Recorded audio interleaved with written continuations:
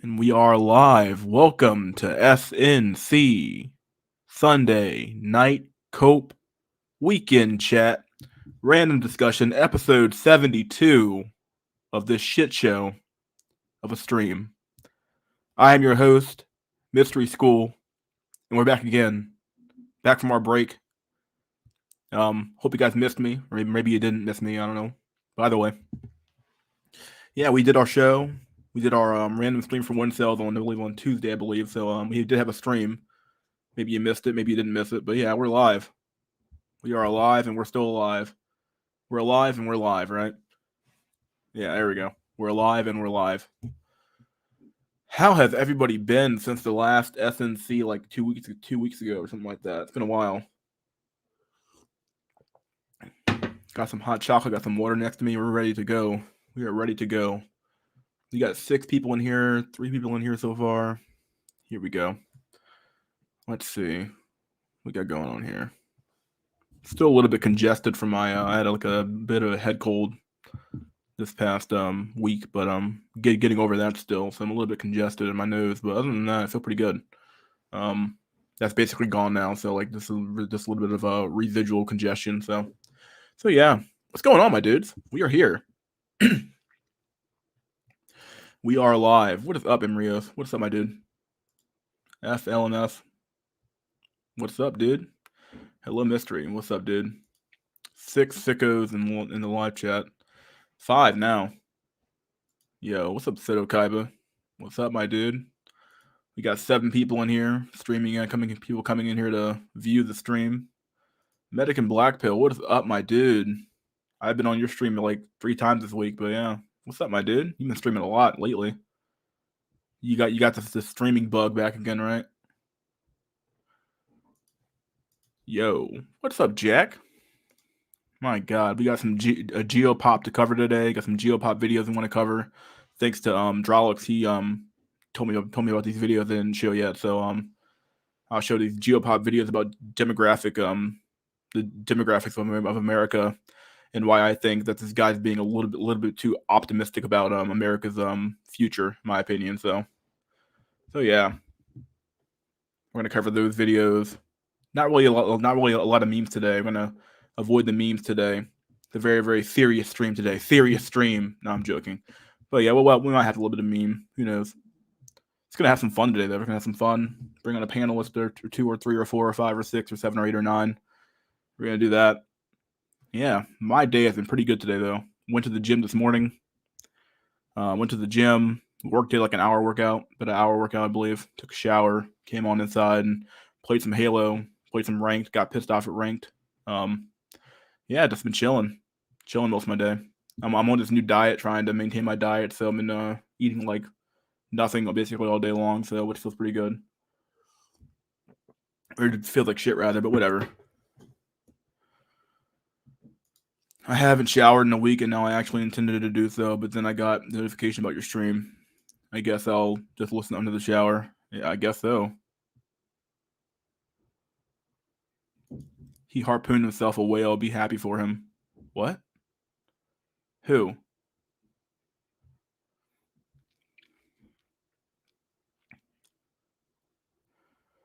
Mystery, can you discuss some good careers for the younger selves? It depends. Like, are you going to college, or are you just talking about like the random job you can do right out of high school? Really, the only jobs worth doing right now are STEM. So if you're like science, technology, engineering, or math, are the big those are the big jobs now. And if you aren't in those professions, you're kind of fucked when it comes to making a good salary. So yeah, STEM jobs are obviously where it's at. There's a few certs you can get that generally would increase that are STEM related that will increase your likelihood of being employed, obviously, but without having to get a college degree. But basically, yeah, STEM degrees are where it's at. If you're looking for like a job, right out of high school, though, my God, I mean that's what, retail and fucking fast food. Yeah, good fucking luck on that shit. Actually, I'm lying. There's a few other jobs like construction worker. There's a lot of need for construction workers right now. although that's like back-breaking labor that you might not want to do. There's need for truck drivers, which is another job that's in high demand right now. Once again, that's another like really high stress job. Not really, it can be high stress. So if you want to do that type of job, that type of work, you can do that. What else? I mean, like, I'm sure people can think of other jobs that are like high in demand right now, but like those are the two jobs that come off the noggin to me right now. Would be that are like right out of high school jobs where you just had to get like obviously you had to get some certs or get a license to drive a truck, obviously, but in general though they're looking for a lot of really any like a blue collar job right now. Because of the boomers retiring, you're going to have a lot of job openings for those types of jobs as well. So you might want to look into those jobs as well if you want to like if you want to do like blue collar jobs. But yeah, those jobs could pay a lot, but once again that requires you to go to trade school and stuff like that. So you might want to yeah. Trade school would be nothing like basically education, obviously. So make sure you go to trade school and find something that's decent, like a plumber or electrician, something like that. Fat guy equals land mail, huh? Land mail. Base attract Stacy with your buildup of pheromones. Nice, yeah, dude. She's actually really pretty in the face. He's planning on making her lose weight. FLMS mentioned his friend nabbed a land whale. Oh, okay. Wow. Well, good for him. Maybe it'll work out for him. I've heard stories about people when once the woman loses weight though, she leaves the guy that helped her lose weight because she can do better now and she gets more attention now. So you gotta watch out for that as well. I doubt pheromones have a effect past a certain distance, past the distance of some miles. I almost never see any young women where I live. In the UK, even STEM graduate jobs at university have like 100 to 200 applicants for a single job advert. Who knows? Maybe it's getting oversaturated right now, or maybe it's just in the UK. For all I know, for who knows. I know Drolix, he's a big advocate for STEM, so if you're not doing STEM, you're kind of fucked. But who knows? I mean, there could always be a dearth of too many STEM graduates right now, but there are other jobs you can do. It's just not a matter of like, do you want to get your hands dirty or not? That's the real question. Well, maybe you haven't stopped showering long enough. Yeah, dude, the pheromones will be spreading around. I have been listening to Penis Man. He is a lot of fun. Penis Man.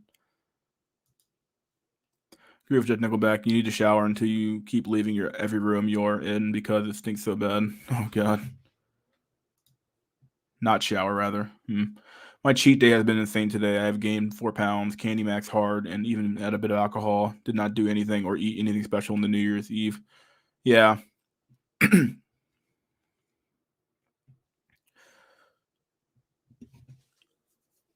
All I really do is I didn't do a lot for New Year's Eve at all actually this year. Not that it mattered, but I was halfway sick, so I didn't really want to do anything anyway. But yeah, everybody's New Year's Eve. If you're an incel, it doesn't matter anyway. There's nowhere to go anyway as it is, and beyond that, you obviously don't have any friends to begin with. You don't have any friends to begin with, so who gives a fuck, right? Still laughing at the Penis Man. Things Penis Man has said. She thanks him for the forklift and more support as she returns to sea to find herself at BMI that no longer causes a tsunami. I mean, incels can be porn stars and laugh my ass off. Oh god.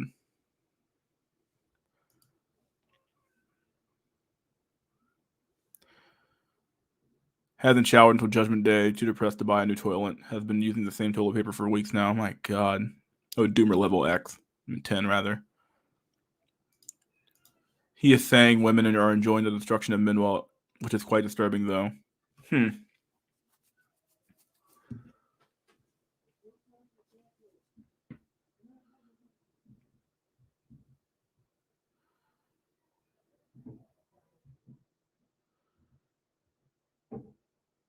Sorry, I was looking at my phone. Boomer trades will be big, along with skilled labor in electric markets, like wiring Tesla chargers or laying solar panels. That's what I've heard. Mystery, do you think high school teacher is a decent or easy career? Teachers in UK only work 38 weeks a year. Yeah, but the problem is, what do you do outside of those 38 weeks a year? That's the real question. So that's always gonna be the problem. You might have to get a second job or some shit.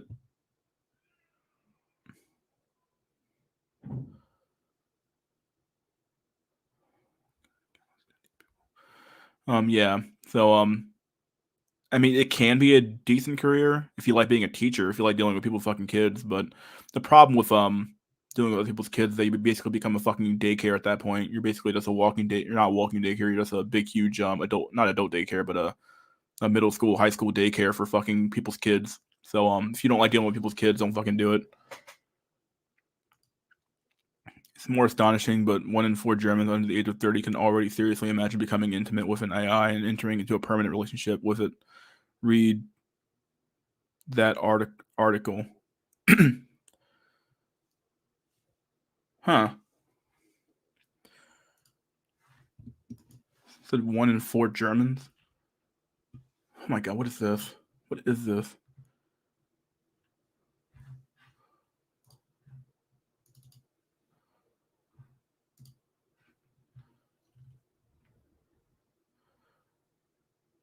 Did somebody send me a message? Yeah, somebody did. Okay.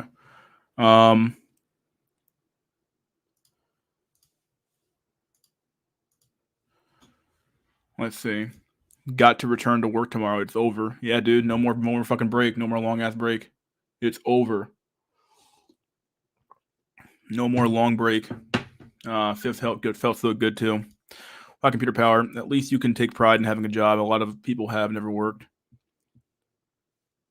Some people don't want to work, right? Rather have a shitty society collapse and keep it going. Yeah. Depends on what you mean by collapse, though, right? When the fuck's it gonna die? Probably won't. That's a sad reality of it. Is that society's so it's like self reinforcing, so like it's never gonna really die. You might have pockets where like it'll be sustained. So yeah.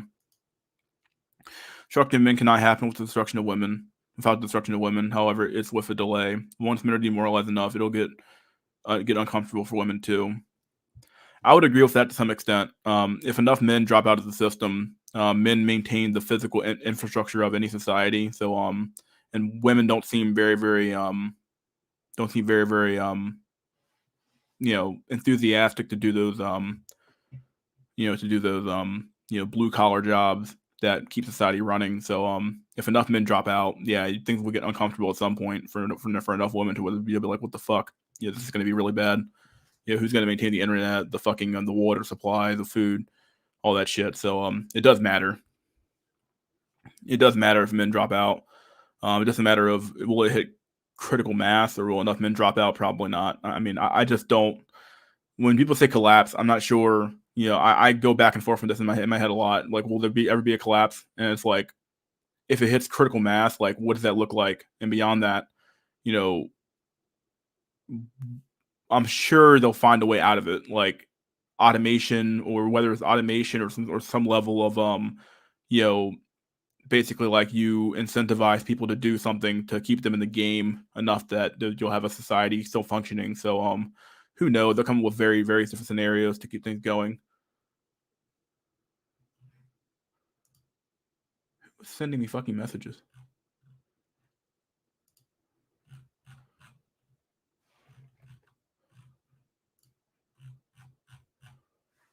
That's mine. That's what that was. What the fuck?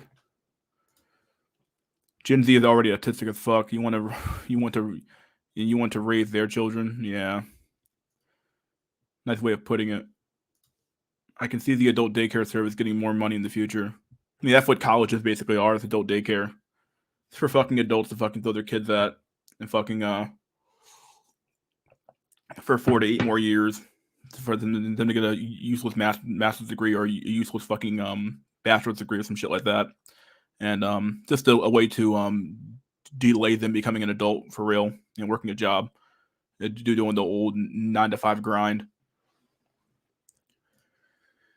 Women are starting to be called Karens. I mean, they already are, right? That's been the thing for like at least 4 years now, right? Appreciative. Yeah, the key to gain the interest of women again is to make their lives uncomfortable. Women want to remote work as the virtual HR director of an at sea oil well or crab fishing boat. Oh boy. When men go for a sexy AI rather than them, that's when women will go insane. Well, it depends. That if Chad goes for a sexy AI rather than them, then yeah, they don't really care if most men drop out up to a point. There is a point where like where it hits a critical mass where like, oh shit, like we can't just fucking ignore this anymore. Like we have to do something to get them back in the game. So, but yeah, to make life so hard again that being a real man matters. Yeah, there will be a collapse. Unfortunately, it is just you that will collapse. Oh boy.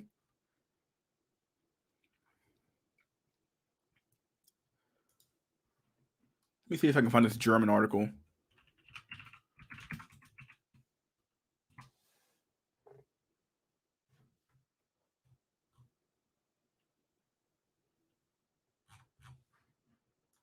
Let me see. 1 in 4 Germans AI.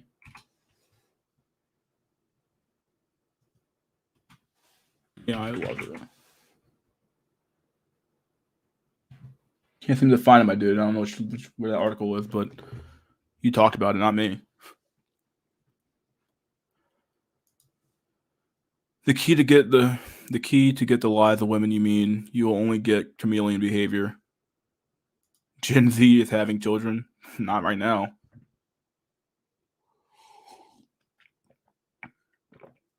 Your question is Gen Y having children? No way. Like parts of Gen Y aren't having kids at all, dude. I swear.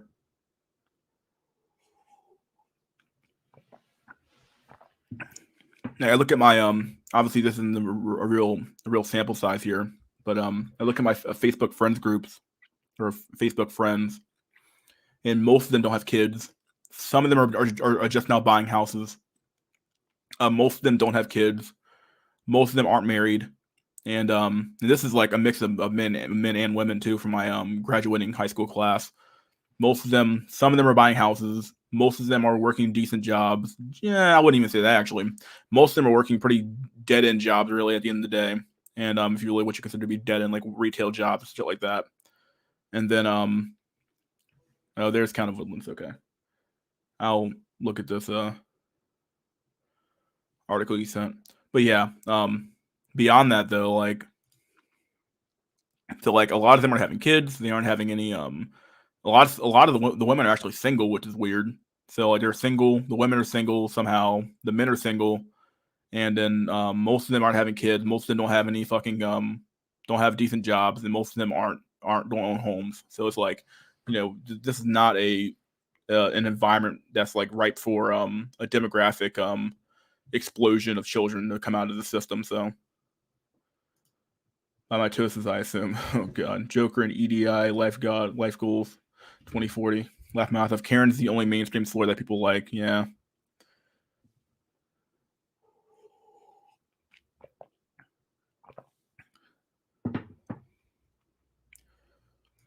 Women don't have an actual self, not a core personality.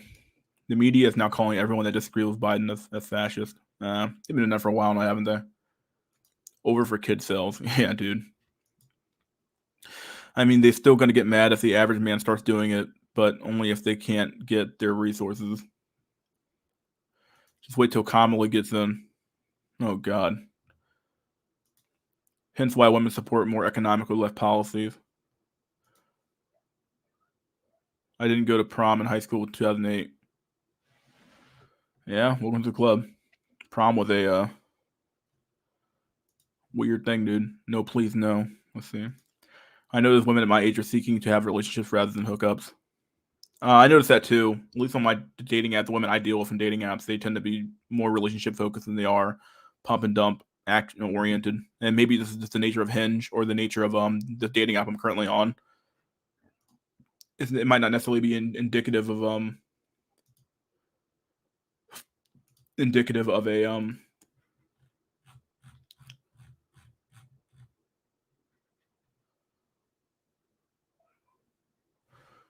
indicative of a trend. Like I think with stuff like Tinder's become more of the hookup app for sure, and other apps like OkCupid try to be the more dating app, but it ended up being a hookup app too. And then Hinge sort of like differentiated itself by being the app that wants to be deleted type shit. And then there's Plenty of Fish, which is like for, oh my god, Plenty of Fish is horrible. Plenty of Whales. And then there's what else is there? The Bumble. I don't know who the fuck uses Bumble, dude. Bumble sounds like shit. I hate Bumble so fucking much.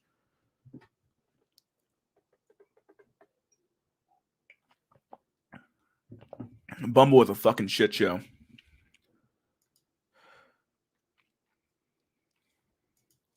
When do you think other countries look at the USA and think it's a prime for taking? The problem is that other countries like that could possibly take over the U.S.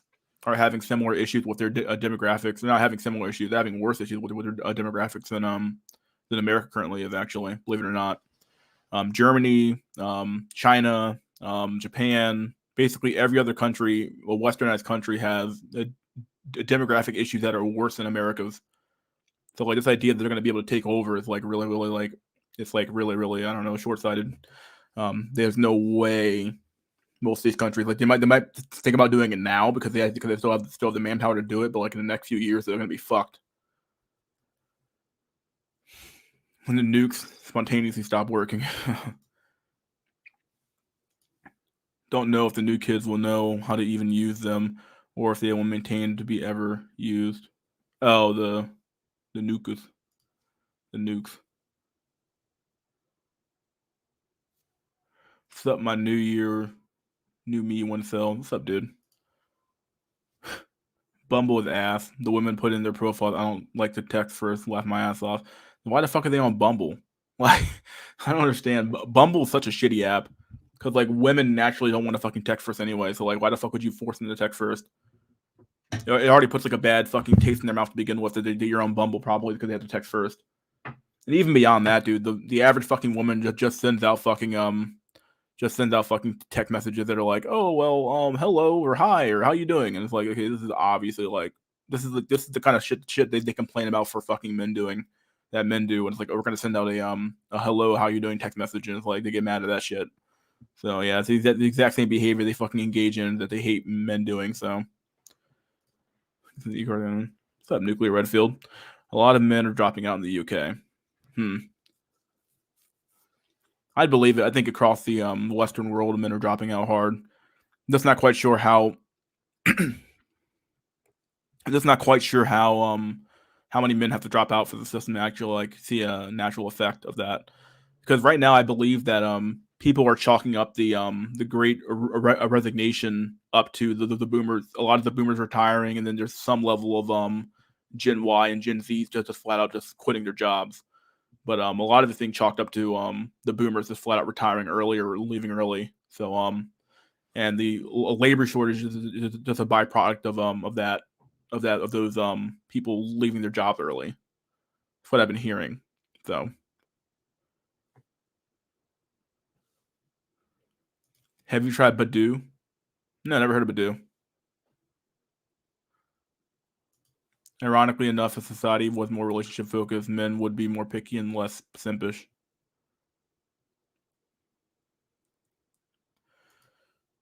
Happy New Year, gents. Happy New Year, my dude. I can't tell if it was retracted here. Message retracted. New Year, OGIT. Afghanistan may overtake the West in progress by 200 if we keep fucking up like this. Oh my god.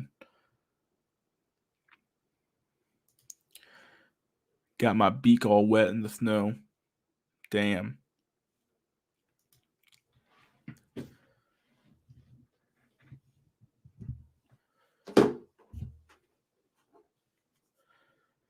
God, this generation was really sort of fucking bill of goods about this fucking how easy it would be to, how awesome their fucking life would be. Oh, you're all gonna grow up and be grow up and have families and kids and work decent jobs and live in the best country on the face of the planet, dude. And it's like some of that's true.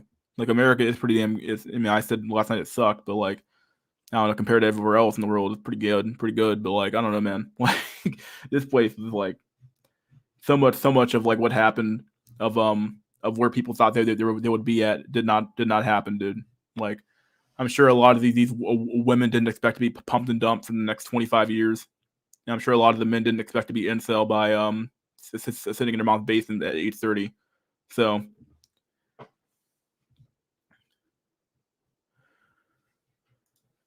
I've already made up my mind that I will never work again. I would rather starve or freeze to death. My God. Hey man, don't work. I don't know. I'll tell you, dude. Like, if you don't want to work, you don't have to work. No one's gonna force you to work. If you want to starve or freeze to death, that's on you, dude. I just don't have that type of temperament to not work. So I'm gonna be the kind of guy that's gonna be working until I fucking die, probably.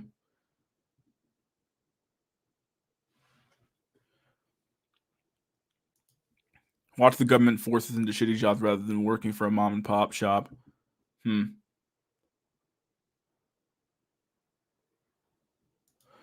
All the shitty jobs will be taken by AI and drones. That's half the social problem in itself.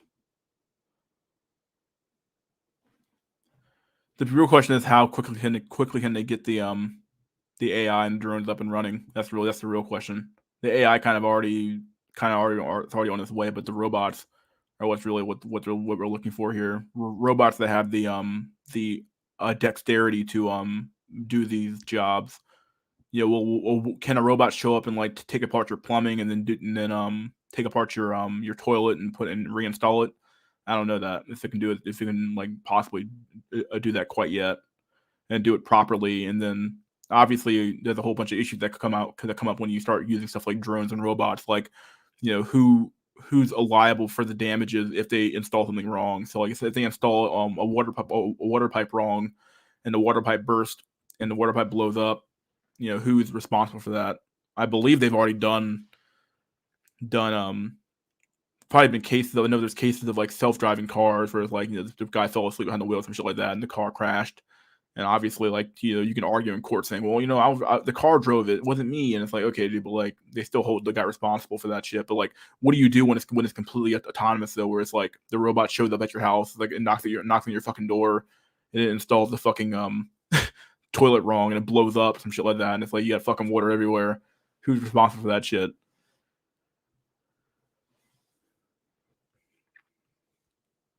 Oh, there we go. Shit like cashier and forklift operator over for that shit.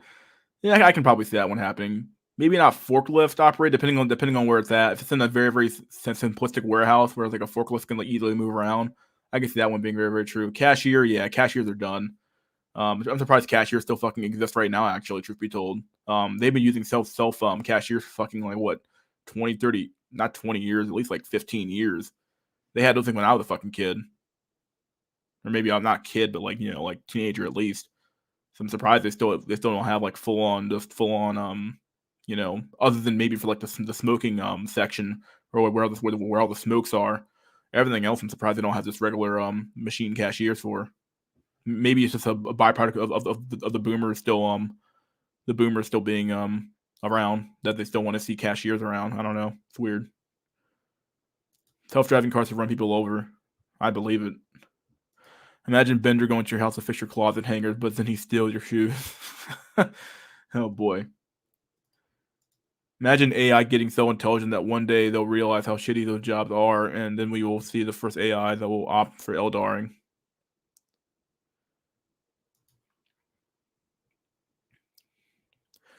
Black people don't want to work, that somehow they have all the spending money and comfort. Yeah, I'm black, dude. I do work.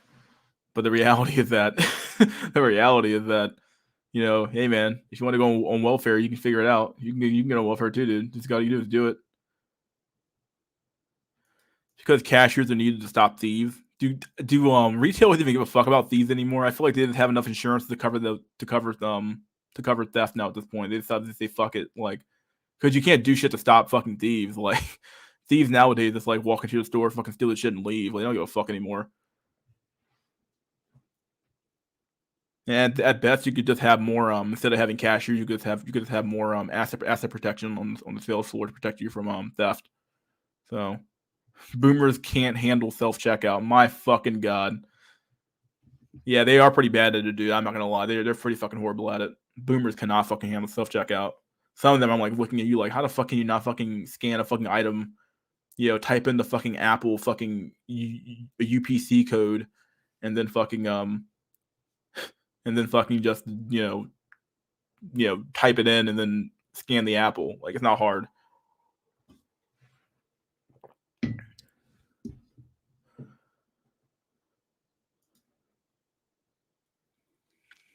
All the bots that'll fill our chat will start bitching about how much life sucks and they wish they were never created. My God.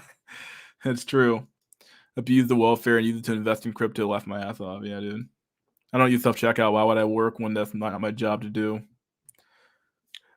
Oh, pretty soon you might not have a choice but to use self checkout, my dude.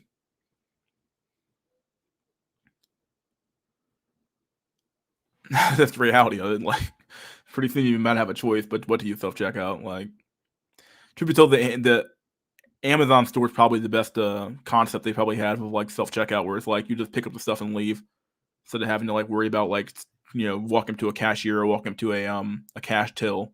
You just walk up to you just walk in, pick up the shit, it scans your it knows who you are, and then you leave, and then you're just good to go at that point. That gold pill guy who was on Medican stream was saying nothing new, typical red pill stuff. Yeah, I mean, like, he's just talking about geomaxing. All it was geomaxing. I'm surprised he even bothered. Like, it just seems like his mindset was different. His like a philosophical idea of like life was different than ours. He just seemed to have like this weird like happy go lucky mindset of like, I'm telling you guys, think globally, think global, think like a globalist. And it's like, okay, that's fine. I'm just thinking like, what do you like? What do you do? Like what do you do with and once you start thinking global again, like, I don't know, it's just fucking weird. Like, he didn't say anything new per se. He just like was talking about like geomaxing at the end of the day, and it's like, okay, like travel around the world. Like, okay, that's nice. You didn't give me any real solutions. You just gave me someone to think globally. That's nice. I mean, I do kind of agree with him that like, going to countries that are more advantageous to what you want makes perfect sense to me. So we don't really disagree on that front. But his ideas aren't really that new though. Like, that's not really anything new per se. So over when even AI super gods get tired of Floyd shit. Thieves are still getting away despite surveillance technology. I mean, someone could fake self checkout and just steal shit. Yeah, it's true. Just had an outright robbery near my place. He got clean away. Still not caught. Weeks later, and he was on foot. Fact, system blows itself up because it can't stand hearing stupid shit. Wonder if it's actually possible to steal from those Amazon stores. I mean, probably you walk in without your Amazon account and you just walk in to take shit out and leave. Probably how you do it. And how hard it is. Who knows? Think globally. Yeah, dude, think globally. Just think global. Think about it from a global standpoint, guys. All you have to do is think globally. So, like, you're thinking too small. You're thinking about your country. You're thinking about the country you live in currently. Well, think globally. Just think about it from a global standpoint. And once again, he's not necessarily wrong philosophically. Like, okay, like maybe it's not a bad idea to start thinking about countries that are more advantageous to yourself. Like, but for the average American or for the average person living in most countries, they don't have the money or resources to fucking spend on traveling around the world to fucking figure out which country is the best one for them to move to.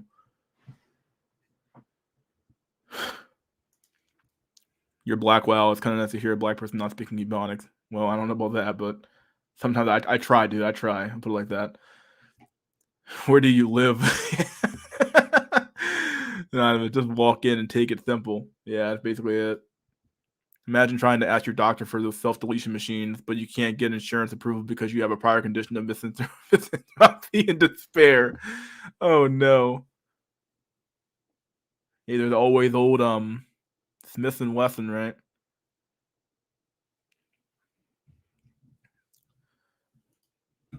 Walk into the Amazon store and use an EMP. That's a way to steal, I guess, right?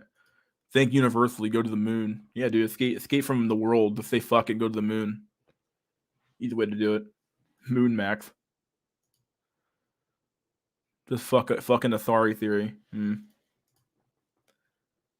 Moon cells. Yeah, dude. Moon pies. You remember fucking moon pies?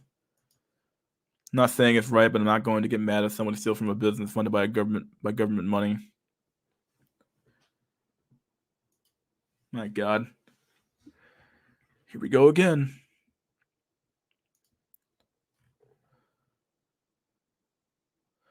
So let's see. Let me read this kind of woodland thing. A recent survey. Oh, he posted it. Oh, there it is. Oh, there it is. Let me see if I can copy message link.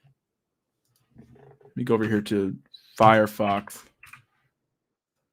See if it'll translate for me.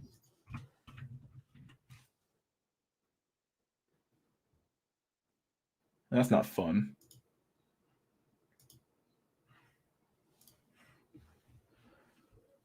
Cannot open this link up.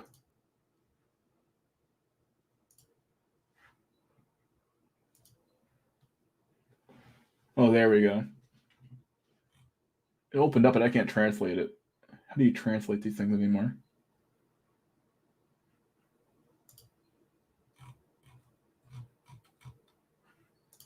Yeah, I'll just read the part you translated. Fuck it. We'll do that. Translation. A recent survey by a major IT security provider revealed that around 1 in 4 Germans under the age of 30 could certainly imagine having sex with an AI. Many of them would even be willing to enter into a relationship with an artificial intelligence. Moscow, Russia. Kaspersky surveyed 1,000 Germans between the ages of 16 and 30 about the perception and use of artificial intelligence, AI devices, or systems.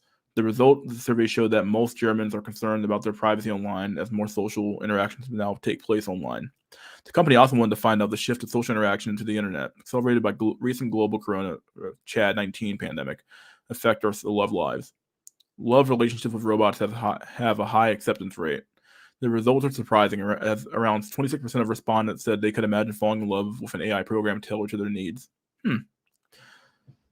According to the survey, 20% of respondents think an intimate relationship with a human-like AI is conceivable with a higher percentage of men, 30% than women, 18% in disregard. That makes sense. Of course, men want their fucking robot waifu to take care of them, so that makes perfect sense to me. In addition, nearly one-third, 30% believe AI-powered computer algorithms will be useful in finding perfect human relationships. Also, 29% of respondents believe they have better chances of dating portals with AI support, and 27% believe the relationship formed with AI will last longer. Well, yeah, I mean, it can't really end, can it? Like, the AI will constantly, like, you can program it to just not leave your ass, though. Digital X partners from the cloud. The other application that respondents can imagine for AI in love are also interesting. For example, 29% of respondents can imagine uploading a former or deceased partner to the cloud, preserving them as an AI, continuing to love them. Men, 34%, and also slightly more open to this idea than women, 23%. More studies on love with AI called for. Because AI relationships are still a fringe phenomenon in society, there are a few studies on the topic. Kaspersky believes this needs to change and wants to encourage a dialogue about the potential cultural impact of such a new form of relationship. Many experts predict that people will fall in love with and marry robots in the future. In fact, a Japanese man has already married a hologram. A radio host is collecting monetary donations to create an android of his ex-girlfriend, and the first sex robots with rudimentary artificial intelligence are already commercially available. It's here, boys. The future is now. The future is fucking now, dude. Literally. The future is literally fucking right now. Oh my God. We're all gonna make it. We're all gonna make it, dude. We are all gonna fucking make it. Catch a solar one, leave the galaxy. Oh my God. What are your thoughts on the male need for female validation? My thoughts on the male. I think men absolutely deny the fact that they fucking need it, dude. That's the a MGTOW cult that you can just fucking live without it. I think Jack always says that basically that female validation is like the reinforcement that you are part of a community. At the end of the day, women, when we say community, we really mean women to some extent. Women make up our social circles. They make up they control the social circle. They control the social sphere. Because of that, if women don't accept you, you are oftentimes ostracized from the social group. So not having female validation or some sort of female interaction is like a really big detriment to your life. We'll finally be able to know if the alien fleshlight is true to the source material. My God. That ain't shit. You already look at people trying to summon succubi to fuck. They're literally at the point of transdimensional geomaxing. My God. It's a broad question, Mr. Chris Redfield. Not too broad, though. Asking him his thoughts on breathing air and drinking water, too. I think it's overhyped, and I think it's underhyped. I think that a lot of men, like, there's a reason why we're all here to some extent. Like, we're all here because we can't get that shit, dude. We just can't get it. This idea that you can just like survive without it and that like it doesn't mean anything is really sad. Is it overhyped? Maybe I'm overhyping it, but I do think it's important. Topamax. Red pill is act like you don't need it at all, and if you do, you're a blue pilled.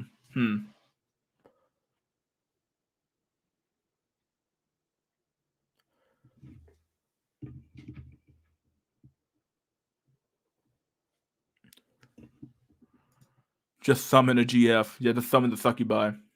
My opinion is completely natural urge, but society and women weaponize it against you. You get punished for acting natural or even just pro-socially.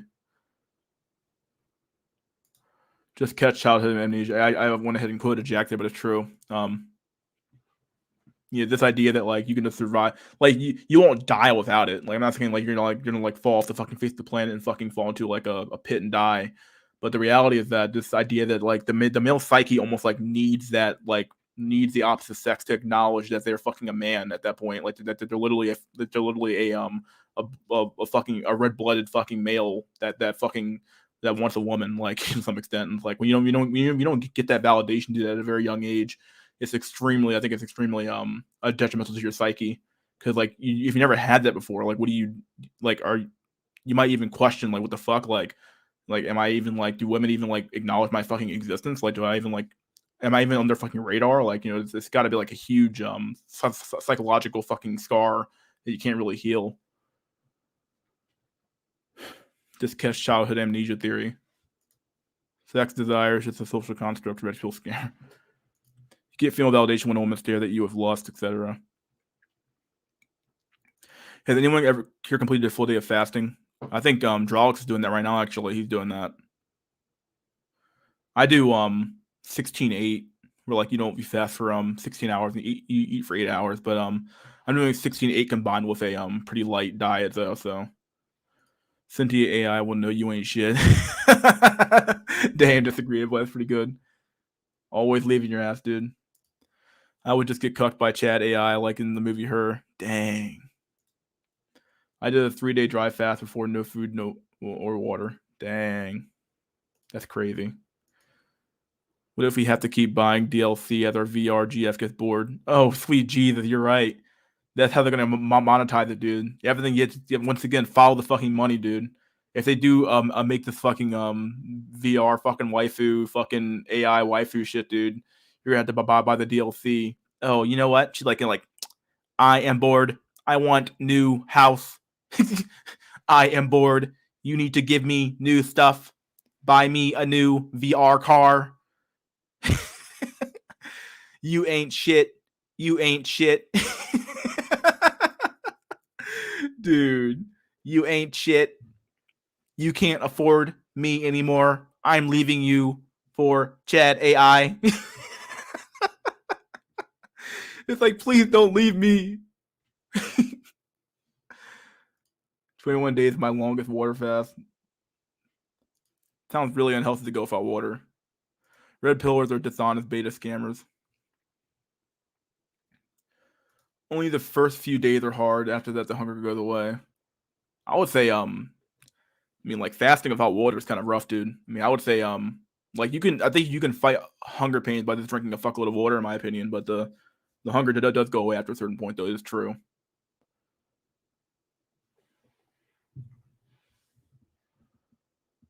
If we lived in the age of barbarism, female validation would matter less.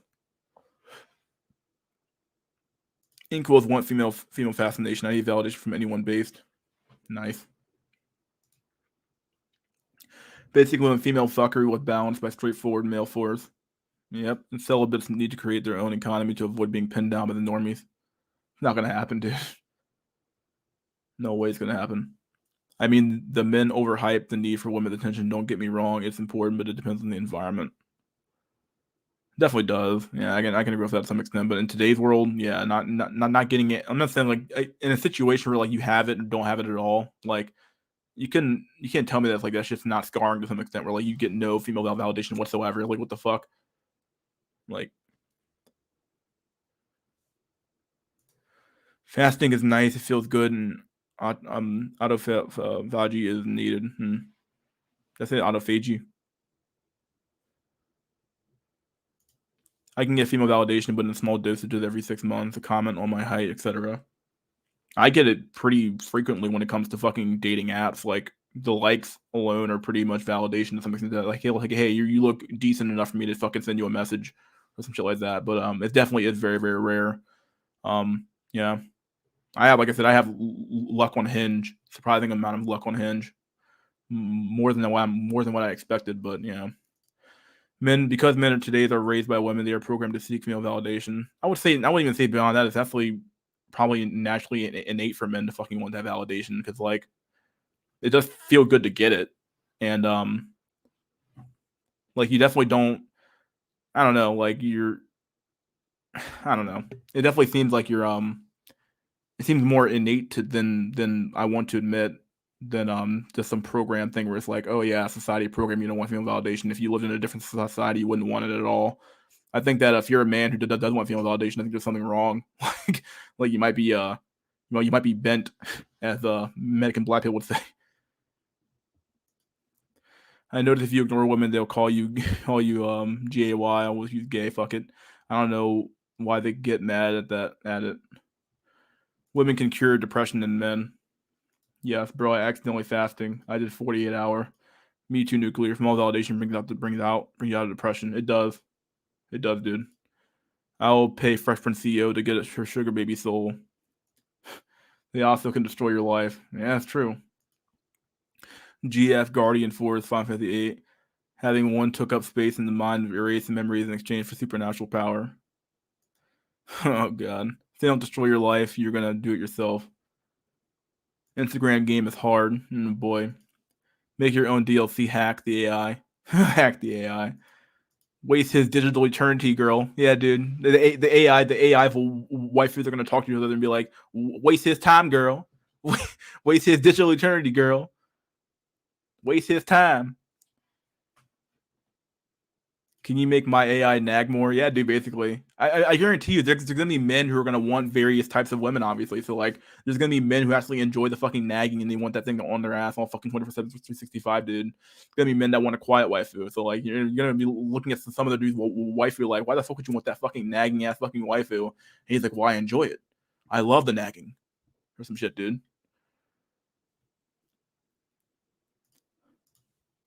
Beep, boop, boop. I'm low power, lag. Fuck my AIGF doesn't want to fuck. She's like, I am tired, do not want to fuck. Oh boy. If Curry does a dry fast for a week, they will attempt to split India into several sectarian nations, all armed with nuclear weapons. Oh my god. Bro, I got matches. I like but no pussy. Dang.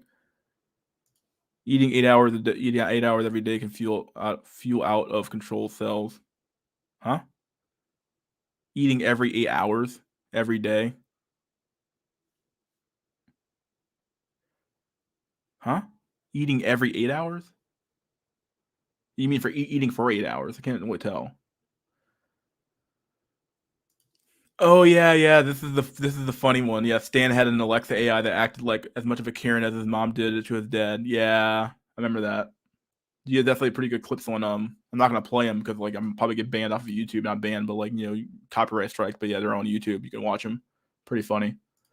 The question is, do men want sexual attention from women or just friend vibes?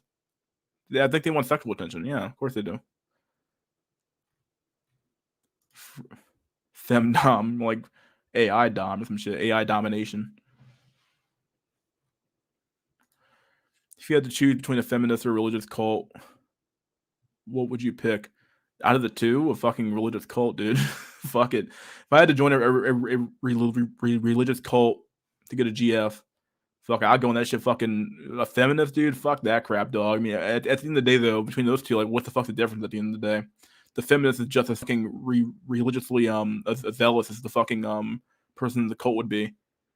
Fuck it, I'll take my fucking chance with the cult. I'll take my fucking chances. Sunday in your prime decline, dude. Never doing it, dude. Modern man will want his AI to beat him. Mystery has some dedicated. Yeah, dude. I sure fucking do. One fucking guy. Religious all day. Hand me the Kool-Aid. I be drinking that shit fucking day every day, dude. Fuck it. What do you think of Travis BP? His channel is excellent. I like Travis BP. I haven't watched his content in quite some time, but I like his channel. I watched him like when he was like really small too, so I have a kind of have a good good opinion of the guy for sure. The question is, do women seek male validation? Absolutely. Yeah. I think both sides of the aisle seek out validation, but like women seek it out. They seek out Chad validation, but they'll take any male validation when they can get it, but they mostly seek out Chad validation is what they really want. For men, though, men will just want, like, please, some female acknowledge that I fucking exist and that I'm a sexual being. Like, women get a sexual attention all the time. Men don't get it nearly as much as they want. So, cult over feminism, pretty easy one there. Pick me girls. Oh yeah, pick me's. Yes, from Men That Matter, Chad. Unless the beta is giving her shit for free. Travis BP is solid and noticed he must be getting more popular because you are a fake trolls are hitting him up in the comments. Dang.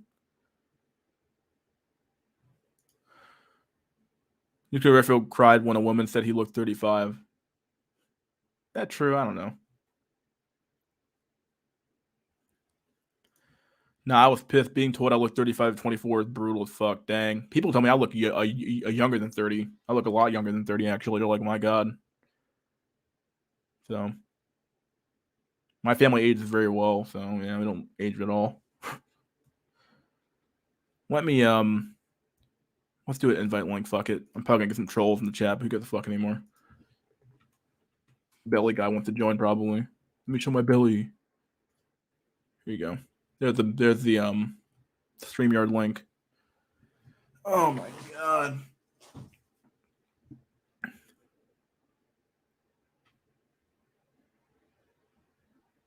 I look young. Yeah, don't we all? My family age well once we reach our 50s and 60s.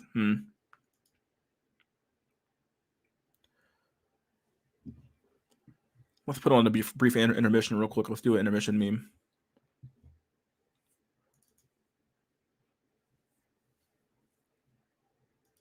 We'll use this one here. Actually, no, we're having a different vibe today. We're having a different bad username. I don't know who this guy is. It might be Belly Guy, so who gives a fuck. Anyway. I'm not even letting people on yet anyway, so it doesn't matter. Let's share screen, share system audio. There you guys go. Here's some nice memes. I'll be back in a minute.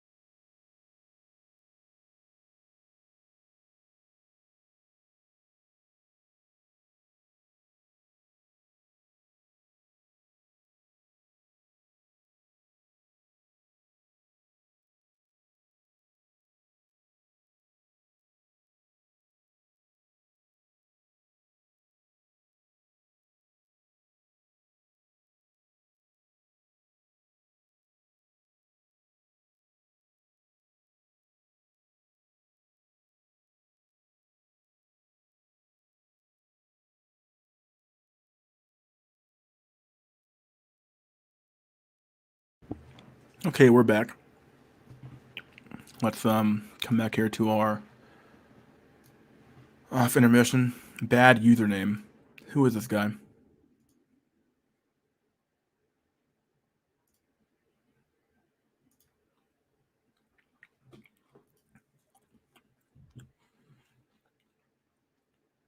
Should I add him to the stream? I don't know.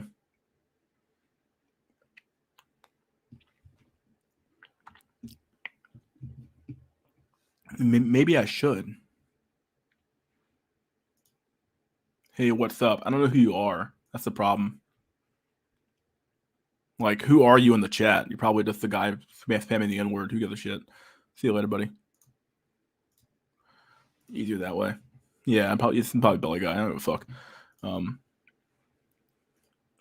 When you get no matches but no pussy. When you get matches but no pussy, fuck. Yeah, dude, tell me about it. It's hard. Billy Guy trying to sneak by, probably. Good the fuck. You have 2 Geopop videos I want to show. Let me this belly guy. I don't know what he keeps coming on here for. He's like, I want to show my belly. Like, I'm an idiot. It's like, okay, dude. Well, why can't you just make your own channel and just like show your belly on the channel? Wouldn't that be easier?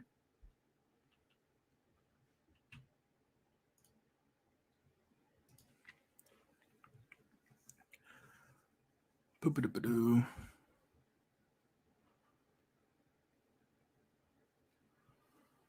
Who the fuck is Jeff Wave? I don't know who the fuck Jeff Wave is.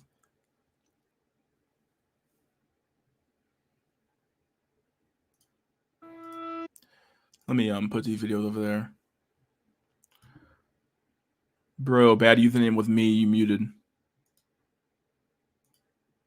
Nag. I don't know, dude. Gotta be careful nowadays. That's the problem too. They can just I'm from Med Server. Are you? Are you? Let's see.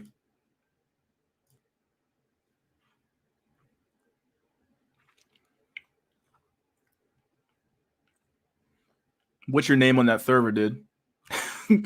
Let's see.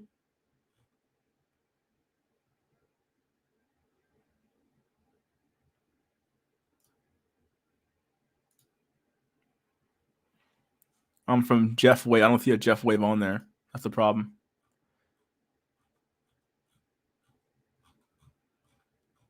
A, B, C, D, E, F, G, C.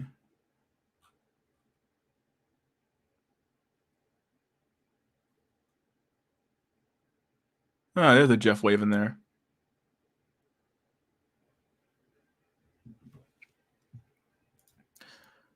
Yeah, I found you. Okay. Well, we'll give it a test run. If you come on here and you do some crap, I guess I'll throw you out. But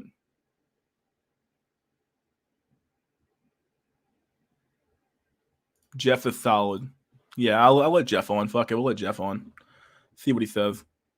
Go ahead and rejoin, my dude. I'll let you in. If a Medican can vouch for you, I'll let you in.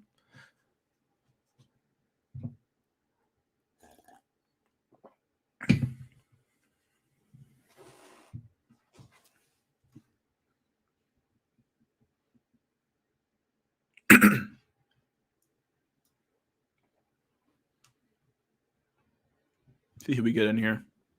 Is he gonna rejoin at some point? I didn't ban you, which is good. If I was gonna ban you, I would have banned you by now. So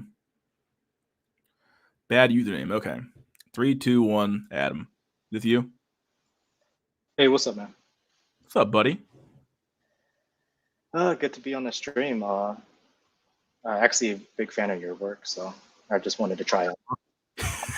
The work I haven't done in like literally a year. But yeah, I'm a big fan of your streams. Oh, okay. I'm about to say I haven't done any real work in like fucking like a year. Oh god, it's been a while. I mean, you can call these streams. You can call these streams work, right?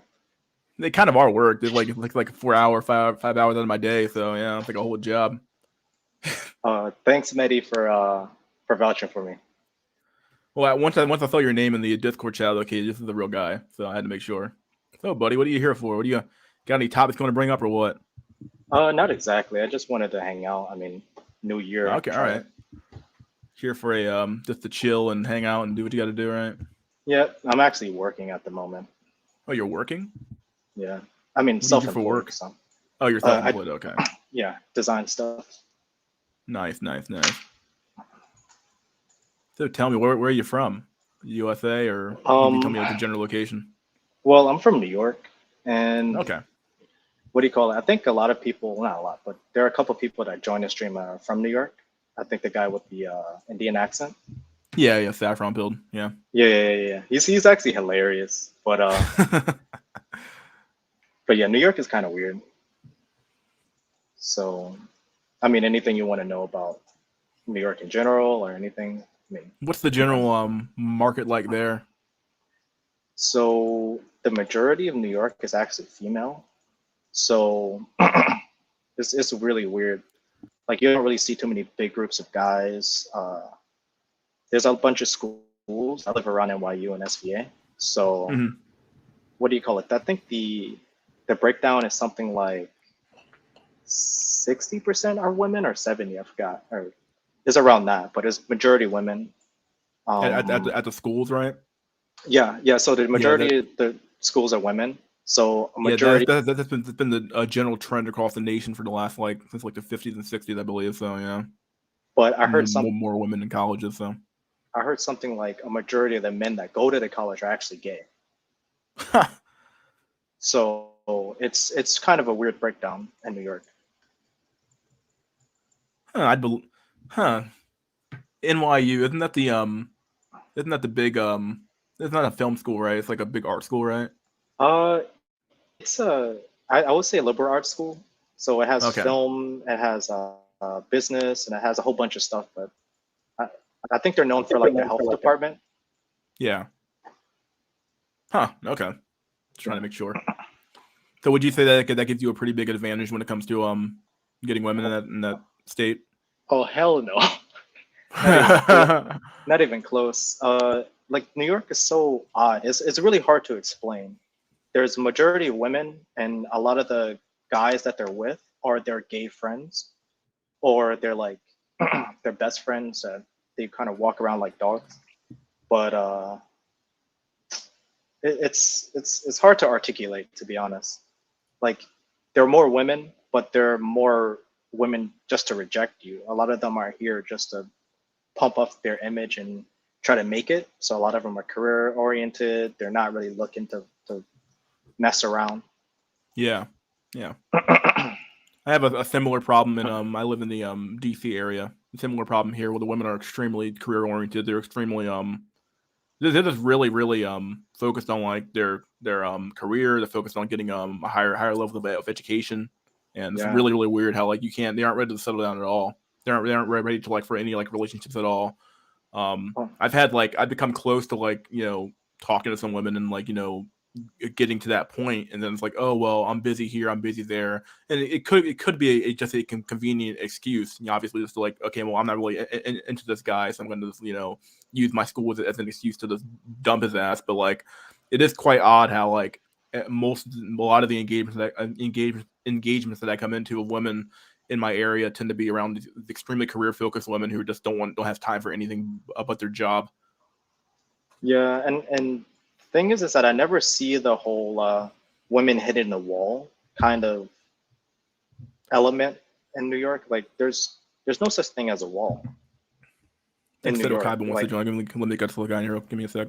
That you, Yeah, Seto Kaiba? yeah, it's me. What's up, bro?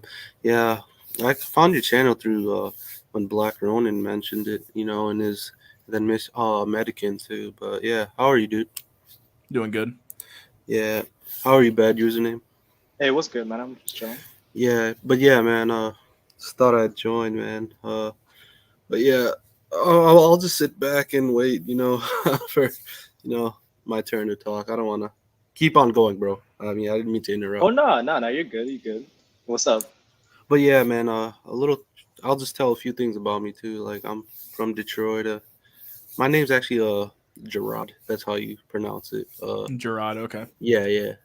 But yeah, man, kind of like found the black film like December 2020, like from the base Pluto. So, Mhm. but yeah, I found like a lot of people's channels. I'm not sure if you heard of him. Do you know about Batman Beyond? Yeah, Batman would be honest, 6'4" some shit. Yeah, yeah, him and like other guys. I'm not sure you like Joe the Philosopher and like yeah. Then I found your channel like November when yeah like I said Black Ronin mentioned it in the stream. Then I found Medican through you, you know, and then Okay. yeah Mm. yeah. But yeah, man, I'm usually in the I think you see me like I'm usually in the The chat and comment stuff. section, yeah, the chat, yeah. Yeah. But yeah, man, I love your content. Like Saffron, yeah, I agree with Bad Yesterday. I rewatched that stream where him and first it was that one stream, it was him versus Black Ronin when he said show receipts or something. And then I think the next stream was like yeah, Saffron versus Last, and that was pretty crazy stream though. But yeah, I enjoy your content, man. Yeah, okay, well, glad to have more people come on for sure. Yeah, So how old are you? Just I'm curious. 22. 22. And how old are Yeah. you, bad username? If you might don't Oh, mind I'm sharing. 20. I'm 27. 27. Okay, I'm the old guy here. Dang. old. I'm the old one here. I'm the fucking boomer. Yeah. But yeah, Are you like almost 30? You said. no, I am 30. Just Oh, turned 30 this past Oh year. yeah. Yeah. How old are you, Bad username? I'm 27. I'm almost 30, man. But Yeah. But It yeah. don't get no better, my dude. yeah, that's Yeah. yeah, that's what I was about to ask. I mean, what are your choices like anyway? Like, do you? Truth be told, like age wise, I still get like I'm talking to one girl right now who's like 24 years old, which is like pretty crazy. I'm like, that's pretty weird. But so that's pretty young. 24, 26-year olds. I kind of changed my age range up to like 30, 32, 33. So I'm getting some of the older women too, but like I'm not really looking at those women too intently. I'm still looking for a younger woman for the most part. But my options generally are women around my 30 years old, 20. I have some 24-year-olds, some 26-year-olds, and then so yeah, it's a pretty big age range of what I'm still available to attract here in my area. As far as the women's temperament goes, though, there are extremely fucking once again really career focused. Extremely, they're not ready to settle down at all. They're not ready to have kids or have a family. So it's like Got you. Yeah. yeah. So Yeah. like, Oh my my bad. bad. Go on. No, go ahead, bro. So pretty. I have a girl, by the way, just for full disclosure. I Okay. mean, but out of all the spheres, I would say that Black Pill is actually very inviting.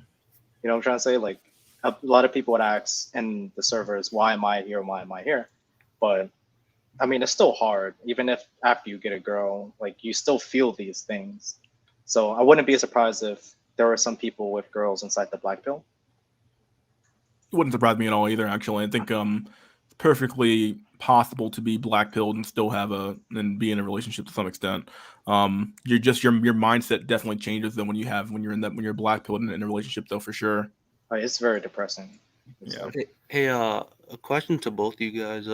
So you were talking about it earlier, like the MGTOW cope. Like, what do you think about them saying like the you can just live without it, like go monk mode? Like, I'm not trying to throw any shade, but what do you think about that? I'm not saying like you can't like when you say live. What do you mean by live? That's the Oh, big question there because like I'm not saying you're gonna like fucking die and like fall into a pit and fucking blow up or some shit like that. You're just gonna like die or some shit without female validation or without a woman. But it does make your life so much more fulfilling to have that excuse me, to have that extra person in your life that like somewhat cares about you a little bit more than the average person would, like Yeah. it does make your life a little bit more fulfilling for sure. Right. I'm not sure if Yeah. Bad Username wants to second that, or maybe he doesn't want yeah, to second that. But yeah. No, you guys are completely right. I actually noticed like when my girl's gone for like prolonged periods of time, it's almost like I go into like a hibernation mode, and just I kind of don't exert any extra energy that I don't need to.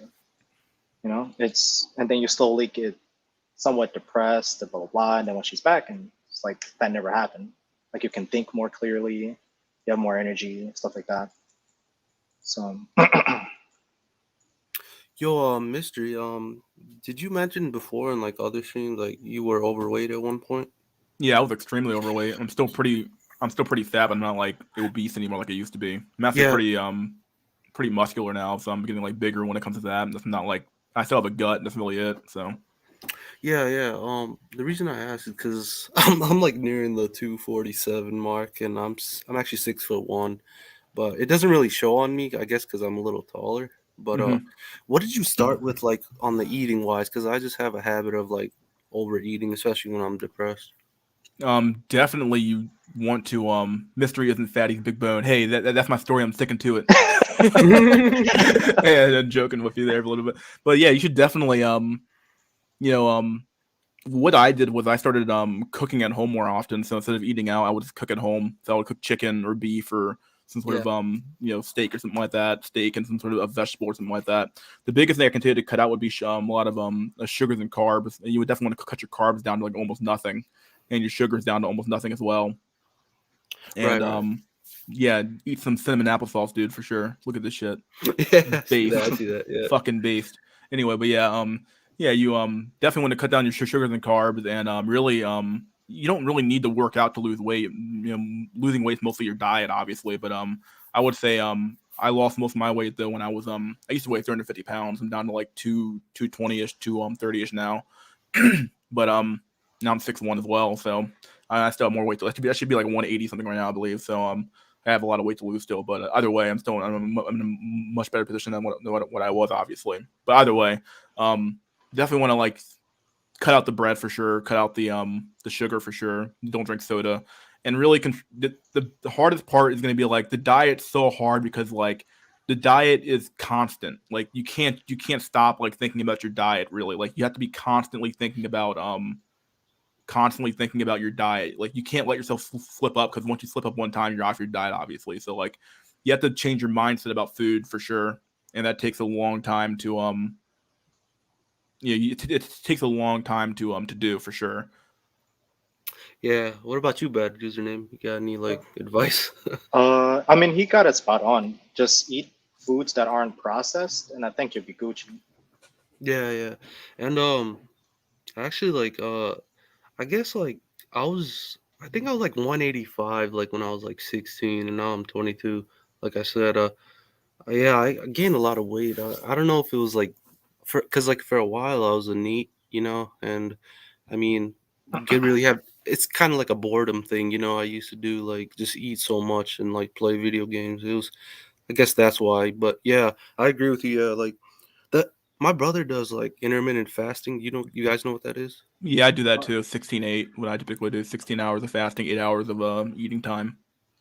Yeah, I found that kind of hard in the beginning, but then I'm really starting to do it. And yeah, I mean, right now my weight is like steady, like it's staying at the same spot. So I guess I have to cut out more calories, I guess. Not necessarily. It could just be water weight too. Some of it's like the first 10 pounds you lose of weight is typically water, oftentimes anyway. So Hmm. you're gonna start off like, I mean, work. You might actually do you some good to actually start like working out, like running or if you I'm not sure if you have a gym membership or not, but you can like run or go to the gym and just do cardio for like a little bit of time to lose some of that water weight for sure too as well. It'll just make you feel better, obviously.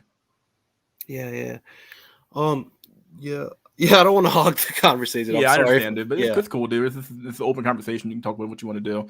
Yeah, I do agree with Eat disagree less, over here. move Eat more. less, move more. Anything beyond that, yeah, you're overcomplicating it a little bit. But yeah, I would say people don't realize how much like bread and carbs and sugar like really can Hmm. affect your diet and stuff like that, and the way you put on weight. So, 'cause I believe your body takes more time to process protein than it does to process sugar and carbs. So you definitely want to eat more of that you eat more protein and more vegetables and stuff like that. So yeah. yeah. I agree. Yeah. So, what do you guys do as like your like recently like your copes? Because like my copes like changed over time. I'm not really a video game guy anymore. I've been just like been reading like a lot. What have you guys been doing? My biggest Uh, cope has probably been in recent months has been the gym. I'm taking some classes for a cert I'm trying to get, so I've been doing that. That's kind of been my big distraction from being alone, I guess to some extent. So that's been my big distraction right now. But as of right now, though, my big cope right now is still going to the gym every day and working out and maintaining that. And I still play video games occasionally, or play basically every day for the most part. Play like an hour a day or something like that. Call it a day. So yeah. What about you, for bad me, username? The gym actually depressed me a little bit, so I kind of stepped back from that and started doing more cardio and more like calisthenics because the gym is just horribly depressing. Mhm. But aside from that, I started video games. I know it sounds bad, but yeah. But what do you call it? I started to design stuff from video games, Yeah. and now I just do a bunch of design and 3D printing. That's kind of what I do. Right. Yeah. I guess after like 2010, like I guess that was the last good year of video games for me because no, it was 2009 actually. Like, remember Modern Warfare 2 was on the Xbox Yep. 360, Yeah, the Yeah, good old man. days. and I actually yeah, I actually used to play some NBA when it was actually good. Like NBA 2K and all that. And but yeah, after like Modern Warfare 3, I would say like I just fell off of video games, man. I just stick to like obviously like, you see my username, like I just watch Yu-Gi-Oh all day. Like I just try to collect as many cards as I can. You guys like Yu-Gi-Oh or anime or I like anime a I, lot. Yeah, I didn't I yeah. watch. fell off. Yeah, I go fell ahead. off at anime. My bad. I fell off at anime. It just took too much time. Yeah, yeah, I Yeah, get you. I'm only watching like one show right now, which is Attack on Titan. I'm really watching much else, but Eh, I'm I tend to watch like one or two shows a season, but this past season I didn't watch anything really. I actually kind of stopped watching for a little bit, so I got to get back on the anime train a little bit, but yeah, typically I watch like one or two shows a season. So yeah, Yeah. When you like guys can, yeah, when you guys can like rewatch Yu-Gi-Oh season 1. My bad, better username, no, but no, like no. It's all my good. bad. Go ahead. I'm just I'm kind of confused because it seems like anime is really popular, but I don't really see too much of a conversation or a culture around anime outside of the internet. yeah, anime has definitely seen this explosion in popularity. Obviously, with our generation having, at least my generation anyway, I think Seto Kaiba is a little bit younger than younger than I am, but at least our generation having like stuff like Yu-Gi-Oh, obviously, having Mm. stuff like Pokemon, having stuff like Dragon Ball Z, obviously Sailor Moon. Those were like the big shows when I was growing up. And then a lot of people stopped watching it, but a lot of people still kept those shows in their mind of like, oh yeah, I know anime, and I watch Sailor Moon, and they watch Dragon Ball Z and shit like that. So like they still have a thing in their heart about like anime being like somewhat cool. So and I feel like that definitely carry on. Like a Gen Z seems to be very very anime focused. They like anime a lot, Mm. and I'm noticing that with my nieces actually. They're extremely big in they're big in anime actually. One of them is anyway. So it That's definitely actually is dope. becoming more popular. Whether or not it's hitting like critical mass or it's hitting like the cultural zeitgeist, I'd probably say yeah. Enough people are watching it now at the point where like I see people wearing like anime shirts stuff like that walking around the store. No one's calling them a nerd and nothing like that. Anime used to be like a scarlet a letter when I was growing up a little bit, unless you watch Dragon Ball Z, in which that was the only cool show you could watch. Everything else was considered to be like too crazy or too gay or something like that to watch. So Yeah, back then, did you guys have that when like people would actually bring their like Yu-Gi-Oh cards to school? Like I yeah, think dude. because like that was what yeah, like Mystery mentioned like Pokemon, Yu-Gi-Oh. That was like huge because like I have a brother who's like around your age, like he's 28, and yeah, he said yeah, they used to bring Yu-Gi-Oh cards to school and like bring the mats and all that. That probably was a cool time. There were people that Yo, played Magic and Yu-Gi-Oh in my community college. When I was still in community college, they would play down in the student union room or some whatever it's called it, and they would play down there. So I used to play with those guys all the time. So there used to be kids that brought that arm piece that Dual they disc, put the yeah, cards on. yeah, Yeah, man, yeah, yeah. that was crazy. Yeah, I love that. I still have both of them. I have like the limited edition. It's in my room. Like I have my little Seto Kaiba little toy still in my cards. dang dog, Yeah, bringing Beyblade to school. I remember Beyblade was another big show. That show kind Yeah, of that was became a little dope. more popular too. I remember when I used to work at a toy store and people would come in there and buy Beyblades all the time. I'm like, people still play this shit? I'm like, no fucking Yeah, way, dude. actually, I have a friend that still play. Like he's around, I would say 21 or 22. He loves Beyblades. You know, it's kind of weird. yeah. You guys remember when like for like a minute like Bakugan was popular? Bakugan, never Yeah, even remember that show actually. Jeez. it was like 2008. Like everybody Was bought. Bakugan was that a card game or was that like a fucking like another toy thing or like It you was had a another toy? toy. Yeah, It was toys. Yeah. okay. I'm thinking of was it Duel Masters or what they called it? That had a card game too, or what they called it. However they call it. It was Duel Masters, something like that. You're making me Monster feel old, Rancher. man. God Monster damn. Rancher. Remember Monster Rancher? Remember fucking what's that shit called? Digimon. Yep. Yeah. Oh yeah, I remember that. Dude, Digimon was like people used to call a Digimon the poor man's Pokemon. Yeah, that's true. Oh man. It's like it was like back then, it like their parents, like I remember one parents got them Digimon cards instead of Pokemon. Like, Mom, you idiot. How could you? You ruined my life, Mom. I have no friends now. You think I'm poor. It's true, dude. Yeah. Digimon. Digital monsters. They're the champions, dog. Talking about Did you guys Beyblades for the aristocrats. Yeah, dude. All the cool kids had Beyblades, dude. Yeah. Did you guys play a GameCube growing up? Yeah, I remember the GameCube. A little bit. Yeah. Yeah, I had played a little bit, but it wasn't like my biggest Yeah. console. Yeah. There was a epic Pokemon game on there. It was Pokemon Coliseum. I don't know if you guys played that. It's awesome. I still have it. Like you should. I mean, it's a really good play even now. I remember the Pokemon a Stadium series. I believe was that was used to be a pretty fun game actually. Yeah. Yeah. People had like the Game Boy Advance like back then. Like it was perfect. Like it was like was it like the first mobile gaming system technically? Like What Advance? Yeah. They've had a Game Boy for like years, dude. The original fucking what's that fucking thing called? The big gray. I had the big gray one. The original big old fat gray one with the green screen. Oh, it was before the Advance? Yeah, it's like the original Game Boy. Like yeah. Gray, ugly Game Boy with took like fucking like 8 fucking AA batteries. Yeah, because when I was 5, everybody had the silver one, and that was like pretty cool, That had like that they even came out with some like games that flopped on it. That Game Boy. You had the Game Boy Color. You had the Game Boy Advance. Game Boy SP. SP. SP was my shit, dude. I love the SP. Yeah, me too. I think it came with a backlight, right? And that's you had to why buy the backlight separately, I believe, which was like the dumbest fucking design flaw of all time. But oh wait, no, that was the Advance that didn't have a backlight, right? No, the Advance didn't. The SP, I don't think it had a backlight on launch, and then it had like a SP plus whatever the fuck, and then it had a backlight on it. How could you forget the fucking backlight for a fucking console? I mean, come on, handheld console. Fucking horrible idea. I feel like one of those had like an attachment you could like buy with like a little light. I remember that. Shine. I'm like, seriously, like this is so fucking ghetto. Like original black and white Game Boy Advance was after the color. Yeah, I remember that. Yeah, the color. Yeah. And I remember the PSP. Yeah, I remember the PSP. Yeah. Remember? No, the real shit is the fucking Game Gear. Remember the fucking Game Gear? You already had that fucking thing? Yeah. The Sega Game Gear. Oh my god, shit took like fucking 28 fucking batteries, dude. But it had I believe it had the what chipset did it have inside of it? It had a chipset that could play like games at the what they called that shit, the Mega Drive fucking, I can't remember what the fuck they called that fucking thing. The Sega Mega Drive or something they called it. But it could play games at like that quality on like a handheld, but like it took so many fucking batteries to fucking play it. That thing was fucking phenomenal. It had great fucking graphics and everything on it, but like it was so fucking bad. Fucking battery drain was fucking horrible in that damn thing. The Game Gear. God.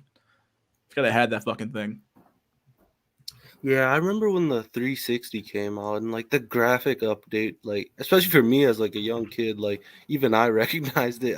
Because I used to play. You guys, did you guys like WWE back in the day?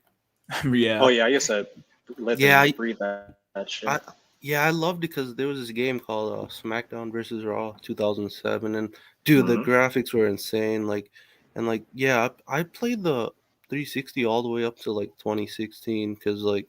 Yeah, I mean, the Xbox One, I really couldn't find it anywhere, Yeah, I stopped playing consoles. Had the Sega Master System in your hands. That's what it was. Sega Master System. It was like so fucking weird, dude. What a fucking goddamn shitty idea that was, because that thing had a horrible fucking battery drain. I'm sorry, I got off topic here again, but I was excited about my fucking Game Gear. Yeah, man. So how was your New Year's, guys? I spent mine at home with my family, so I was actually halfway sick during New Year's. So I didn't really do a lot. So yeah, I slept through it. Yeah, it was me and my brother downstairs, and we were just celebrating bringing the new year in, and we went to sleep immediately after that. So yeah, pretty boring. And then I went to the gym the next day, and then yep, did that. So Yeah, Mystery, did you mention you played Halo? Like, did you play the new one? Infinite, yeah, it's pretty good. Yeah. Oh, yeah. I had like the free trial of Xbox Pass or something, Yeah, and they had the Master Chief Collection. I tried playing it like for like the first missions and stuff. I'm not really into it, but is it? Do you have to play them in order or like? Because I heard Halo 3 is good. Should I play that? yeah. Halo's, in my opinion, is a phenomenal game, in my opinion. But you should definitely play them. You don't have to play them in order. Honestly, if you just want to play online, most people don't even give a fuck about the campaign anymore like they used to. But in my opinion, you probably don't need to play most of the. Halo 2's campaign is like notoriously bad. Halo 3's campaign is pretty good though. You should definitely play Halo 3 for sure. Halo 1's campaign is really good too. Actually, you should try to play Halo. You should definitely try playing Halo 1 for sure. Right, right. And yeah, they made a Modern Warfare 2 remastered, and like it's the campaign. You guys have that? Wait, Oh, what's it called? nada.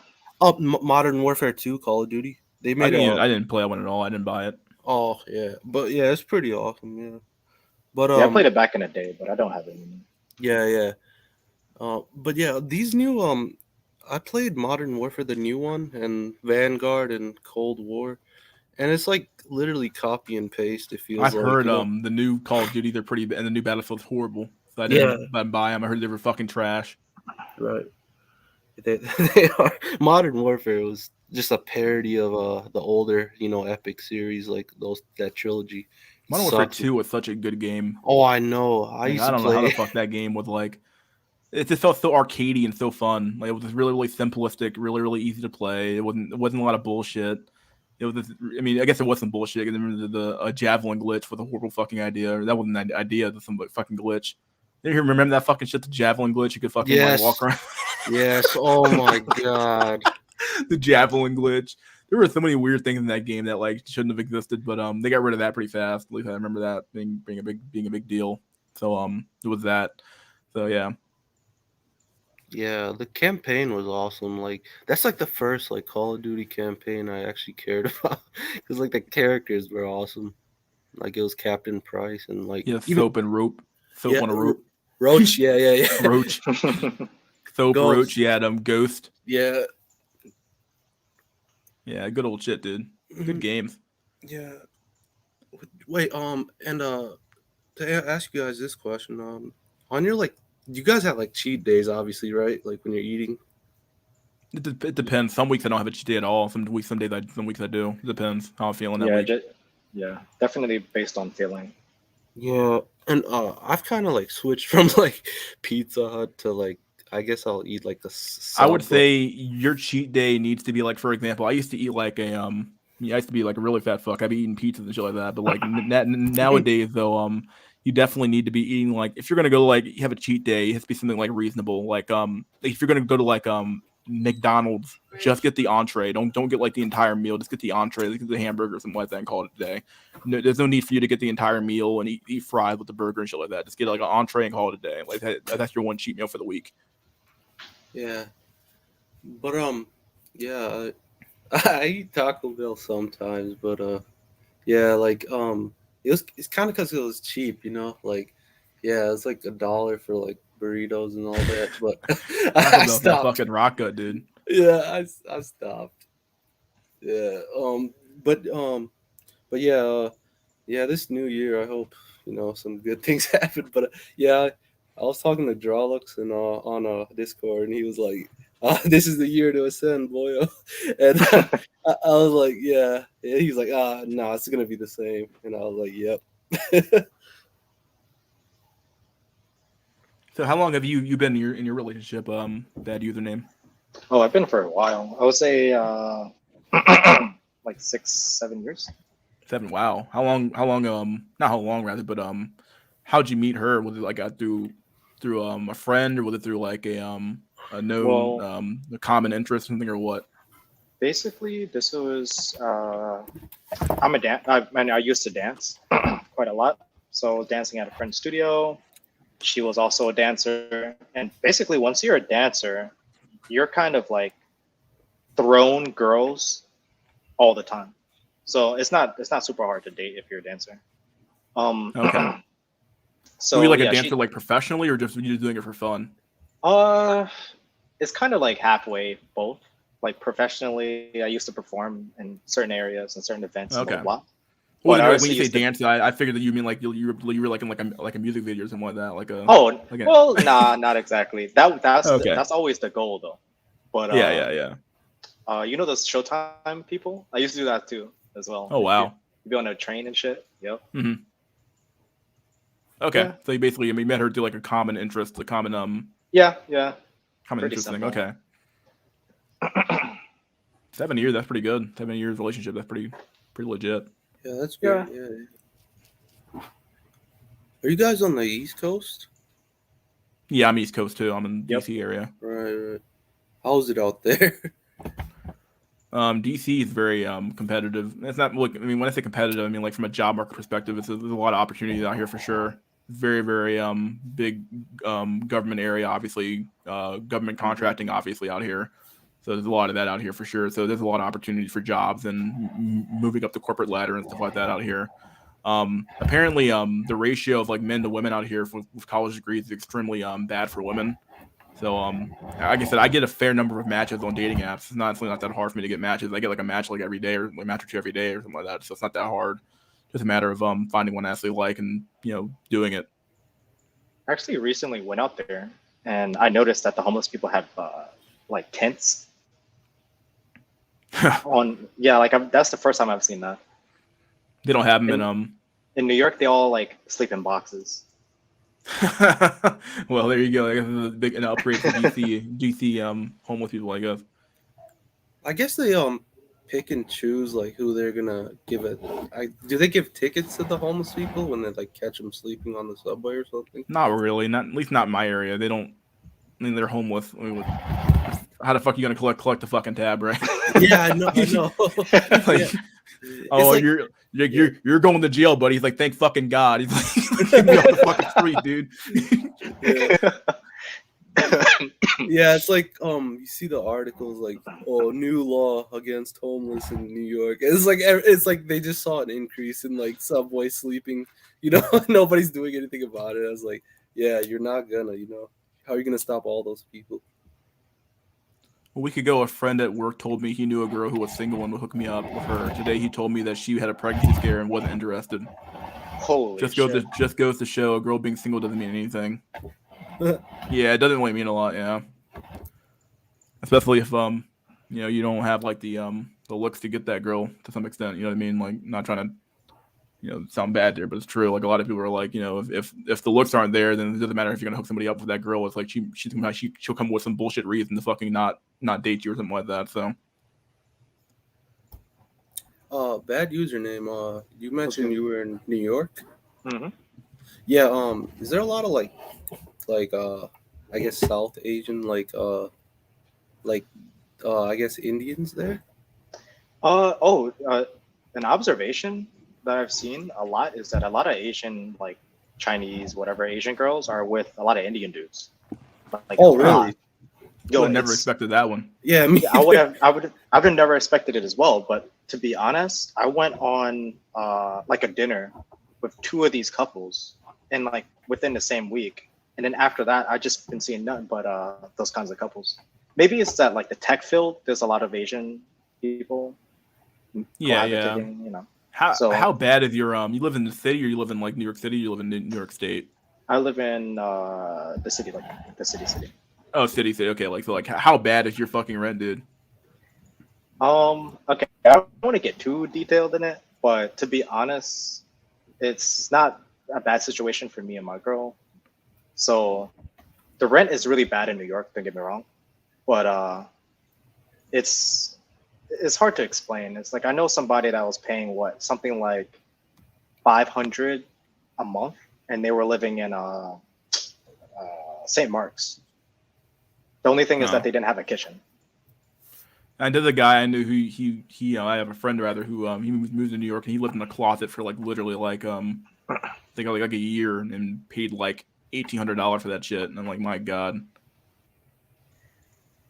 Yeah, So there's weird scenarios. There are places where you can find in New York for like 1,000. There's a place I actually saw. I was supposed to move into an office or whatever, and I was looking for a place that I could work. So I just decided to go to an apartment rather than an office because they were roughly around the same amount of money.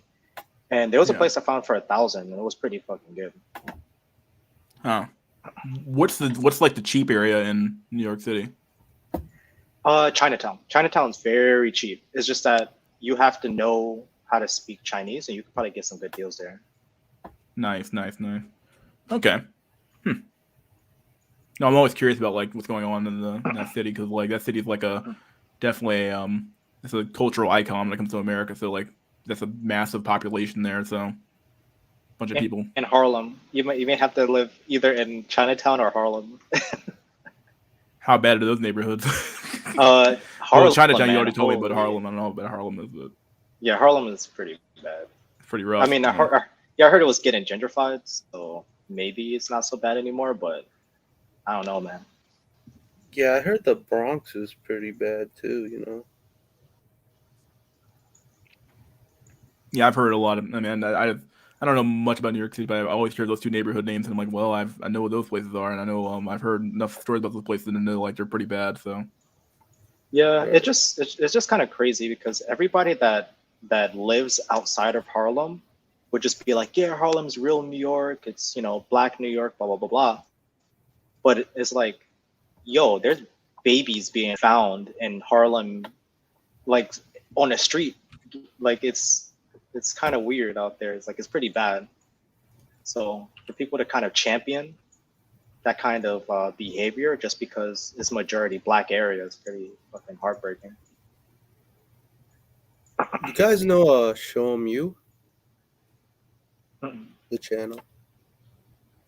beloved day game coach Tom Torero has died. What? Let me go to Reddit real quick here. Hold on. It appears that the legendary day gamer Tom Torero has passed away. Reports suggest he ended himself. This comes weeks after media witch hunt against him, which resulted in him being deplatformed. Video covering it. Okay, well that's weird. All right. Well, I don't follow the red pillars, so I have no clue. It's pretty sad still. So, Yeah. Jack Nickelback has his name right there. You see it? what, Xiaomu? Yeah. You guys watch his channel? Mm-mm. Oh, okay. Yeah. But yeah, I brought him up because he lives in Baltimore and like he says it's like hell out there. Let me see what the thing says here. Let's see. How did he do it, though? What happened to Tom? Chase here again. The long story short is an activist named Crafted, blah, blah, blah, blah, blah. So, as a result of Hajaji's campaign, the series of events unfolded, which Hajaji gleefully reported in her Newsweek hit. Tom's web host canceled or removed his website. Amazon and Lulu removed some of his books. PayPal canceled Tom's payment account. Meanwhile, Hajaji was attempting to get Tom's WhatsApp, which he used to coach students on, and his Stripe account, which he used to process credit card payments, revoked. Tom apparently was already in difficult financial straits before this. The outcome of Hajaji's campaign was Tom took his own life. Note that this activist Hajaji has been involved in the Newsweek campaign against Adnan Ahmed, a day gamer in Glasgow. So basically, these guys are like practicing like PUA or shit, something or what? He looks like an incel. This is the guy I'm looking at, Tom Torero. He looks like he looks like he belongs here. I don't know, dude. Well, that's fun. I mean, that's not funny. I don't even know who the fuck guy even was. Tom Torero deserved. He scammed a lot of incels. Karma. Oh shit. Oh damn. Dang. Just goes to show you though, those guys like they're doing some dark ass shit, dude. Doing some fucked up shit to fucking I don't know if you've already spoken about it, but have you weighed in on the whole Jack Murphy thing? Oh God, I was gonna bring that up at some point, but I was like, it was too. It wasn't time for that shit yet. But I was gonna bring it up. Yeah, dude. That shit's so fucking weird, dude. I haven't seen the video yet, but I've seen the pictures. I'm not sure if there's the video out there or not, but I've seen the pictures and they're pretty fucking disgusting. It's pretty. I And don't. Oh man. yeah, it's pretty fucking sad and not sad. It's pretty fucking funny, really. This guy's like This, my bad. Go on. alpha male kind of guy, right? Mm-hmm. Says he gets cucked or some shit. I don't know. Dude's Yeah, definitely not a good look for red pillars right now. Put it like that. would he consider himself a red pillar? I think he kind of would, because wasn't that like he basically said like all their mantras, right? Yeah, Kind of, sort of. he speaks like them. It's just that he kind of piggybacks off of Tim. So I don't know if he would consider himself a red pillar because they kind of have a bad name everywhere. Yeah. God. Let me look at an article for this guy here real quick. Let me see. Where the fuck is it? It's gotta be somebody that has the article with this guy. Found him. Didn't take long.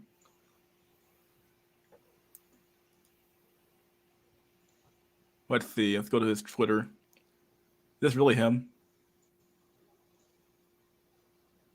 No, it's not him.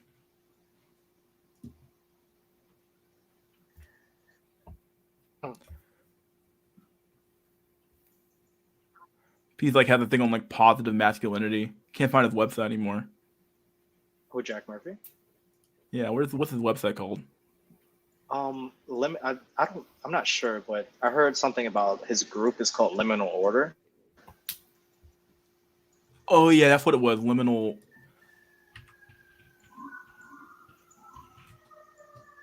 Yeah, Jack Murphy live. Yeah. The liminal order isn't somebody out there getting killed or what? Oh nah, I live by like a couple hospitals. But of course So, you do. Yeah, yes. Yeah. The liminal order is an exclusive men's organization whose mission is to change our culture by changing ourselves. We ascribe to positive masculinity and believe in the power of individual accountability. The men of the liminal order know we must improve ourselves such that we may be better a service to our families, communities, and our nation. Through education, training, for fraternity, and service, the liminal order equips the mind, body, and spirit to thrive in today's chaotic culture. Yes, I'm sure. This is the guy who we all wanna fucking emulate here. My God.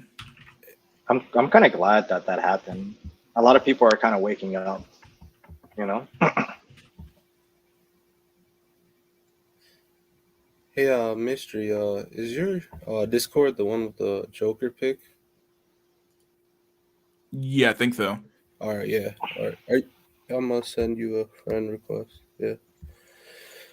Oh, okay. I got you. I'll add it later on. Yeah. Thanks, man. Supposedly we could probably watch that video together. Where's that video at? Somebody covered this video. Somebody covered this pretty funnily, actually. Let me see. Oh, you actually know who started that? The whole Jack Murphy situation? No, who did? Undead Chronic. Really? Yeah, he rated their stream, and a bunch of people were just putting like Jack Murphy's a cuck, Jack Murphy's a cuck in their chat. I guess people super chatted about the article, and they just did him in that way. Dang. They have other men sleeping. Here we go. We're gonna do this. We're gonna watch this video. I'm not gonna play the whole thing. We're gonna put the thing here. Can you guys hear this? You guys hear that when it initially went off? Yeah, I heard it. Okay, does it sound good? Yep. Mm-hmm. All right, let's do it. Yes, and very he's much doing so. it very effectively. I think this is very effective and impactful rhetoric. Oh yeah, but he's exploiting them. He's Yes. exploiting people by doing this. So that's my impression. Anyone of who it, uses Newspeak this accurately is quite clearly looking for something beyond acting on the virtues that those things are eclipsing. Yes, it's obvious. absolutely. But it's funny that he mentions post-truth. Because it turns out that Jack Murphy himself, who advocating for positive masculinity, the preservation of family values, self-pride, and individual responsibility, has a fetish for cuckoldery. Oh my god, dude. Oh my god.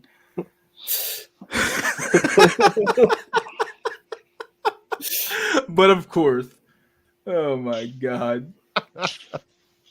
Which means, for those who don't know what cuckoldery is, he's turned on by the idea of other men sleeping with his wife or partner. And he recently had an interview with, I believe it was Blaze TV. I mean, this is the build-up advert here. It was hosted by Sydney Watson, who was reading out some of the viewers' questions in the super chat. One of these questions was about an article he wrote several years ago called "Cultivating Erotic Energy from a Surprising Source," which was inspired by his cuckolderish fetish. And his response was quite unexpected. Let's have a look. Because Mr. Dickenball said, Could you please clear up the cuck article you wrote? I am not going to talk about Again? this. Okay. And basically, you know what? You for bringing this. Of course he would say that. Oh no. Oh yes, the preservation of true masculinity. Of true family values here. Yes, yes. This is the face of family values right here, guys. Yes. Fucked. Fuck, dude. I mean, what the literal fuck is going on? I guess in this case here, what the watching the fuck is going on? What the fuck, dude?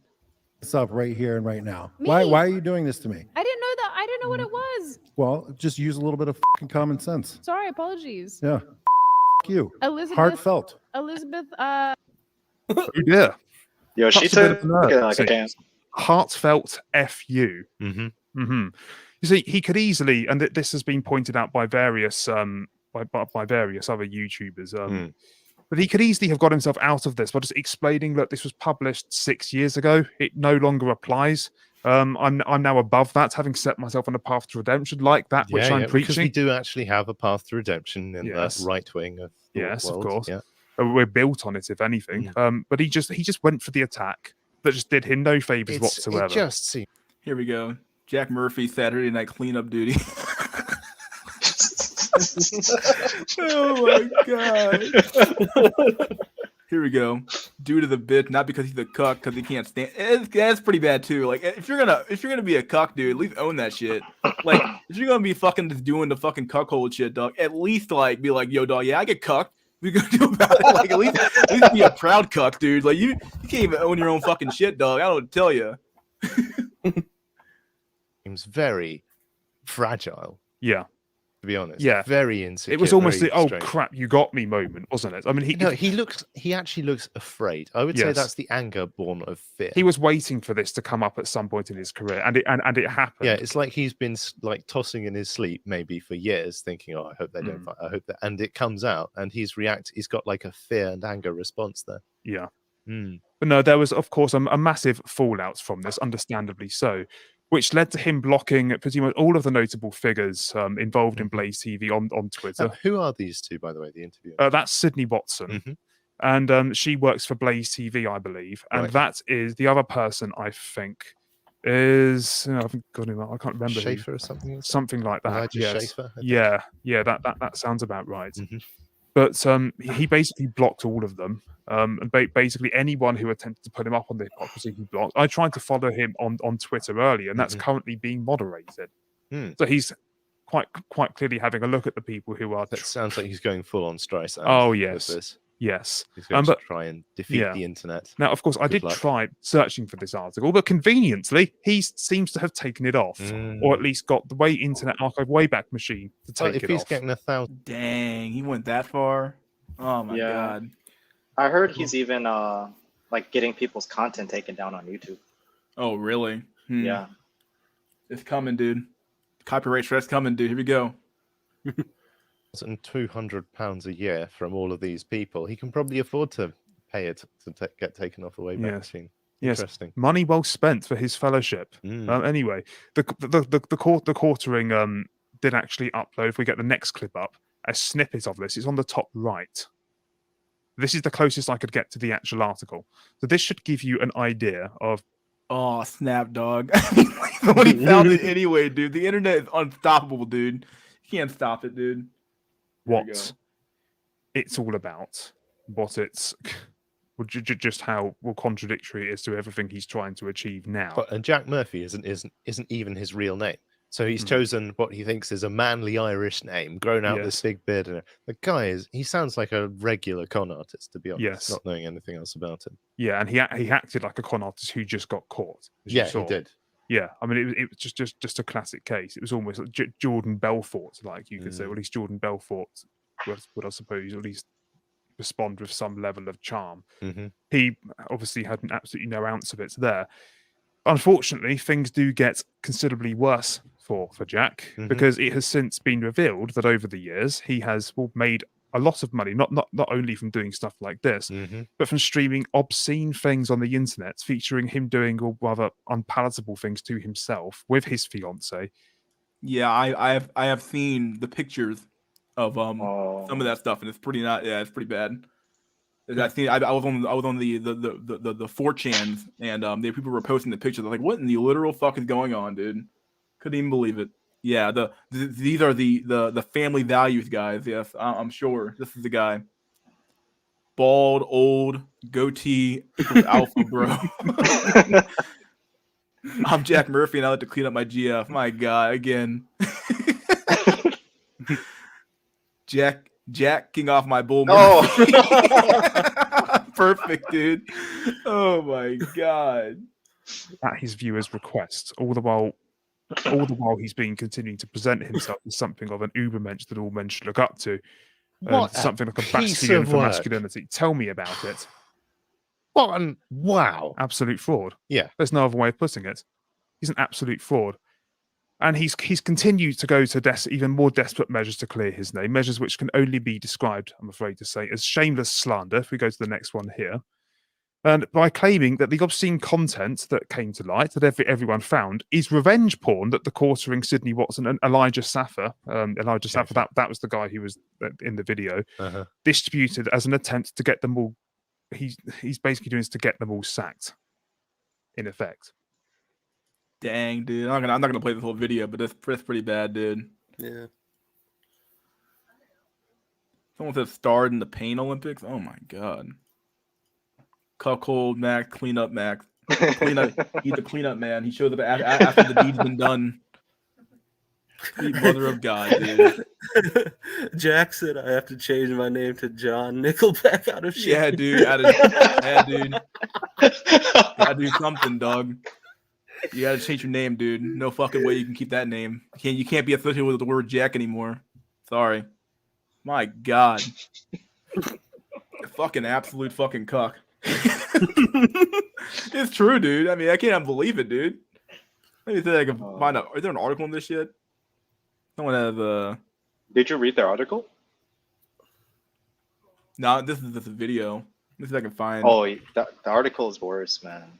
It's so bad.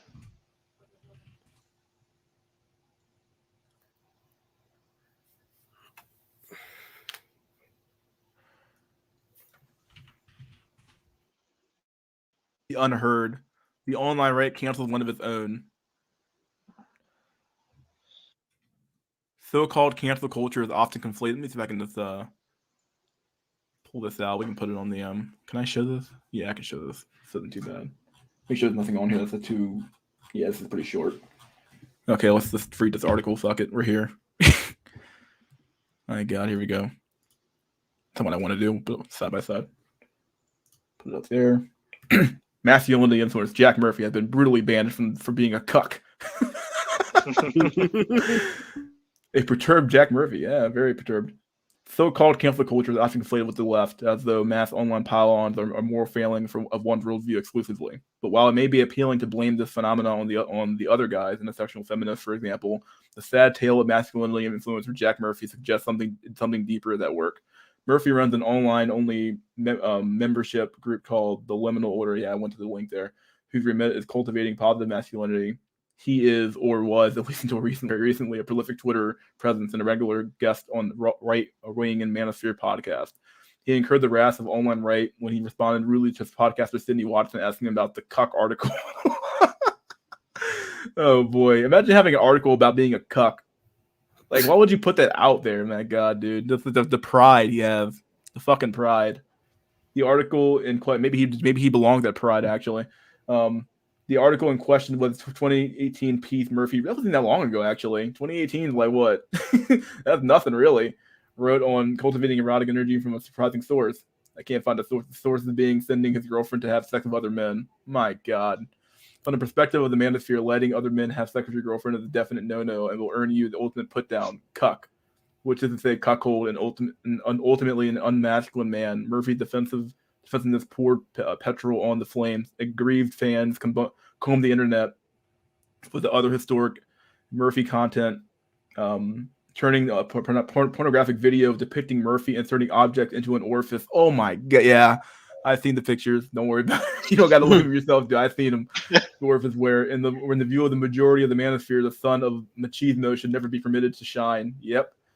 The ensuing memes have been brutal. It's difficult to see how Murphy can persist as a beacon of masculinity among the online right, a group of whom cuckoldery and anal penetration are perhaps the most potent symbols of emasculation possible.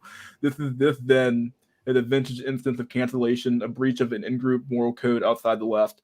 Rather than treating this is an instance of both sides, though, it's worth considering how the whole Squalid episode eliminates a paradoxical feature of social media masculinity as such. This is the very structure of social media force, even when the most anti-feminist of the communities into feminized styles of conflict. In a 2013 paper, Harvard psychologist Joyce Benenson examined female typical intersexual competition, where male competition tends to be overt, hierarchical, and sometimes violent. Women are, Benson argued, also as competitive as men, but more indirectly so, preferring approaching such as covert aggression, group pile-ons, and social exclusion. Huh. Interesting. What's striking, this is probably pretty obvious though in reality though. What's striking is how much this looks so-called cancel culture, which is the face you might see in support theories of this is somehow all the fault of women, perhaps feminism, but what if this is literally just a technology? Moving most of our public life online effectively forecloses the possibility of physical violence, while radically amplifying the potential for mob bullying and indirect competition. In that context, the kinds of conflict that Benenson describes becomes the only possible ones. That's true.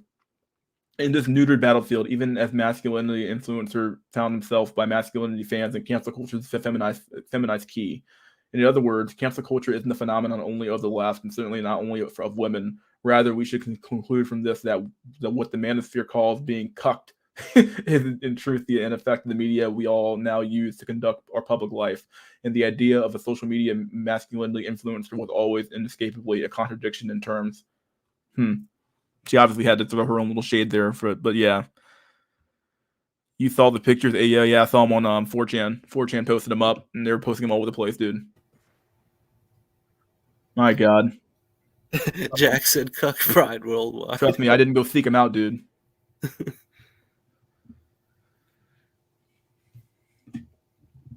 Well. Yeah, man.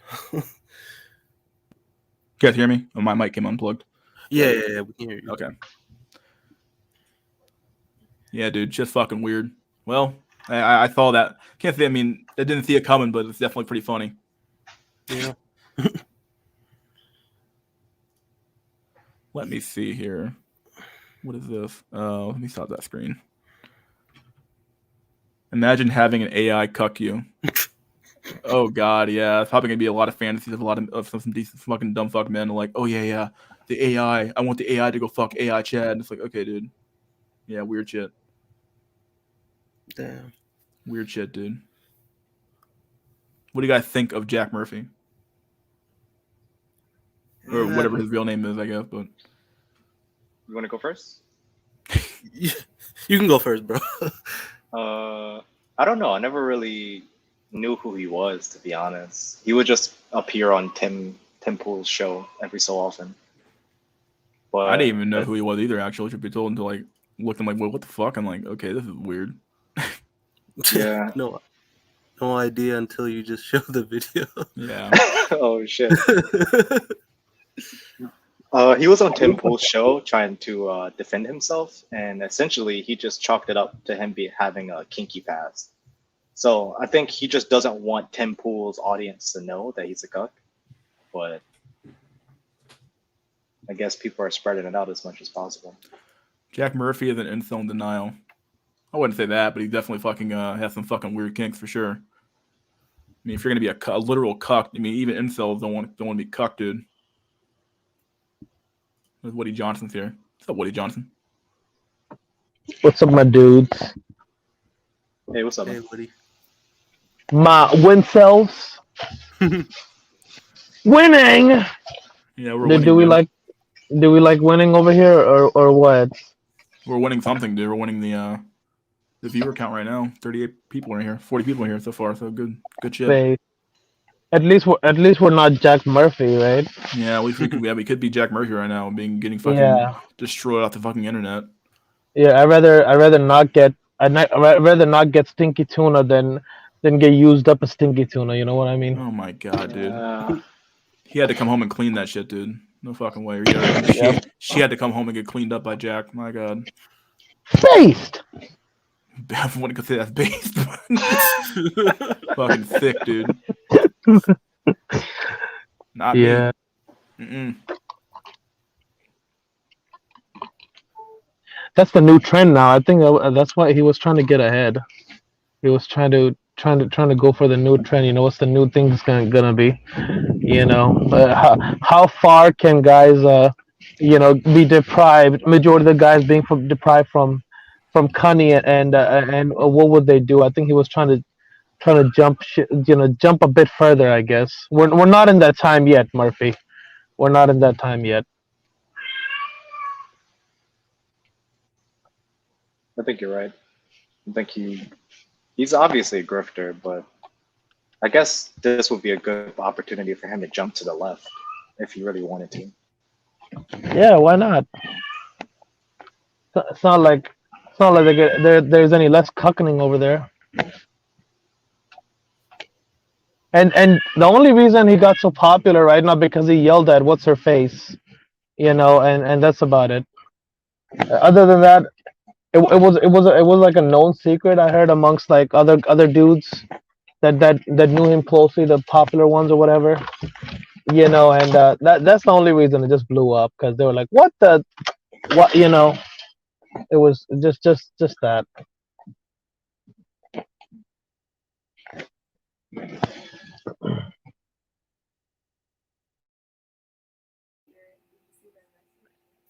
Hey, Woody, what part of the world are you in? I'm in the U.S. Oh, you're in the U.S. Okay. Yeah. Same. Yeah. I think I saw you on Medican's stream yesterday. Yeah, I was on. Yeah. Tyrone, juicy, vitamin, and protein. Sexual inflation is real. The thirst is real. Yeah, something's real. Fucking weird shit, dude.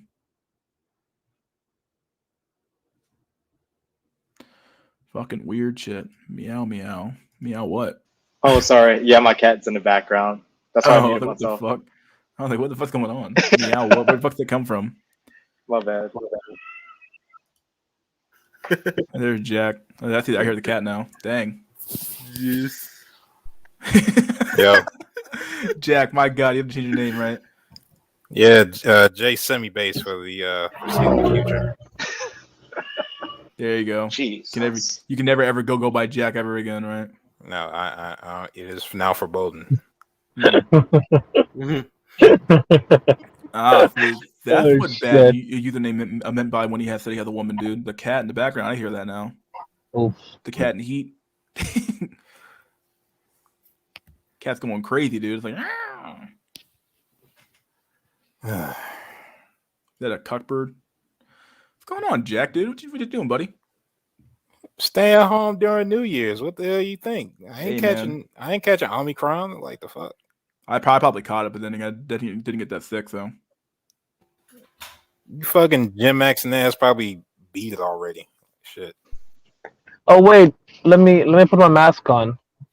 Oh, yeah, There you go. Put your mask on for the Yeah, gotta be safe. so go- come through the internet, like yeah. Go try to see a girl, right? And then oh shit, I forgot protection. You put your mask on. Nothing else really matters. Your cat probably likes Tom and Jerry. Tom and Jerry is pretty good. Good old TV show. Yeah, that shit's classic though. Tom and Jerry, Looney Tunes, that whole fucking era and shit. To tell us, semi-based. Tell us, what do you think of the Jack Murphy? Well, I just learned about it. Now I'm trying not to think about it. So, oh boy. And I am both shocked and completely unshocked at the same time. Would you go vegan if it means you get a QT little vegan GF? Yeah, I give it to me. Fuck it. Shit, man, I quit entire food. Like shit, I don't give a fuck. Yes, you can abort Omari. Everyone's calling it that now. What the fuck? Oh yeah, what was the first thing we covered? We covered Jack Murphy. Also covered that the one guy dying. I was like, what the fuck? I guess he scanned a bunch of people. I guess. Yeah, I got confused. I thought you were talking about the same person this whole fucking time. Nah, that one guy got who the fuck is Rick Coomer?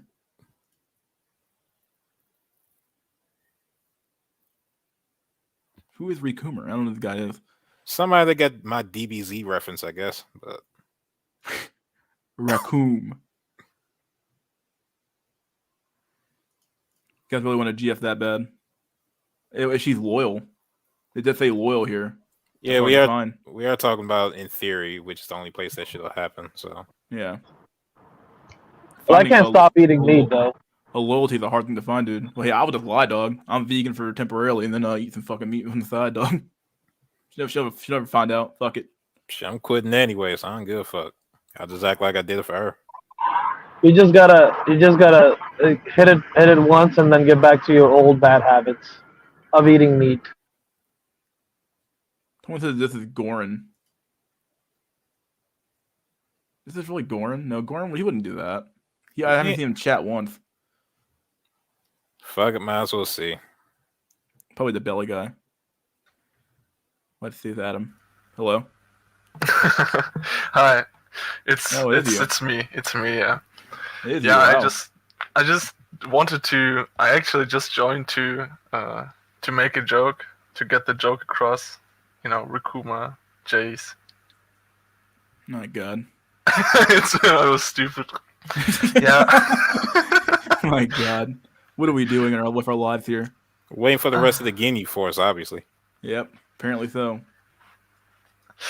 Fucking how you been, Bird, buddy? Gildo, Captain Ginyu. I've been doing okay. Staying at home. With my parents. Nothing. I'm still waiting for what's that guy's name?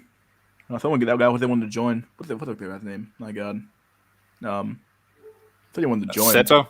Not Seto. No, he left. I think his internet died. Dusty Jones he said he wanted to join at some point. What do we want to say? Yeah, it's whatever. T1M. Fortnite Chapter 3 is fire, dude. I haven't played Fortnite ever. I never played the first fucking chapter of Fortnite. I never jumped onto the train like ever. This is my real name. Well, that's something. I'm French. Ah, okay. How's it feel to ruin the West, Corey? All this shit's your fault. Change your life for a woman, might as well become a male feminist. Ah, yes. Hey, he specified loyal. That's hard to find nowadays. Theoretical, yeah. Look, disagreeable is theoretical change for a theoretical bitch. That's how it is. I could change in theory all day, like shit. Fortnite's for boys, Warzone's for men. Fucking, if it's for me, it's like even theoretically, it's gonna be like a temporary. You know, depending on how good she looks. That's about it. But I'm definitely going back to my old habit. I'm not changing for shit.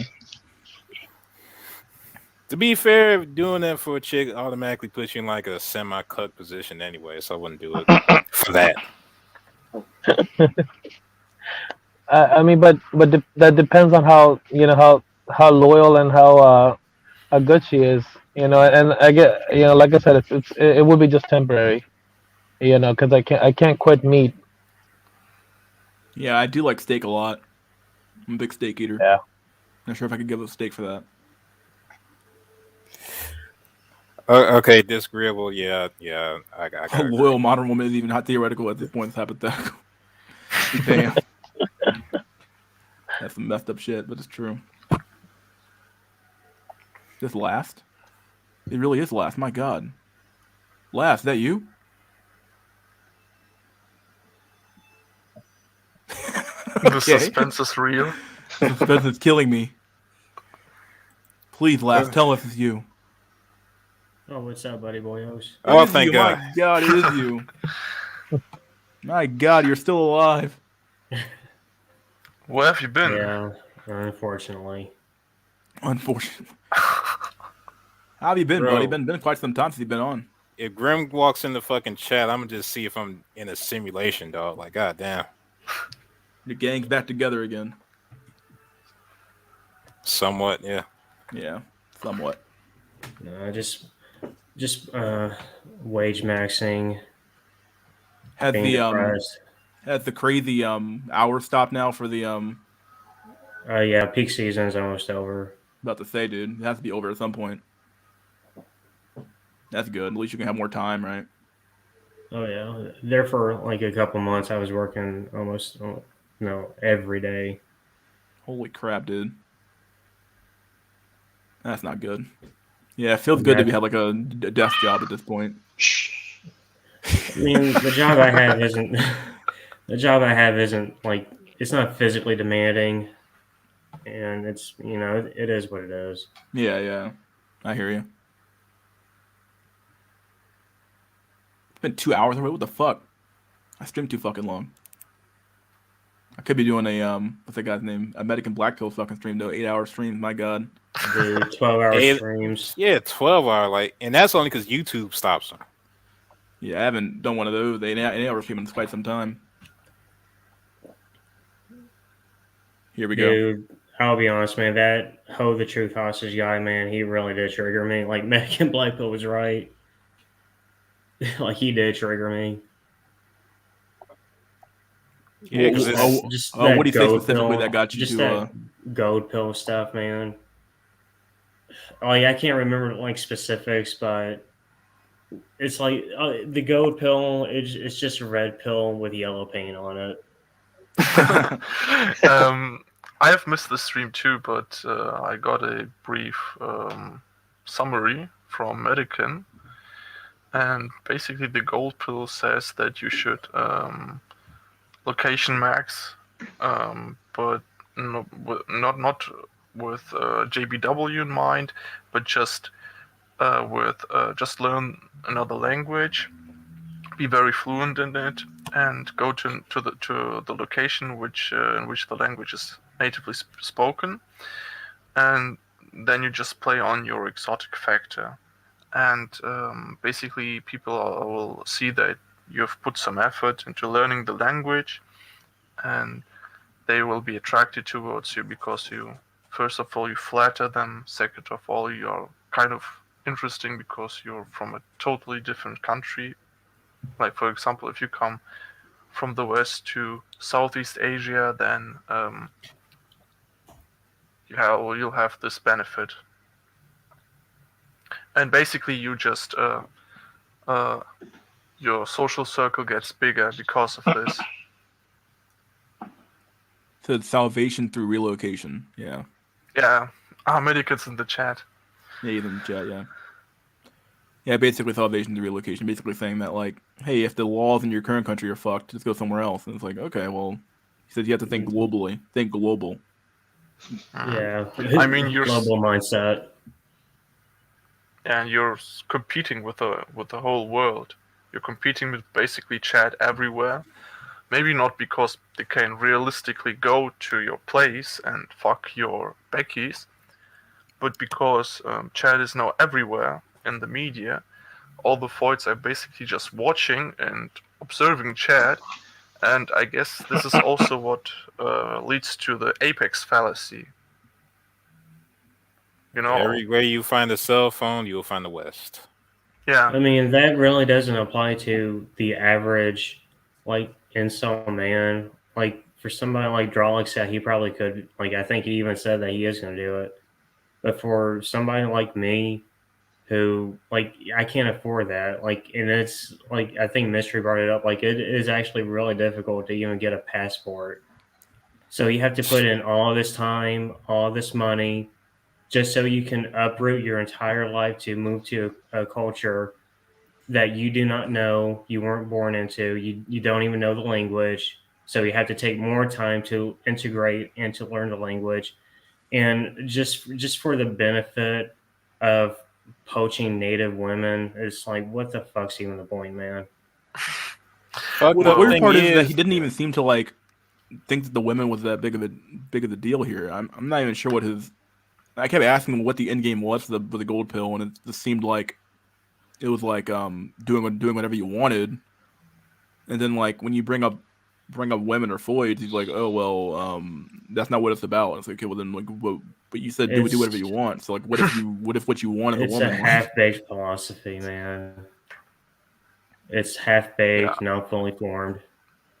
Sounds I like guess a it's red pill. somewhat. Yeah, I guess it's also somewhat similar to what Lux Maximus is teaching or preaching. He's basically saying, well, you should just coom and get that slave Connie. Fuck them for it. Don't So appeal to them. I haven't kept up with Lux Maximus's during like it's like I'm kind of coming into it like halfway through. So what's his story? Um, I don't think that I'm the best to tell us that. Medica knows more. I haven't watched all of his videos, but I can basically like summarize what he believes in. I don't know his story. I know that he gym maxed, and I think he also took some steroids. He's basically now he looks very buff Yeah, and because I'm bald. subscribed to him, and like the video he released, I think today, like man, He released a video today. yeah, or I think it was yesterday. I think it was yesterday or It was probably yesterday, but I just saw it today. I think we watched it with Medican. It was about appealing to women, wasn't it? So was he only like is he coming from like being like somewhat like us, like a TFL type guy, or but did he have like moderate success before this? I don't know. Okay, I was just curious. Yeah, I just And the video that we saw with Medican on his stream was about you know what you are, where he basically just blames incels about how they pursue women and that they shouldn't really just appeal to women. We shouldn't uh, basically simp for women just to be loved by them. We should just fuck them in coom. But this is actually cope, and I said it on Medican's stream too. I also said it on Medican's stream. It's cope because, as Hamudi said, that's not what we want. We don't want just to have sex. We I mean, also to a want to be certain loved. extent, like that, Yeah, like his like idea of just be like a nomadic, Chad I yeah. guess sex haver like that does have an appeal to a certain type of man, but like for the majority of us, it's like no, that isn't. And I wouldn't even say that's really a healthy way to even live. no, everybody can't be a fucking gigolo. yeah, basically, yeah. Mm. You can't have a functioning society like that. Like, not gonna happen. Yeah. Just won't work. So would you consider I mean Lux Maximus to be black pilled or more of the red pill persuasion? I think he's black pilled. It's just that he's in denial that love is actually what most of us, if not all, to some degree want. It's just that I'm not saying that being or trying to be free from this problem, trying to be absolute from this is a bad thing. It's just that you'll probably never get this. It's an ideal state that will never be reached. Yeah, it's And I guess for a he's select. black-pilled. He knows that it's over. It really is over. It's just that, you know, instead of accepting that love is something essential to us, he rejects love and says, you know, we don't need this at all, because we won't get it. You know, as Jay's semi-based told in the past, women are like merchants. They have no loyalty. They have no loyalty. Like, what love are we speaking of? Like, Well, like it really does go to show, like, even like an idea like love, yeah, you could say like there is an emotional or a precedence for it being an actual emotion, but like when it comes to just pure basic evolution and biology, like love does not mean anything. It doesn't exist. It is like female hypergamy is the driving force of evolution in nearly every single species on the planet, humans yeah, included. but love still does exist. Like, love is one of the. I think it's also in psychology. It's also like they also teach it that love is one of the basic emotions. Like, love and fear are the two basic emotions, out of which all the other basically derive. And so love exists. I can even define love if you want to. My own, I've actually been thinking about this specific topic for a couple of weeks now. Yeah, I know, a couple of weeks, wow.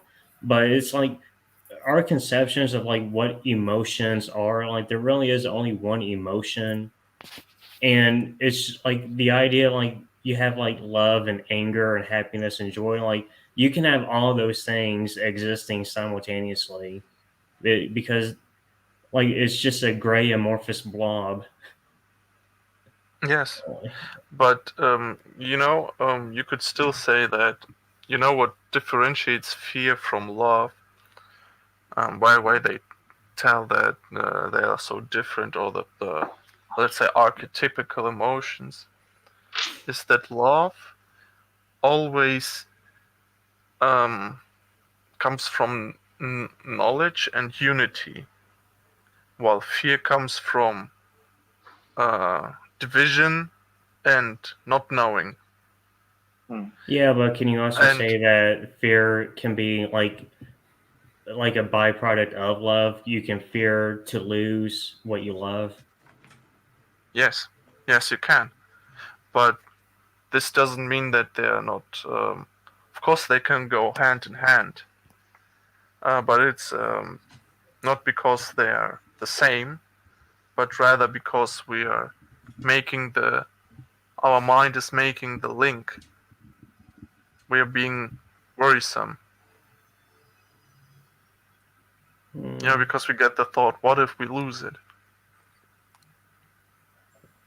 And by making this link, we get a path towards fear.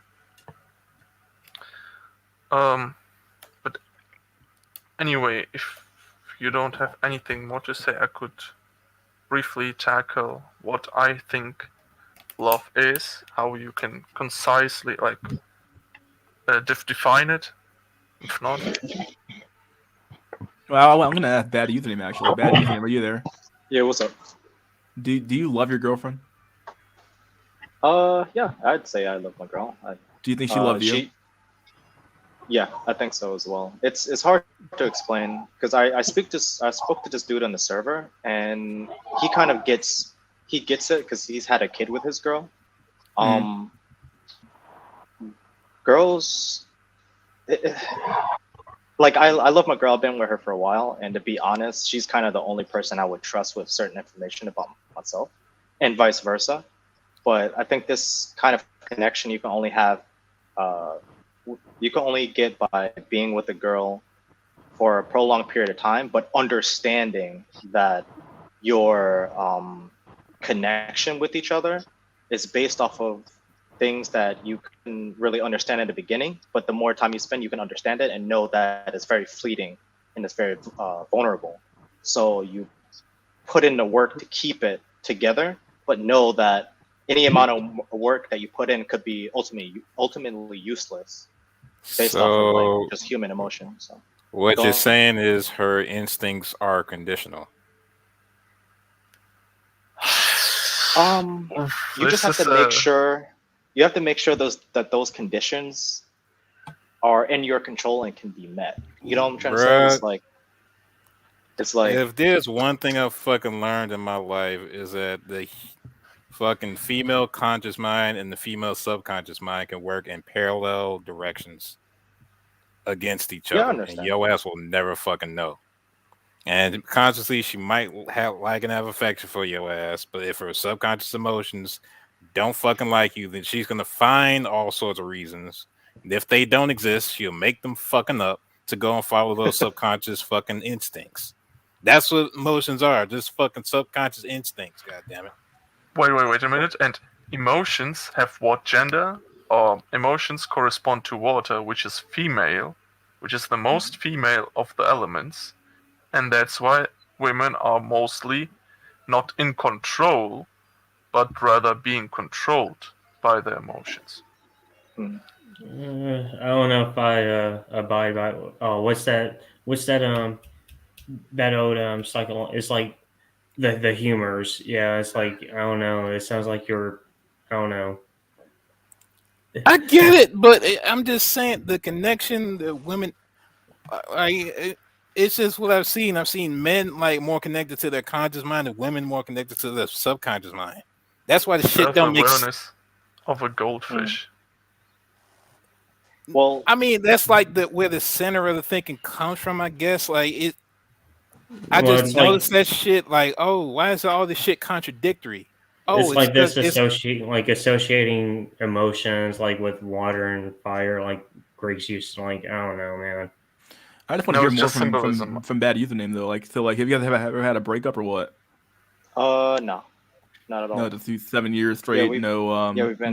No rough patches at all, or what? I mean, there's been rough patches, obviously, but Yeah. For 7 years, it makes sense. Yeah.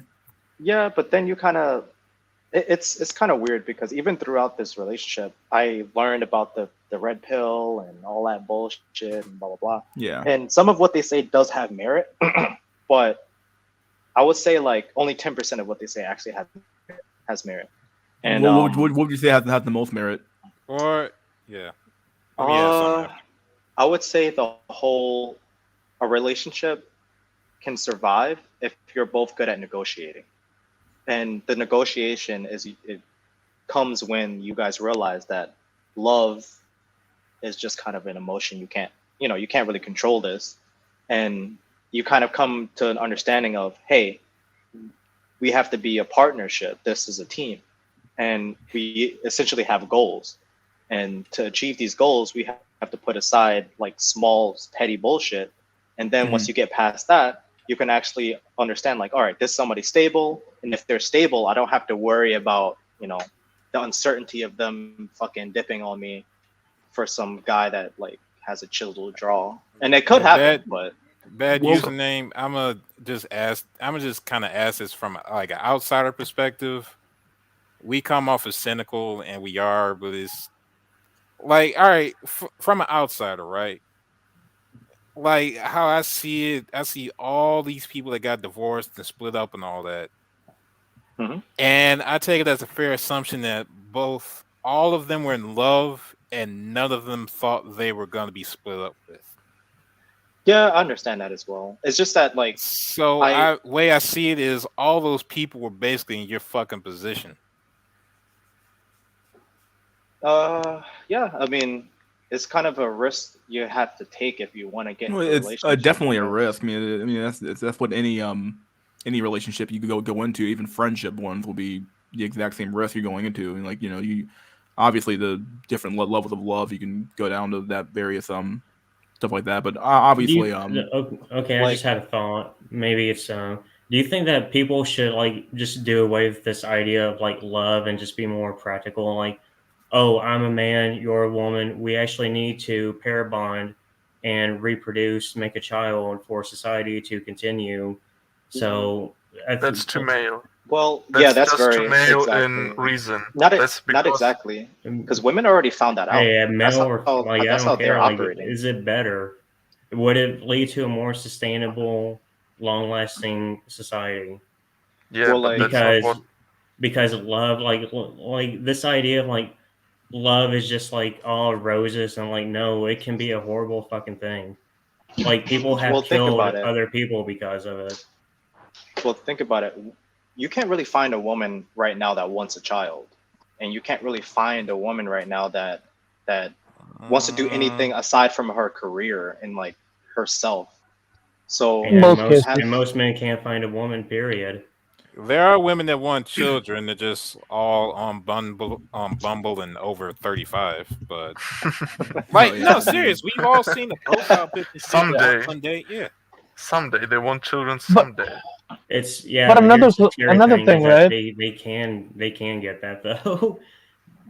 But another factor is right that most of us talk about society, like society or what, for society to go on. But I mean, does it really matter what society wants or want, or does not benefit, or we should just look at what benefits us in the end?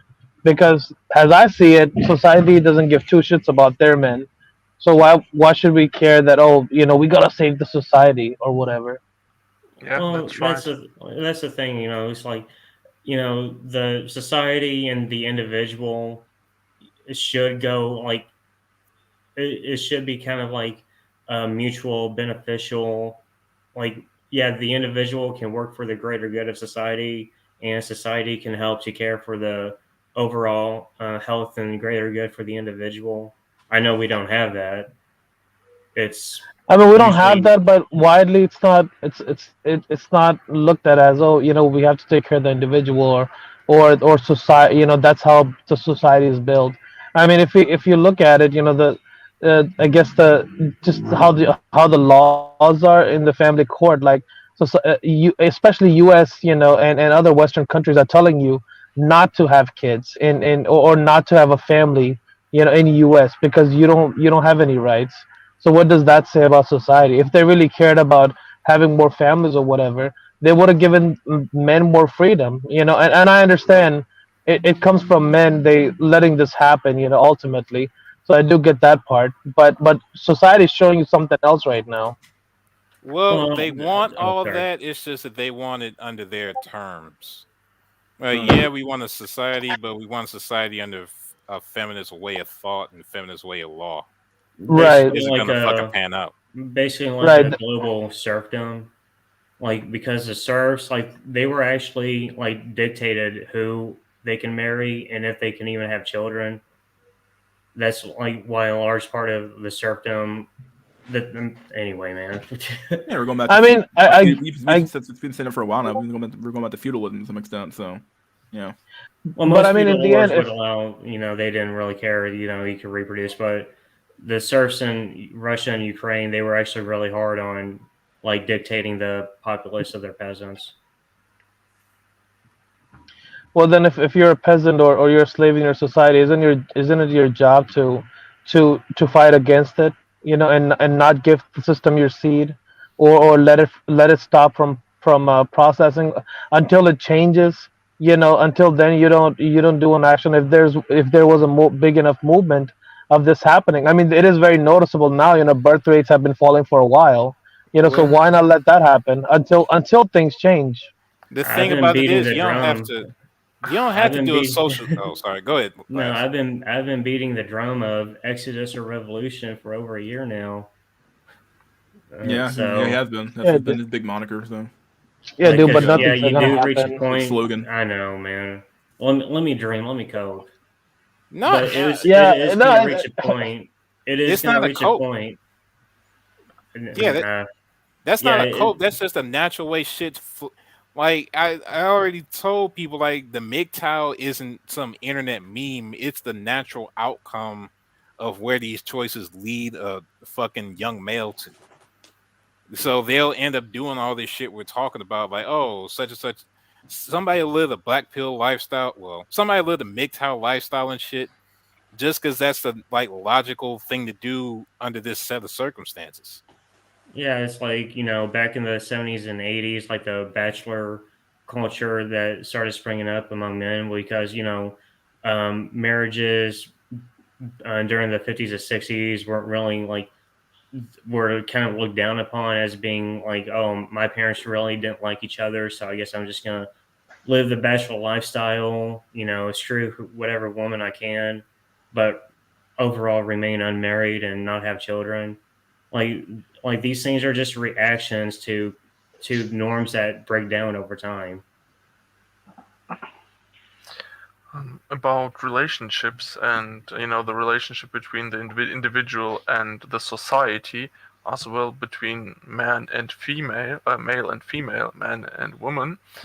The problem is that, like bad username said, it's to have a good relationship, you should overlook some bad things happening between the partners for the sake of the relationship, and do things for the sake, maybe not for the sake of your partner or for the sake of society, but for the sake of the relationship, to hold it together.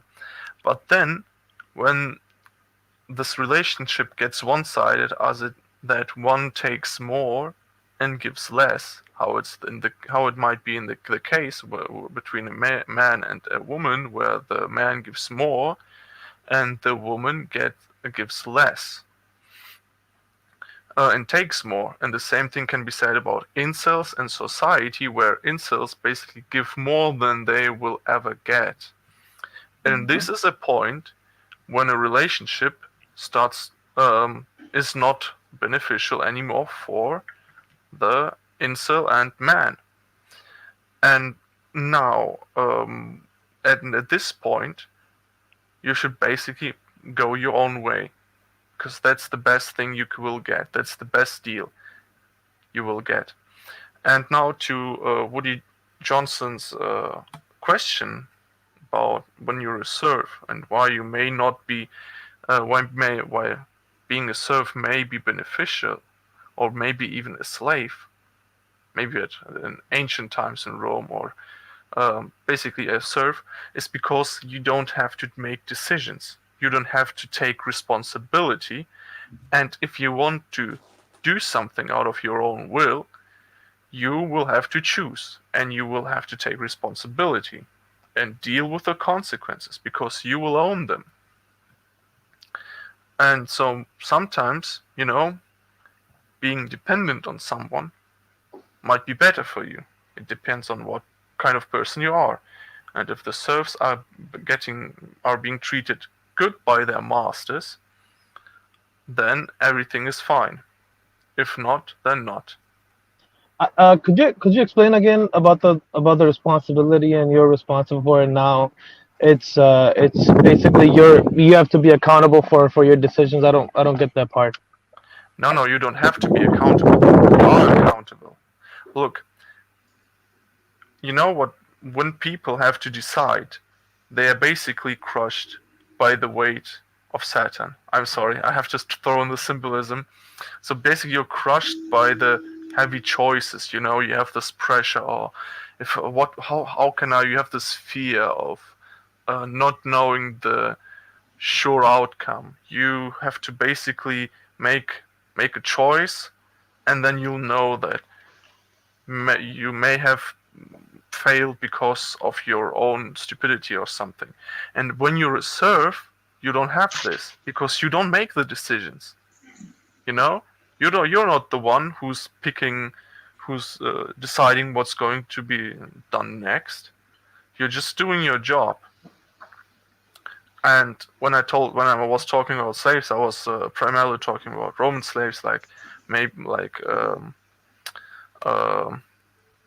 teachers, for rich families. I think I think they had a good life, because their job wasn't really that hard. They just teach their students, and if they did their job very well, they had a good life. I mean, I get your point, but it's different now, right? Like if you're going to volunteer to marry a chick or have kids, I mean, I understand you have an accountability in that, but we're not bound or we're not chained to a certain duty, even with societal No, standards. you're chained You to know, we your can, wait. You're chained to your own will. For example, I want to money max, and now I have to make a decision in a job. And now I'm chained down. I have accountability. Maybe not before, maybe not before my boss or someone else. Let's say I'm independent, but before my goal, And now if I fail it, I will feel bad. so And this I is mean, the so pressure that comes with choosing. Of course, it's all an illusion, because you know that if you basically understand what it is and take it as what it is, as just a feeling, and you feel it and let it go, that's when you become truly how's it called? You become a master of your own feelings. right, That's when you controlling. own. That's when you become the boss. You make the decisions, and you don't fear taking responsibility. No, you take responsibility, and you want to make more decisions than everyone else, because doing this will give you more power, more influence, and you will own the world. Okay, I mean, maybe dude, not the entire world. I completely get that, but I thought, you having a choice and accountability, that I thought that was what understood already, and I don't know how your will and your choices like would be different. I mean, you are your will, whatever you choose to go into, Yes, I but think you it's basically under. have the fear. Basically, have the fear of fucking up. That's what I meant with I mean, if you the fuck up, weight of then choosing. that you can't really do much about it, but that shouldn't stop you from achieving or doing No, something that you want in life. it shouldn't. I'm just Right. telling you why it is. I'm just telling you why it is for certain people to not take responsibility, not choose, because they would rather have other people to choose for them. Because Mhm. of this reason. I'm not saying that it's good or bad. I'm just saying how it is. So I guess the point was just elaborating on the will and the choices and controlling your Just feelings. saying what exactly is happening. Just what is happening. Why are people doing this? And with the explanation of some symbolism, some astrological symbolism thrown in there for the spice. Okay, I got a question for bad user. I'm gonna test a little bit how strong the relationship is, right? If you're available. Here we Okay, go. so Yeah, can you hear me? yeah, I can hear you. I guess just some questions, but I guess it's going to elaborate more on your relationship. So, do you guys have your finances together? Yes or no? Or like, does it goes to like a joint account? Is that a Yeah, thing, or you guys we just have keep your money? separate and joint accounts. So so there's one account where both of you pay equally or save equally, and Hmm. then you guys have your own accounts too. Hmm. Okay. Who pays more of the bills? Right now it's mostly split. Half and half? Hmm. Okay. So who makes more money? Mm, her sometimes, and sometimes me. It just depends on kind of season. Holy Is it like shit, we both of have you are found in, the one dude in the world that made a 50-50 relationship work. Is it like a sales thing? Like sometimes you make more money, sometimes she does. Is it kind of like that? Well, it's hard to explain. It's more like I kind of work for myself, and there are moments where I had projects that kind of that are very big projects. I kind of don't want to give too much information. Yeah, no, that's fine. Yeah. Okay, and I guess in the past 7 years, I guess who had to, how do you say, who had to take more brunt of the negotiations? I guess who had to appease the other one more? In your opinion? I think, all right, this is gonna sound like unrealistic, but I think we both equally had to appease the other in certain situations. So like, I have to understand that she's not the greatest at certain aspects of the relationship or like the home living or whatever. But instead of bitching about it, I kind of coach her into doing it, or like move her in a way where she feels comfortable doing it and feels good about it, and vice versa. Like I have my issues too. This is a two-way street, so you have to figure out ways to like introduce the issue to them without making them feel bad, and then kind of coach them into solving that issue that you want them to solve. So who's the better manipulator in the relationship? Oh wow. Manipulator. Well, it is Forcing, manipulation. coaching. Who's the better one at coaching? Let me use your words. Into things that like you want or she wants. I'd say I probably will say I'm the better one out of that. Okay. And are you guys both aware of all your? I guess you don't have to, but I don't know if that's a thing in your relationship, right? That are you guys both aware, or have access to your accounts or phone codes or whatever, or do you guys like hesitate or like flinch, if like let's say your girl's like going to I'm gonna make a call and I need to make a call from your phone. Like does is that a thing or no? So, all right. So, like, there was an issue at some point in the beginning of a relationship where I, was talking to a girl at my workspace, and she found out, blah. But we kind of talked about it. She was just kind of like, I told her, I'm like, yo, well, this is kind of what happens when I don't get this kind of interaction from you. And the conversation didn't go as smoothly as that in the beginning, but she kind of understood and was like, oh shit, I'm not doing my part. So ever since we don't look at each other's phones, but there are certain situations where she can make a call on my phone and vice versa. We trust each other. Hold up. Okay, and Dude, I am so fucking depressed right now, man. dude, why are you depressed? Okay, so have any of you fucked somebody else while being in the relationship and was found out later? I think he had someone knocking his door. Oh yeah. I'm gonna come back. Hold on. Okay.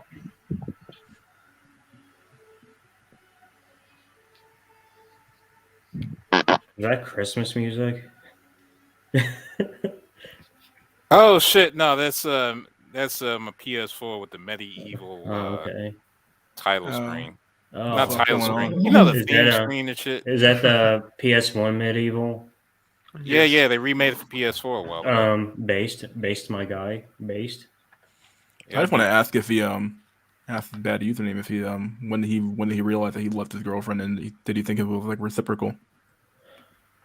Like at what point in the relationship did he Just realize so that? he knows, like he's talking about something that the vast majority of us will never even know.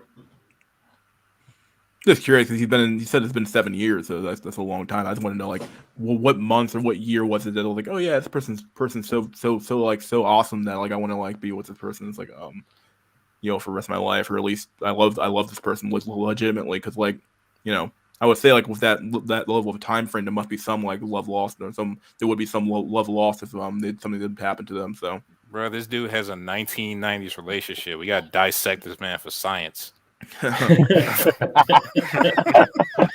He's like 27. He's like my close to our age. So Another one too. If they were both celibate when they met each other. Yeah. If that's true, we know this motherfucker's either Amish or Mormon. Like, just cut the middleman. God damn. Like Even he's been playing with loaded dice the entire time. but even Mormons don't have that. Like their women fuck around all the time. Weren't Dude, I the would Mormons? totally he is a defend- dancer. He has a dancer's body. How fat is she? This might be the answer. Oh yeah, they're both dancing. So like obviously they must be pretty They- fit. So Okay, he's Lizzo back. dances, doesn't she? So that don't prove shit. Who are basically traveling the world and then returning to their country? Were the Mormons or the Amish? Fucking crap. Okay, I think This is like bad user is Shinji back. and fucking Rebuild 3.0 and shit. This motherfucker just stayed stuck in time or something. I don't know what the fuck's going on. You guys are hilarious. No, bad user. Did any of you fuck during the relationship or found out about it later? No. Okay. Were you both celibate when you met? No. Not even close. I'm sorry, my cat is in the background. Here, Yes, pussy, he pussy, did. pussy, here. At least someone has pussy. Yo, what kind of pussy don't you have? God damn. I was looking to like ask you, but I didn't ask you your stats, bad username. Like, how tall are you, and what do you wear? You sound like you're white, obviously. So like, where are you? Oh, I'm not. I'm black. Oh, you're black. Okay. Yeah, I figured yeah. that. I don't know why But, I figured that, but I figured that. Yeah. How These tall are you? mysteries people. I'm around 5'9". 5'9". Okay. Pretty average. How tall is she? Like 5'2", maybe. I don't know, something like that. There you go, man. Okay, that's my strike zone. Um,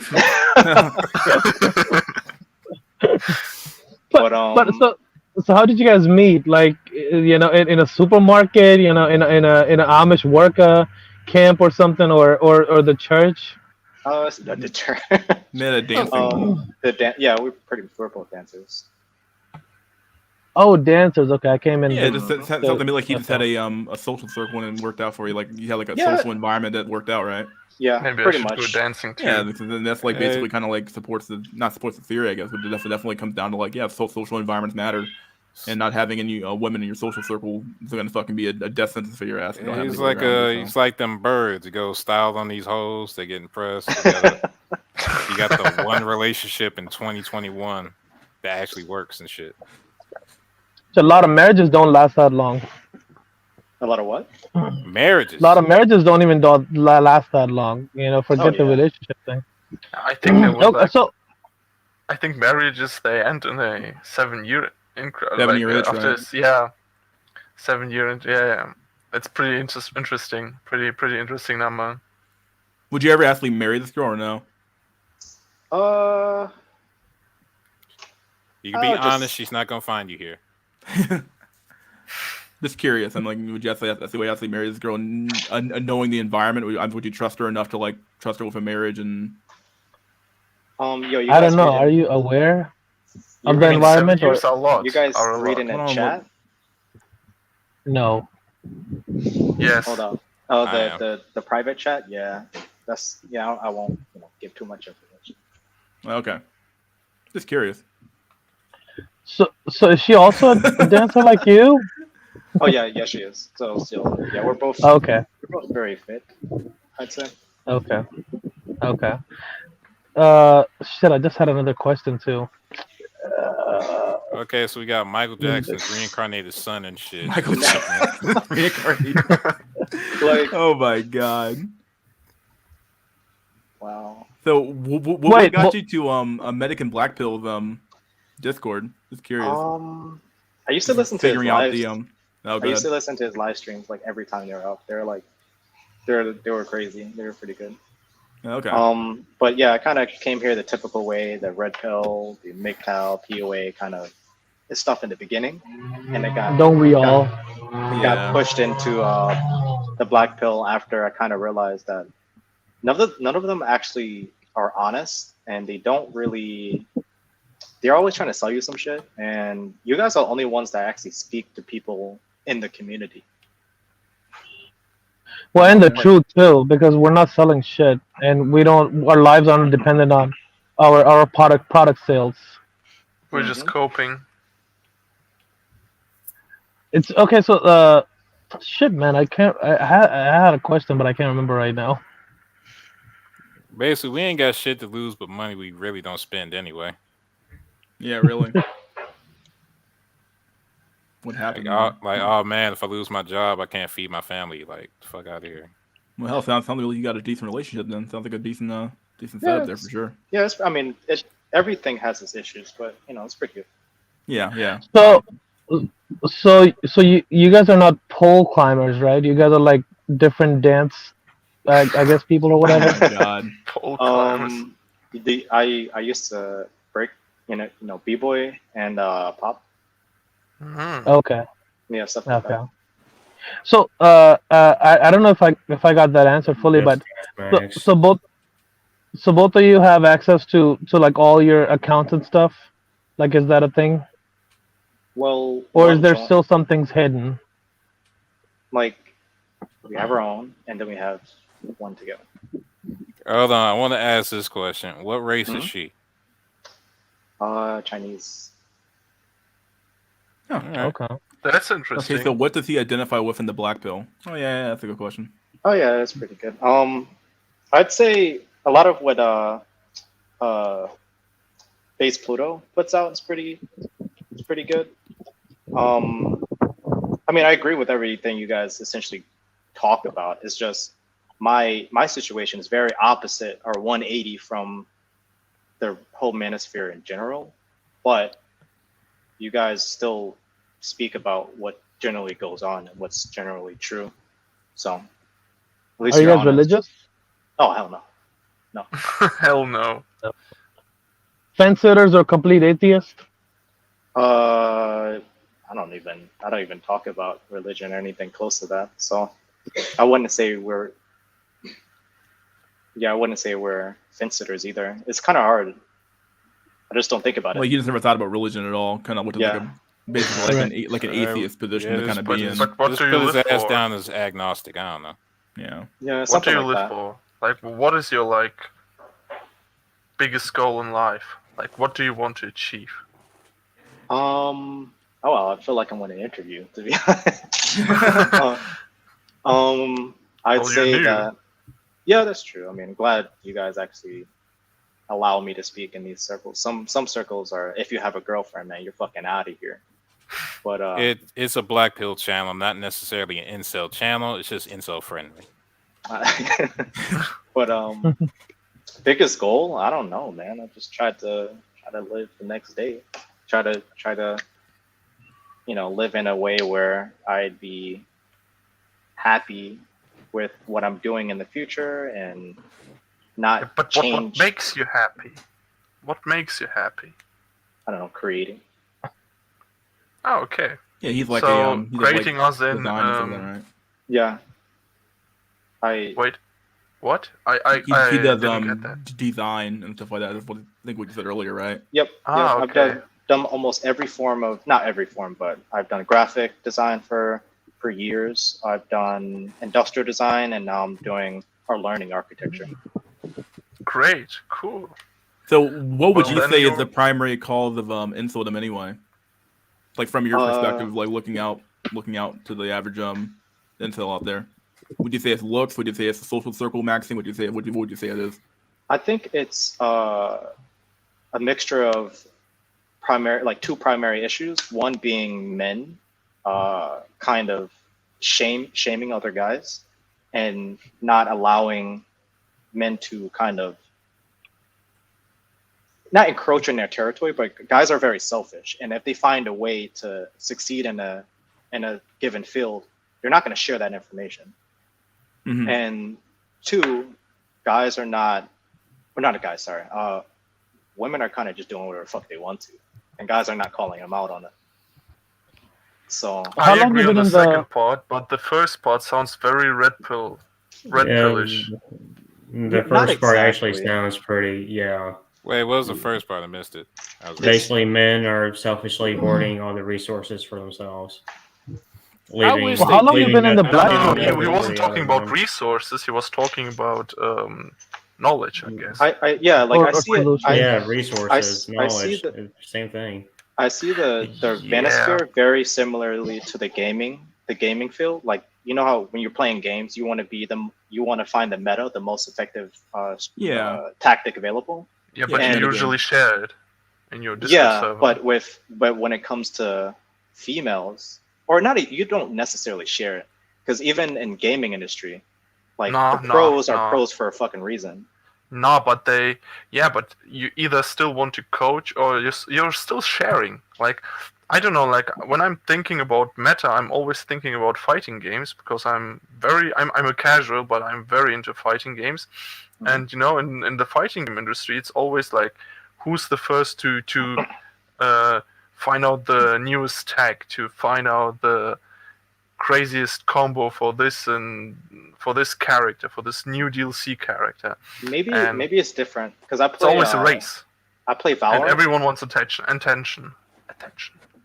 Yeah, I play FPSs, and it seems a little different. Like the whole, I don't know, but anyway, it just seems like guys are very like territorial and like gatekeeping when it comes to like the dating scene and women in general. So you basically So think how that long- you think that men are keeping keeping the knowledge of how to get women. Like, are you effectively saying like game, or you think something else? Like, Well, to not themselves? exactly game. I would say, excuse me.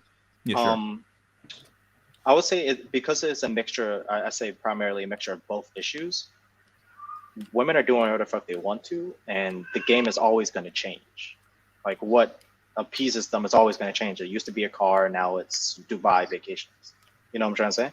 Mhm. And whatever one dude does to get into that space or get into the social circle or whatever they need to get into, they're not gonna splart it out and just tell everybody, because then it's gonna change. It's gonna become harder for them. So Well, honestly, I don't think there's any magical solutions or whatever out there. You know, and if you want to beta bucks and take user product, you know, overseas or whatever, or a car example, right? If you want to pay 10,000 for a $2,000 car, then there's definitely up to you. You know, but I don't think there's a magical solution. It's very simple. You know, I mean, I've been in the manosphere thing for like 6-7 years. You know, and I went through poll, you know, the notorious poll, and you know, what and is- the what Black is this Pill sphere, called? people of love, POL, 4chan. Okay. Okay, so for Black Pill sphere, I've been around for what 3-4 years, you know, so there's, you know, I don't think there's anything really out there. Most of what, you know, I guess attraction, when it goes to attraction, Black Pill, it's out there, you know, and it's in my opinion, Black Pill guys, they do share and talk about, you know, Yeah, somewhat that's- problem That's not solving. like the Black Pill. Like the Black Pill is the only sphere that has something called looks maxing, or like gym maxing, and all these maxing. I don't see that. They do talk about, right, they do talk about other stuff too, but it is majority lookism, so I do get that. But how long you been around, or you know, when did you start it, or whatever, like how long you been aware of the space? I would the Black Pill space. I'm still fairly new. I'd say I've been around for about 2 years, or maybe a year and a half, Okay. something like that. Shit, Okay. you I mean, right I up would there say with the me, man. primary issue facing a lot of incels or people with true force loneliness, who want to call it TFLers, would probably be the I think American Black Pill said kind of lookism plus demographics. I would even add in like the a social sphere as well. I think that those three, it's like a trifecta of like death there when it comes to like a lot of incel. I think that like depending on the like lookism obviously is always going to be a determinant factor here, but it depends on your looks level. I think that I'm going to quote Wee Waffles here, but he had a pretty good video about like the thing with 3, 7, and or 3, 5, and I think it's 3, 7, and 10 would be his tier level, because like, you know, from a 0 to a 3 there really is no difference, but a 3 to a 4 is a pretty big gap of like attractiveness.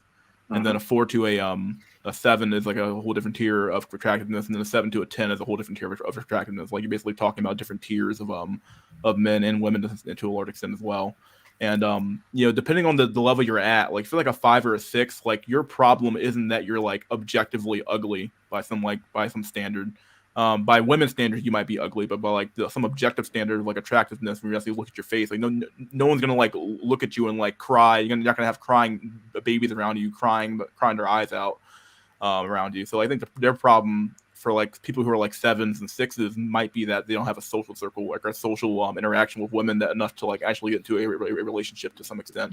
And the a demographic issue affects all tiers of men at the end of the day. So even Chads get affected by demographics, but just not nearly as much as the incel at a lower tier would. So I would go one step beyond that and say it's not like one issue or this issue, it's everything.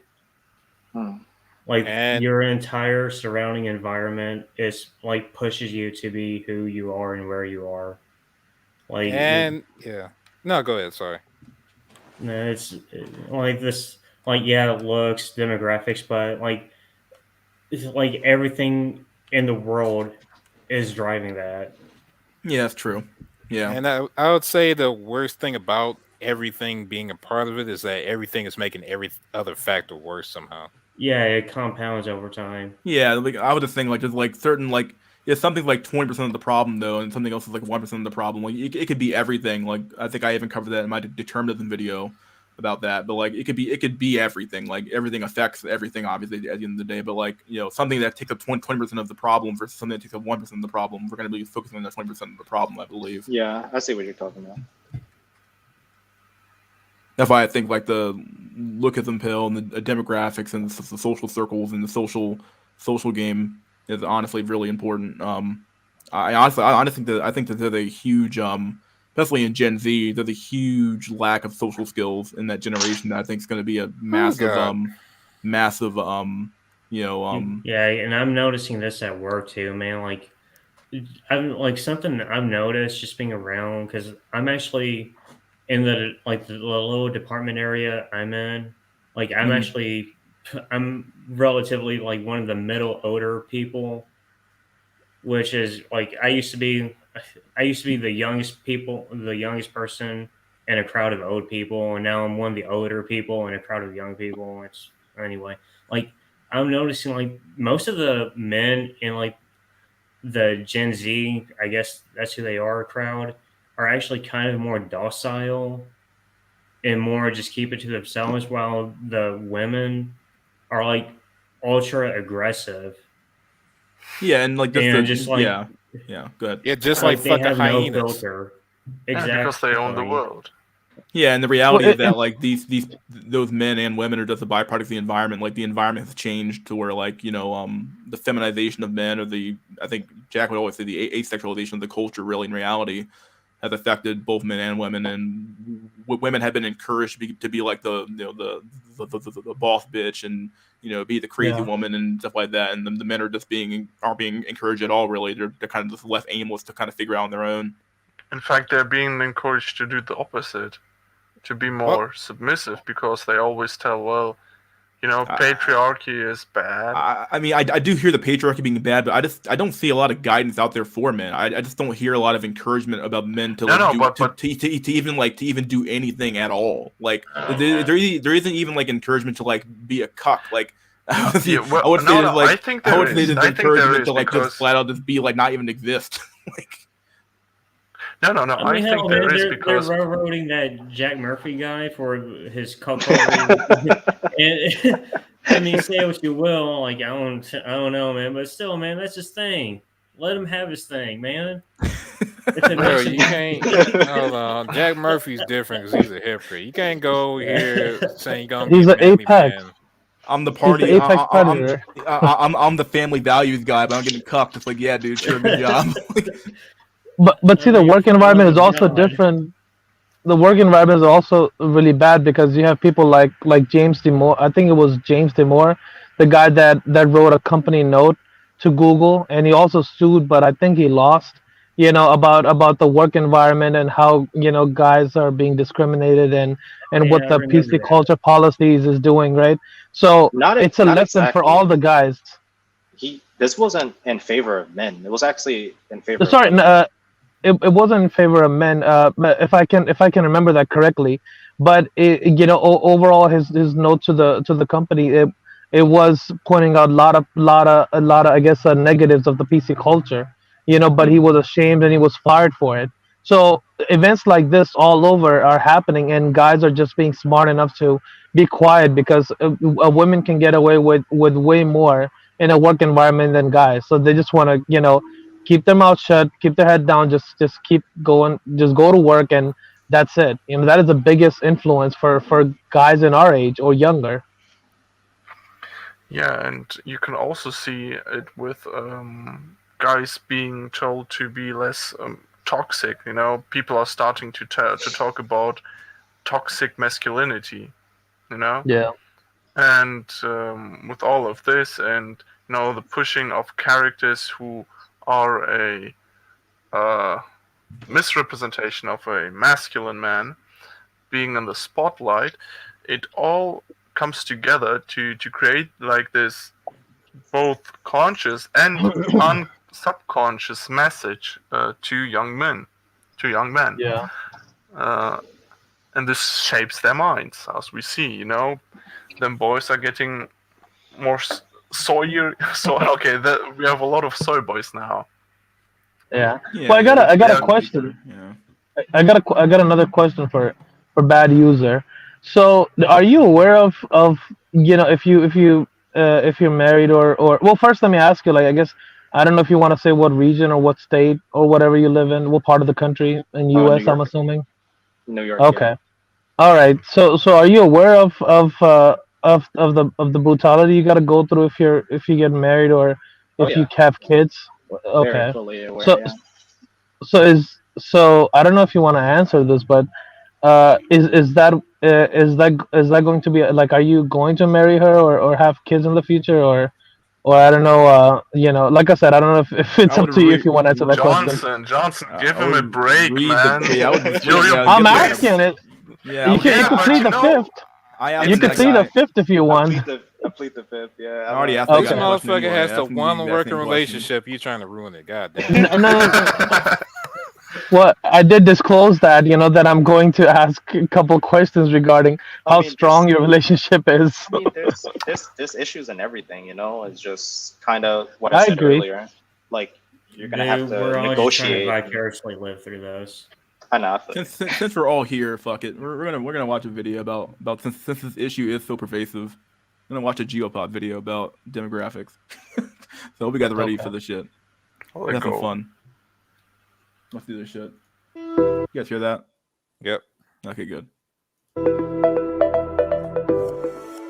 Merry Christmas, Happy Kwanzaa, Happy Hanukkah, Happy Holidays, whatever makes you happy. I'm Peter Zion. Hello from Colorado. I'm actually transmitting from home today.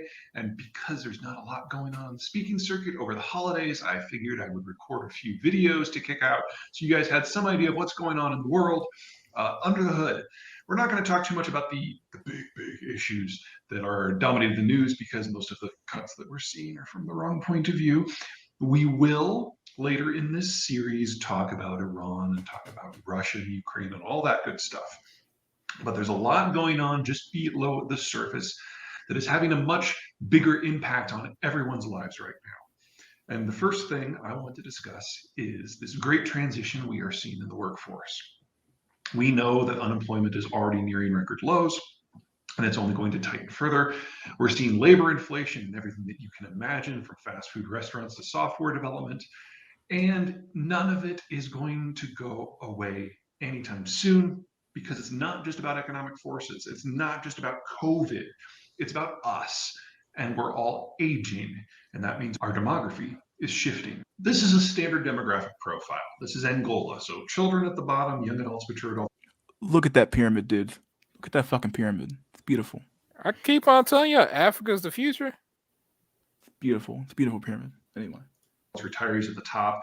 This is a classic pre-industrial pyramid where most people are living in either small towns or on the farm, scraping by an agricultural existence. There aren't a lot of countries left like Angola in the world. Industrialization and urbanization, those two forces, have been reshaping the human condition now ever since the Americans introduced the globalized world back in 1945. And as populations age and as they urbanize and as they industrialize, they have fewer kids, which means that wide section at the bottom starts to narrow. Can you pause it for a second? Birth rates. Sure, buddy. On this shit show here. Yeah. Like I've been saying, like urbanization, industrialization. Yeah. That's the main force driving this thing, man. Look at fucking Italy, dude. Country's fucking dying. Mamma mia. Mamma mia, my God. I There's told no y'all children being born in Reno. if your demographic pyramid look like a fucking dreidel, it's over. That's Look at this shit, dude. This one was good, Jace. My Jace. God. bro. The fucking demographic pyramid is T-posing, dog. It's a wrap. Yeah, it's dying. It's basically laughing. Oh man. Over. Eventually, you get more mature adults than young adults and children. And that's a situation in Italy today. This is a country that has now aged past the point of any hope of natural population resurgence because now that bulge in the population is above the age of people that can have kids in large numbers. Now, here in the United States, we're not nearly that far along. Ours is a bit of a chimney, but there still are a lot of very specific variations in it. And the generation that matters most to the Americans in all things and has mattered in all things since the 50s are the baby boomers. Now, they have been our largest generation ever. At their peak, there were over 75 million of them. But what they're going through right now is this little thing we call retirement. And it has lots of outcomes for finance and for consumption and for production. But for purposes of this specific video, it's a workforce issue. Because when you're retired, by definition, you are no longer working. Now, we've always known that in calendar year 2022, the majority of the American boomers will have retired because they would have turned 65. That's just how the math works. Because of COVID, it might be happening a little sooner. We know that well over 1.5 million baby boomers have taken early retirement. So it's entirely possible that we are already past their peak employment moment. Now, this has all kinds of implications. But let's break it into roughly two categories. So first of all, the gross impact. 75 million boomers, 37 million of them are already retired. This is just a gross impact upon the labor market. We're taking our single largest chunk of the labor force, our most skilled, our most experienced part of the labor force, and removing it. And they're never coming back. You don't spend 40 years in a factory, retire, and then come back to the factory full time. This group, their skills, they are. I do wonder how many of these boomers can't retire, though. I do oftentimes wonder, like, okay, like what percentage of the boomer population literally cannot retire because they don't have any fucking savings at all? At the same time, if you're fucking if you're in the like the labor force, I mean, if you like doing the skilled labor though, you have to retire. Like it don't matter whether you want to or not. If you fucking 65 and the fucking at some point you will just break down. So you just gotta accept being fucking poor. Yeah. Go ahead, last. No, I was just gonna say maybe about 10 to 15%. I don't know. Gone.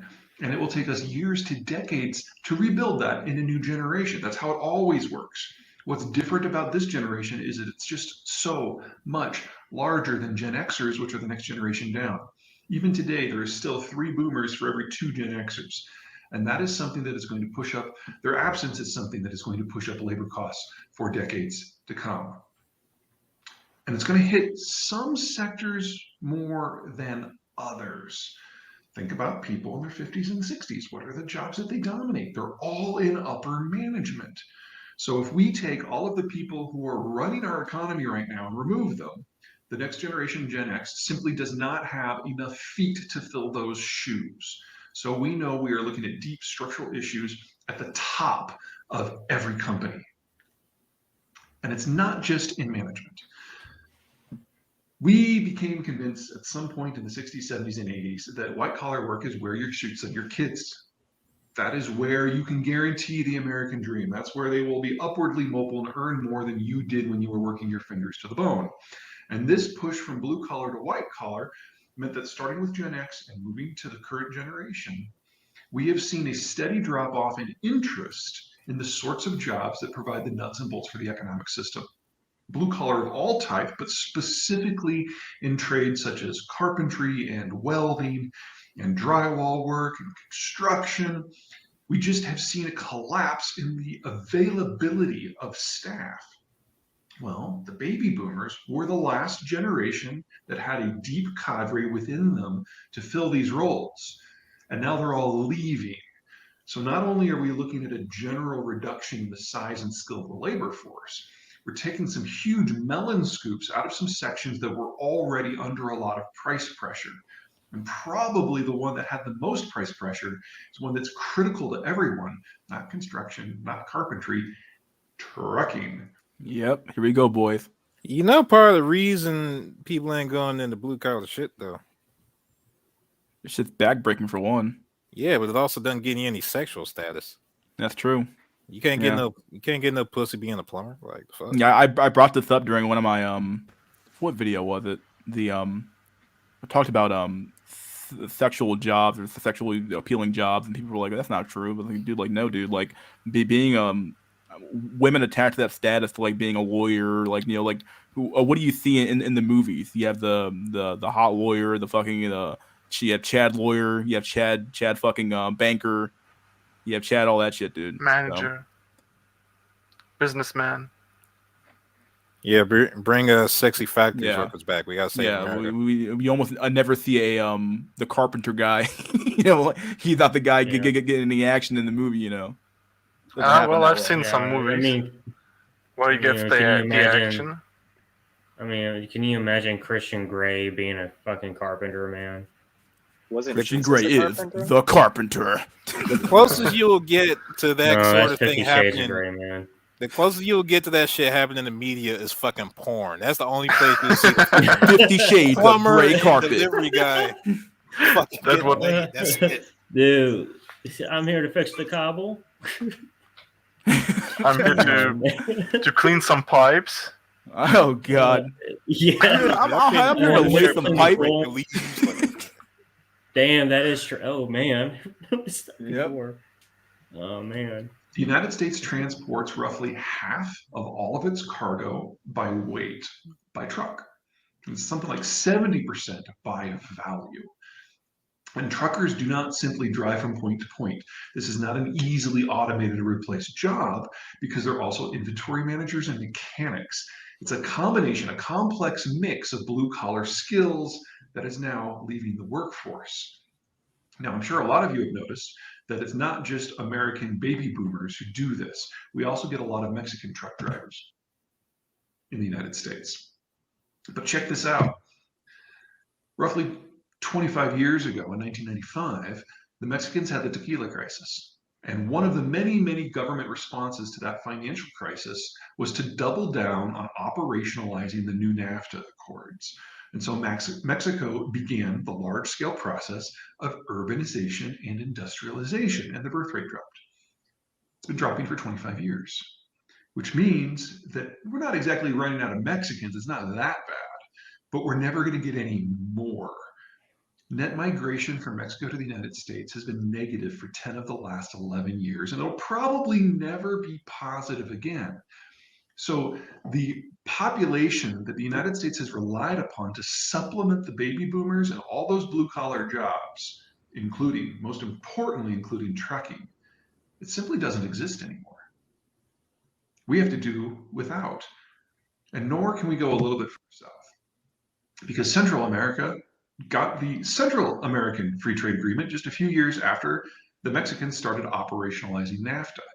So I know we're seeing all these headlines of swarms of convoys coming north and trying to cross the border. And yes, that is real. And yes, that is something we need to deal with. But it's not going to last much longer because those same two twin forces, industrialization and urbanization, have now gutted the birth rate in Central America as well.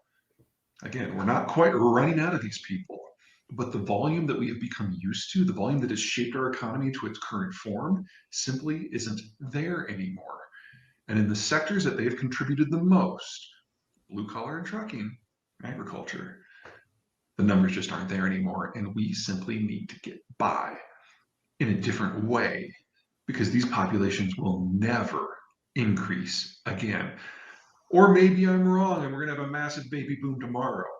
They're not going to be able to drive a truck for 20 years. This is our new normal. So why am I bringing up trucking specifically, aside from just the sheer volume of stuff we move about on the roads? Well, the world is deglobalizing. China is no longer a reliable partner. And in any world where the Americans are not providing global security, the ability of moving parts around on a global basis to participate in complex supply chains becomes questionable. So we know that a lot of that manufacturing capacity is going to come back to the United States. And that's great. But more local manufacturing means more intermediate products need to be shuffled around. And we're talking about building out the American industrial plant by a factor of 100% in the next 5 to 10 years. At a minimum, that means we need to expand our internal cargo transport capacity by half. That's going to take a lot of truckers. Now, there is one technology out there that looks very promising. It's called convoying. And basically, you get one dude in a truck, and then 3, 4, 5 other trucks follow that truck nose to tail. And so the one guy can manage the inventory and the mechanical capacity, the repair capacity that is necessary to maintain multiple trucks. The convoy won't move quite as quickly, but you can do it with fewer staff. Now, each one of these groups, each one of these convoys is going to require a software engineer on site for a minimum of the first 10 years of this technology. So not only are you going to have your roughneck, your blue collar worker, you have somebody locked in a closet basically coding all day long. This can be done with the technology that we have. This can be done with the workforce that we have. But it does require Congress figuring out who's actually liable for certain things when it comes to automation. And as we all know, Congress moves very, very rapidly. Okay, that's it for this one. We'll be talking about some other demographic impacts upon the workforce later on this week. Until then, take care. Yeah, there you go. I call BS on deglobalization. They will never let this happen. Like, that's also why we have more peace now. Globalization is like inevitable. It's just like who's the main enforcer of it. We will never get deglobalized. It will only be stronger and stronger. I mean, if we're talking about automation, it tends towards deglobalization in a sense, as far as like, if you don't have to rely on human labor and nobody's underselling each other, then like robots don't have a fucking wage. You might as well just build them at home in a sense. Not saying trade won't exist, but it'll be a lot more viable to just build shit. Yeah, do it yourself in house. Yeah, but you still have. Oh, sorry. But you'll still have probably globalization in the sense of cultural globalization. Oh yeah. We're just talking about pure economics here. Yeah, and even economical globalization, because someone has to build these machines, and there will still be a competition between the countries. And even if you're not going to sell resources, as in material resources, you can still sell intellectual resources. And then we'll have like a master race in between, like who's going to design the better robot, how is it called? Robot, yeah. Sure, I think the next big export in the coming age is probably gonna be people. You think so? Probably fresh water. Yeah, I mean, I think demographics are gonna be for sale. I think all these like broke African countries and shit, and a few in South America. I think the main thing these Western nations are gonna try to attract are the proper sort of immigrant. And I know that's going on now, but it's probably gonna be going on at a breakneck pace once all this, in-settlement shit really catches up to people. Yeah, but another issue with. Oh, sorry. Go ahead. Yeah, but then you have to think about how to I think Germany has made advertisements in third world countries to basically, but it was like very fake. It was like they in the advertisement they basically were promising the migrants that they'll get like free housing, like free houses and a lot of stuff. But then when they basically didn't have to work that much. And then when the migrants, when they came to Germany and they realized that they were not getting any free houses, houses, not flats, and they were not getting off by just not working, they got very angry, because they were basically saying, well, why did I basically paid so much money, and possibly risked my life getting to Germany if I could have just stayed in my country and basically worked there. And when you have to like transport them, I don't know. And stuff like migration doesn't even last that long. Like the benefits don't last that long. I know. You could basically create an upper caste and a lower caste and make it slavery and call it slavery. But if you're making it like Germany's making it now, all these people, their kids are going to go to school. They're going to get good chances, maybe not equal chances, but very good chances. And, after some generations, it will be both migrants and non-migrants will have equal footing. Like I can see it because I'm basically living in Germany as maybe the son of a migrant. And when my father had a blue collar job, and I'm like striving towards a white collar job and a good paid one, if I do make the cut.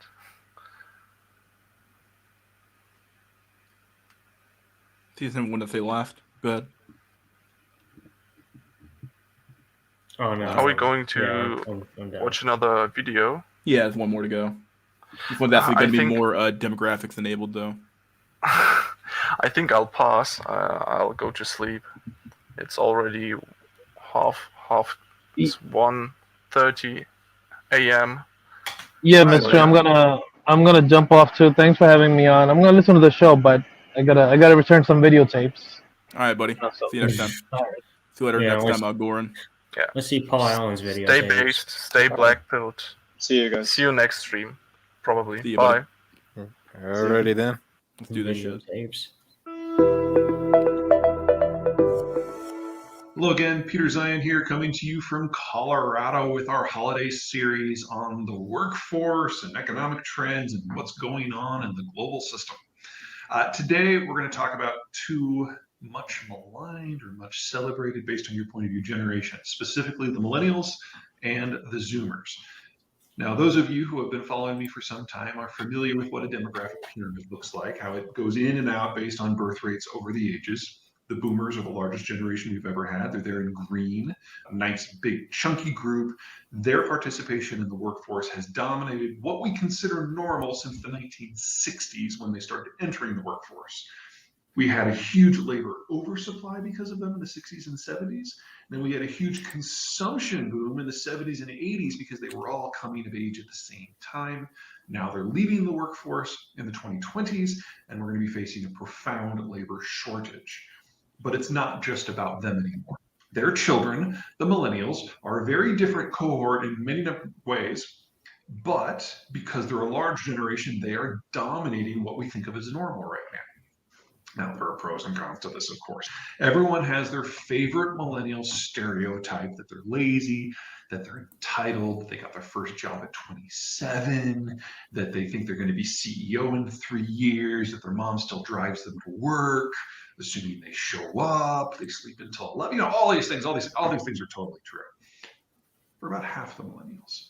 About half the millennials do match the stereotype.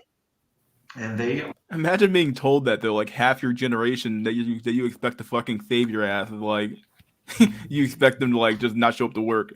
The fuck is that? What in the fuck? Hey, help me, you bunch of fucking loser pieces of shit. Basically what it sounds like. It's like, hey, help me. You're a bunch of losers. You don't show up to work. Help me out. Like, fuck, dude. Fuck you and get me out of here. Like, are an issue. There's no question about that. But the other half do not match the stereotype. The other half did everything that they were supposed to. They entered the workforce immediately upon leaving college. They never took an extended adolescence, and they worked their fingers to the bone. Can you pause? But sure. So, which of the two groups would you say got the better deal? What out of what millennials and Zoomers Of the millennials, the half that basically, expected everything handed to them, versus the ones that actually like buckle down and put their nose to the grindstone. Like, which one got the better end of that? now hold on. Now some of those people that are fucked up didn't exactly not plan to buckle down. They just might have had a bad plan. It depends. The people who got fucked over hard were the ones who came out in like 08, 09. Like, who got screwed hard, and then the ones who got screwed over again would probably be during this. Well, at least the very beginning of this pandemic. But the rest of it, I mean, really the job market's never been stronger though for this generation. At the end of the day, when it comes down to it. But yeah, if you graduated in 08, 09, you got fucked over hard. So like, it's not really necessarily like their fault that they ended up like a failure to launch generation. Like they just ended up like stuck in a bad economic situation to some extent. But who got the better end of the deal? I mean, it's probably it's got to be a mixed bag, right? Like, I mean, like if you your poison. went to the grindstone, at least you have a job and some money in your bank account, versus like the guy who didn't do shit. He's done. But like, but to some extent, though, depending on where you are in the hierarchy, though, like you have nothing to show for it. Depending on if you went to the grindstone situation, you have nothing to show for it. Depending on your view of the world. So, because I got my first job in 2008, and here I am. Yeah, like 13 years later. No, I guess 14 almost. Well, that'll teach you for next time. Yeah. You should have cheated like everybody else. Reincarnation, Max, bro. That's actually something I didn't realize how many kids in my high school cheated their ass off in like school, dude. Like I cannot believe like how many people in my I remember taking advanced chemistry. That class was hard as fuck. Now I passed that class like legitimately with like a B, I believe. I was so happy to get that B because that class was hard as fuck. But like everybody else in that class literally cheated their ass off, and I was like, "What the fuck?" And then it made me realize, man, like so much of like school was just like cheating your ass off, like like finding ways to cheat. That moment when you find out you were like low key genius because you actually did the work and shit. Yeah. I found that out the hard way. I'm like, wait, what? Like you guys all got A's? Like, yeah, dude, we just cheated. I'm like, what the fuck? Like, damn, I put my fucking nose to the grindstone for this class and I actually passed it. And it's like, wait, what the fuck? Like, dude, I don't know, my school didn't even engage me enough to even care about cheating. Damn. Here we go. From a worker quality point of view, these two different groups of millennials are actually pretty similar, because the millennials who did everything right got screwed. They were coming of age. They were entering the workforce just as the 2008 to 2009 financial crisis hit, which meant that they were the last people in the door. So they were the first people who got fired. And they lost several years of prime, constructive work experience that you normally get at the beginning of your career. They missed out on that for like 3, 4, 5 years. At the same time that the lazy millennials were missing out on 3, 4, 5 years of work experience, but choice. So regardless of how you look at it, the millennials today are behind compared to every generation in the workforce that has come before. They've missed out on up to a half a decade of formative work learning, which means they will never catch up. They will always be behind compared to the generations that have come before. Now, there are a lot of them. They are by far the largest group in the workforce today, and thank God they're there. Otherwise, thank God they're there. Otherwise, how would I get my Social Security check, dude? Come on, like, I mean, come on, dude. How the fuck am I gonna get paid, dude? Without these fucking millennials walking around, dude. You know what this sounds like once you've been around. This sounds like prisoners, man. I'm dead ass serious. You know how they be out of it for like over so many years, and then they come back to society, but they don't know. Like they got to catch back up and shit. Like, hey man, you can't wear 8-ball jackets no more. That ain't what's up. Like Well, they it goes just to show, like the like, time how- frozen and shit. It goes to show how important like consecutive like experience and learning is. Like that's why a lot of these people, well, when they say like, oh, it's okay, a lot of people start out late. Like, actually, no, it isn't. Like to be a healthy, functioning adult that's well adjusted, like you almost can't miss a single day. And here these people are missing like a half a decade. At best. Yeah. At best, and some of them probably haven't even like gone back into it. The Social Security and a Medicare check. Yeah, dude, that's what they want. I want that Thank too, God man. these guys exist, man. How else would I get? What would I get my free fucking Gibbs, dude? Come on, Like dude. it goes like to it illustrates something I said. Like people do not exist in the future. Like we exist now. Like this idea, like, well, you just need to prepare for the future. Like the future doesn't exist for us. Like what matters is what's going on today, this very minute. I don't know, man. What's that Indian saying? The thing is, the future's not inherited from my ancestors; it's borrowed from my children. Some shit. I'm about to be fucking that saying up, but whatever. Yeah. Retiring boomers would generate a pressure that I don't know how we would deal with. So they are contributing, but they're contributing on the back foot. And they will always be like that. Now, there's some other characteristics about the millennials that are worth discussing. Unlike the boomers, and especially unlike Gen X, the millennials have a reputation accurately for being very collaborative. So if there's any sort of work experience that requires multiple fingers in it, especially across multiple fields, the millennials are very good at integrating their diverse life experiences, their diverse work experiences to contribute to a single product. And then the point in the American economic evolution that we are in today, this is great news, because we are seeing the fastest industrialization process going on in this country that we ever have, even faster than World War II. Part of it's the shale revolution that have pushed down energy costs. Part of it is the millennials themselves, which are now the largest consuming cohort in the world. Part of it is deglobalization, which is bringing manufacturing back. But if you take a group of people like the millennials, who are good at people skills, good at management, good at sharing and contributing, in a time of change, this is exactly what we need. And the only downside about the millennials in this form is that they're not a little bit older. So they're not in senior management, but they can make things work in a dynamic, fluid environment and not get stressed out about it. And that's fantastic. The next generation down are the Zoomers or Gen Z. These are the kids of Gen X, and they have a wildly different approach to everything compared to the millennials. First and most important is the difference in attitude towards everything, towards people, towards the workforce, towards their jobs. The millennials are willing to job hop. They're not loyal. But Zoomers were raised by Gen X, and Gen X raised their kids with the general idea that you will never get anything from the government. We will always be outvoted by the larger generations, the millennials and the boomers. So you will never get Social Security. You will never get Medicare. You will never get Medicaid. And so there is no point to collaborating with your peers because there isn't going to be enough to go around. You just have an abundance mindset, my dude. Okay, I think. Well, hold on. I think for like us 1990s millennials, I think we also count as that because I never, dude, I did not expect to make it to fucking 30. So I never like saved for shit. I was like, I'm just gonna fucking die when it's my time. I always saved, but deep down, I always hoped I didn't live. But I always saved just in case. I know that feeling, man. It's like I ain't got no family. I don't give a fuck about the future. I'm just here now, like shit. Simply need to be better than them. You need to be better than everyone. And that generates a radically different work ethic.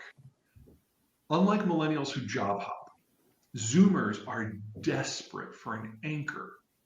And so they will cut a deal with their employer to stay on forever, so long as they have a leg up on everyone else. They're hyper competitive. This makes them very productive as members of the workforce writ large, but it also sends them in a couple different directions. First of all, when you're hyper competitive, you don't want to be in a position where your outcomes are dependent upon someone else. So you don't work well with others. They're fairly antisocial, and the sort of Yeah, tell me about it, dude. My God. It's not their fault, but fuck, dude. Antisocial is the fucking word for this generation, dude. Straight up. Just straight up. They are what they are. touchy-feely work that the millennials are capable of and competent at and famous for, the Zoomers just can't compete in that field. So anything that requires a team effort, management, blue-collar work, construction, they just don't do. They just want to lock themselves in a closet and code. Which means this next generation cannot contribute to the sort of labor shortages that we're seeing right now in trucking, in agriculture, in upper management, in finance. They're just not part of that scene whatsoever. Think of it this way. Think of the famous fiction we've had in the last 20 years. With the millennials, it was Harry Potter. You fly around on a broom, you play some really bizarre version of soccer, and at the end of the day, you're able to defeat the bad guy, not because you're smart or clever or a good planner, but because of who you are. And then there's the Zoomers. Their show is The Hunger Games. Yep, that's for all the fucking the Hunger PUBG, Games, what is it? Fortnite. Divergent or Yeah, dude, it's all like Maze Runner, Battle all these Royale, young adult Battle Royale, dystopian shit, dude. Yeah, where the teenagers apparently so much smarter than the adults. They're like destined to change the world. Yeah. Wait, I saw that shit when it was coming out, like in 09, man. Like this, No. sorry. No, go ahead. My bad. No, I was just gonna say, like, I saw the writing on the wall when, like, Hunger Games, this knockoff of 1984 and Lord of the Flies and The Lottery is what the main cultural literature is now. It's like, man, because you can really tell a lot of the culture by the art it consumes. Yeah. And For when sure. I saw like the Hunger Games and Divergent and Maze Runner, it's like good, like artistically we're done. I say that as like a literature snob, but oh well. So in his time scale, where was 90s like millennials fit in? Because it's like we're a bit of both. Yeah, that's very true. Because I kind of grew up with that stuff, but didn't grow up with it per se. But like, depends on what you mean by grow up with it. I guess if you mean like during like your formative years, definitely not. But I definitely remember those movies coming out and stuff like that. Yeah, so. it's like part of us. Yeah. Like Yeah. if you were engaging with it, I guess would Yeah, also because like factor being into a it. kid, like I remember watching like the Disney Channel, like DuckTales and fucking goddamn Darkwing Duck and stuff like that. Like I remember stuff like that, but like not too sure about dystopian hellscape movies, but Darkwing Cock. Yeah, Darkwing When Cock. there's trouble, it's SJW. God damn. It's a parody song I heard years ago. It was actually pretty good. Dang. No, but like when Harry Potter was coming out, like I was, I think, 10 or 11. I didn't really like have any interest in it. I actually did later read the novels later on, like when I was 20 or 21. Like they're okay for what they are. I enjoyed them. I never cracked open a single one, and I got sent like two on two separate occasions. I was like, fuck that gay shit. That shit ain't gonna be popular. And then here we are. Blew the fuck up like a goddamn fuck up. So what are your thoughts on J.K. Rowling as a person? Is she a hero or a villain now? She's a older kind of feminist, so who cares? Yeah, older feminist basically. She doesn't believe in the trans stuff basically. Yeah. TERFs are not your friend. Yeah, true. Go ahead. You said something you want to say about username? Oh no, I was just agreeing with you guys about J.K. Rowling. finish this up real quick. You and you fight each other to the death to see who gets to have lunch. What a way to start this. You and you fight each other. Who has to have lunch today, huh? How about me and Alaska to fight over a donut or something like that? I don't know. Hey man, I'll fight you over a donut. Hey, we'll do it. We'll figure it out. It's a different mindset. Now, this means that there are certain types of sectors that are going to be flooded with workers, that are being flooded with workers. Anything that involves computer science, one-on-one interaction when one of the ones is a machine, technical work, software development, these are booming sectors. These are things that the Zoomers are going to be good at. But if you're talking like the staff for medicine, no. The staff for construction, no. Any sort of management where there's interaction with people, forget Hold it. on, pause it. These guys. He's literally talking about autism. Interaction with computers. Don't talk to anybody. Like, what the fuck is that about autism? Yeah, generation autist, dude. Got the fucking tism. Oh, I had to stop at like two microseconds in. Like, hold on, I've heard this rhythm before. Where is it? Yeah, an Fucking entire generation of autism autists, speaks. dude. Yeah. Mother of God. Want to design systems that minimize their interaction with the rest of the world, not increase it. Finally, a few closing comments about the general future of the workforce. So we know that the boomers, the largest generation ever, are retiring, taking their expertise with them. We know that Gen See X ya. generation can't possibly replace them. And we know that the Zoomers down below are even smaller than Gen X. So there is no midterm hope in terms of numbers to fill the gaps that we see. And that the Zoomers are very specific in the sorts of careers that they are after. So they're not going to be able to play a large scale writ large and where we really have shortages. Which means that most of our hope comes from the millennials. Oh yeah, generation no kids, dude. Oh my man. God, dude. Oh yeah. You expect the millennials to crap out kids at this point, dude? The ones that got fucked over by 08, the ones that we're going to be forced to pick and pay for the boomers Most of fucking which- retirements, dog. No Most fucking of which way, are dude. 40s and 50s now. He's Bro. far too optimistic about the fucking millennials' desire to have children at Well, this point, dude. I wouldn't say he's optimistic, but he's saying like that's the only hope that like the We next have. generation has Yeah. is the millennials. He didn't say it's a realistic hope. It's just the only It's just hope. there. It exists. It's bad enough we have. Now, the problem used to be dinks. Now it's sinks and shit.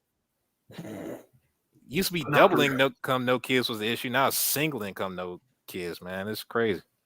Millennials, like the Zoomers, like specific types of jobs of management collaboration.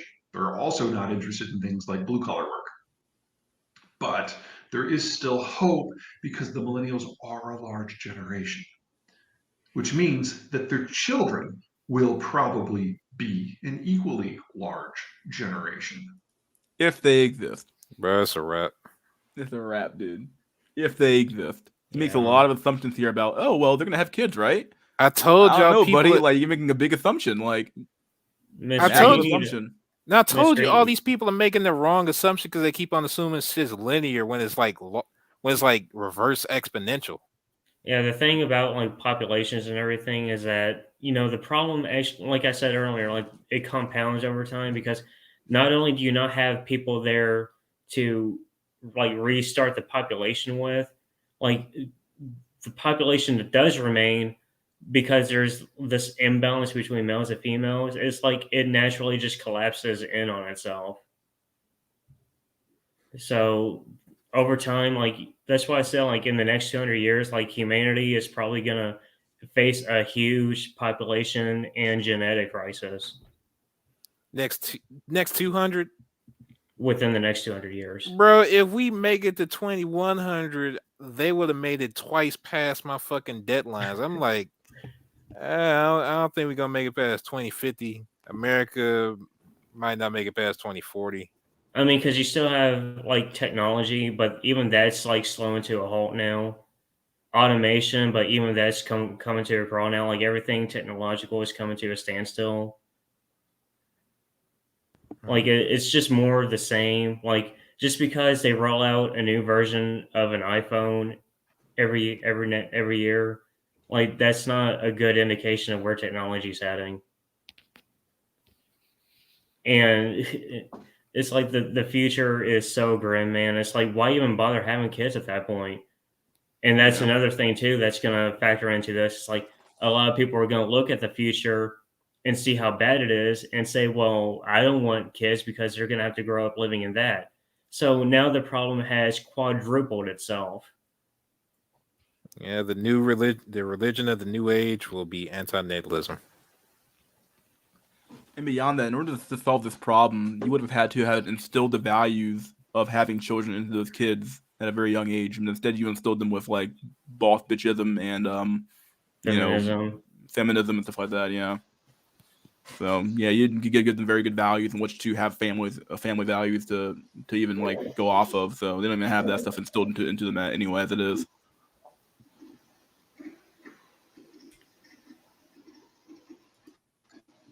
So the hope here for us getting back to something that we would consider normal isn't going to happen in 6 months or a year or 5 years or 10 years. We have to wait for the millennials to have kids and for those kids to enter their 20s so that they can then fill out the workforce. When was this video made? We're looking at 2045. That's the soonest that this situation might improve. So if you're an employer, you simply have to figure out how to get by in this environment because this is probably going to be your new normal for the rest of your career. 25 years is a long time to wait to hire. But as bad as that sounds, and it's bad, it's nothing compared to what the rest of the world is dealing with. Everywhere else, the transition during the Cold War and post-Cold War. I mean, look at fucking Germany, dog. Germany's fucking dying. Look the fuck at this shit. And China probably lying like a motherfucker anyway. Look at fucking this Japan. Yeah. Look at Japan, dude. Like, what the fuck is this? You can't sustain a fucking society off this shit, dog. Look at China. China's like, what the fuck is this? I mean, China has a surplus of men and like 34 million more men than there are women. Dude, like China, like China is done. Like, I don't know, man. Like, China, I don't know what's gonna happen with China in the next 20 years, man. Fucking civil war because all the instability. That's probably why they had to lock down. That's probably why they had to lock down so fucking hard in advance because they already know it's gonna be crazy. Era because of industrialization and urbanization happened so much faster than it did in the United States. And so where we have these wibbles and wobbles between boomers and Xers and millennials and Zoomers, everyone else, it's a much simpler story. It's just a sharp drop off.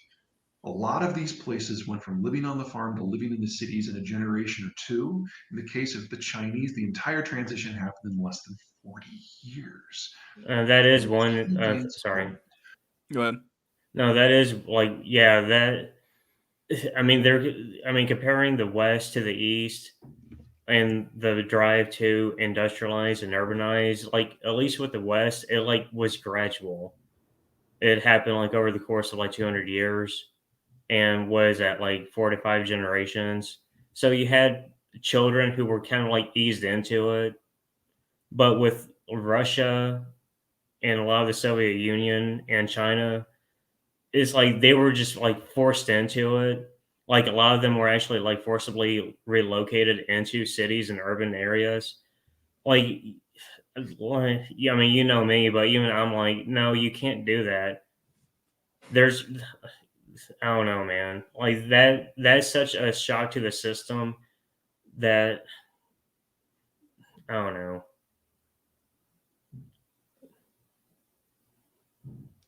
Shit's fucked, dude. Look at these fucking graphs, dude. Look horrible. This demographic collapse is already well past the point of no return. It's terminal. And as you can see with the Germans and the Japanese, their equivalent of the boomers move into mass retirement, there's no one down below to pick up the slack. So here in the United States, we have the millennials as a large generation, which provides us with a ballast now. Insufficient? Yes, but it's still there. And their children will fill out the system down the line. Once again, making some big assumptions here, my dude. Because he said like when millennials start having children, like millennials were supposed to be having children like 10 years ago. Yeah, that's true. Yeah, in their 20s, 25, 20, 22. Because most millennials now are like mid 40s. Yeah. So, is that really a good time to start having children? Yeah, Peter Zahan. As soon as these boss bitches start having children, we can save America. Yeah. Also, hello to Black Ronan. Welcome. I think that's him. Yeah, that's him. That's Black not Ronan here. almost anywhere else. Yeah, For chat. most of the rest of the world, we are looking at an end of what we understand as a functional economic model.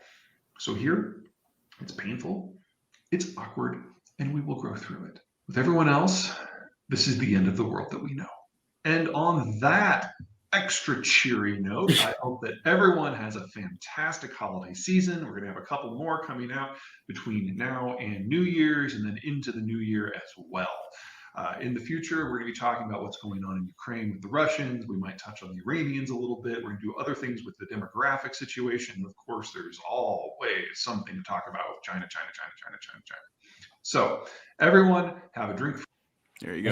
Has he talked about like the demographics issue with China specifically? Yeah, he has. Yeah, he covered that's it. a We special watched that one a while ago, but yeah. Okay. Yeah. Why is he so happy? Like, he's so cheery. I mean, there is a part of me that, is looking forward to the end of the world, so maybe he feels that way too. He's like, thank God I'm not in that generation, dog. I took him out fucking retirement, dog.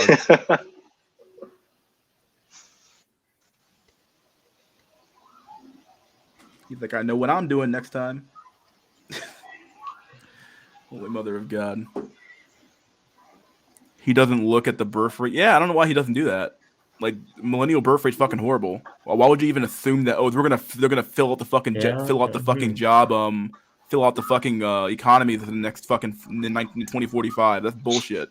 Yeah, millennials are gonna buckle down and really, start fucking and having children like rabbits. Yeah, dude, nah, it ain't happening. Just ain't happening. God forbid we think about what the alphas will do. Like, even beyond the economic situation that millennials had to deal with, it's also just the social environment and shit. And the reality is this is all bad. Like, social environment, the ecological, like destruction, like sperm rates. That deadline's still coming up. 2045 is just like what 23 years away. Hey, also about that 2045 thing, was that the time where we reached zero sperm or just technical infertility? I think it's technical infertility. Okay. Just wondering. Because you can still produce sperm. It's just like how likely are they able to inseminate? Yeah, like that Hank Hill problem. Like, I got a narrow urethra shit. I have a narrow urethra. Damn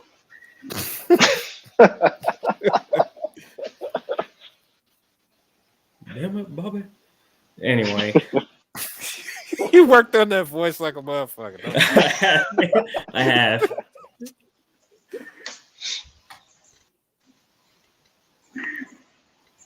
That's all you're getting, by the way. Well, shit, it's YouTube. It's all we need. We can meme the shit out of that for the next generations to come and shit. What generations? Good point. The next generations of androids, I don't fucking know. I'm 35 with nothing except a car and student debt. Yeah. That's what's up. That's what's up. I missed out on student debt, but I hear it's horrible. Yeah, dude. Tell me about it. I'm glad I never went to college, man. Think about talking about going extinct. Because that's really, we are going the way of the Neanderthals slowly but surely. We're cursed, dude. We're a cursed species. Bro, this is the Fermi paradox. There's not gonna be nothing left in the future but the fucking Amish some Amazon tribes, the North Sentinelese, and the fucking Africans. That's about. Oh, that's about and it. those really conservative Jews. They'll get some read like rabbits too. For some fucking reason, yes. Yeah. Hasidic, wasn't it? Yeah, I think it's the Hasidic. Yeah. Yeah. Read like rabbits. My God. It never gets better, does it? Well, there's always Elon Musk plan to make the human species multiplanetary. Good luck with that, man. Yeah, I already told you the problem with that, though. Yeah. Oh, they're gonna export the culture right along with them. Oh, And yeah, the same yeah. fucking problems. Yeah.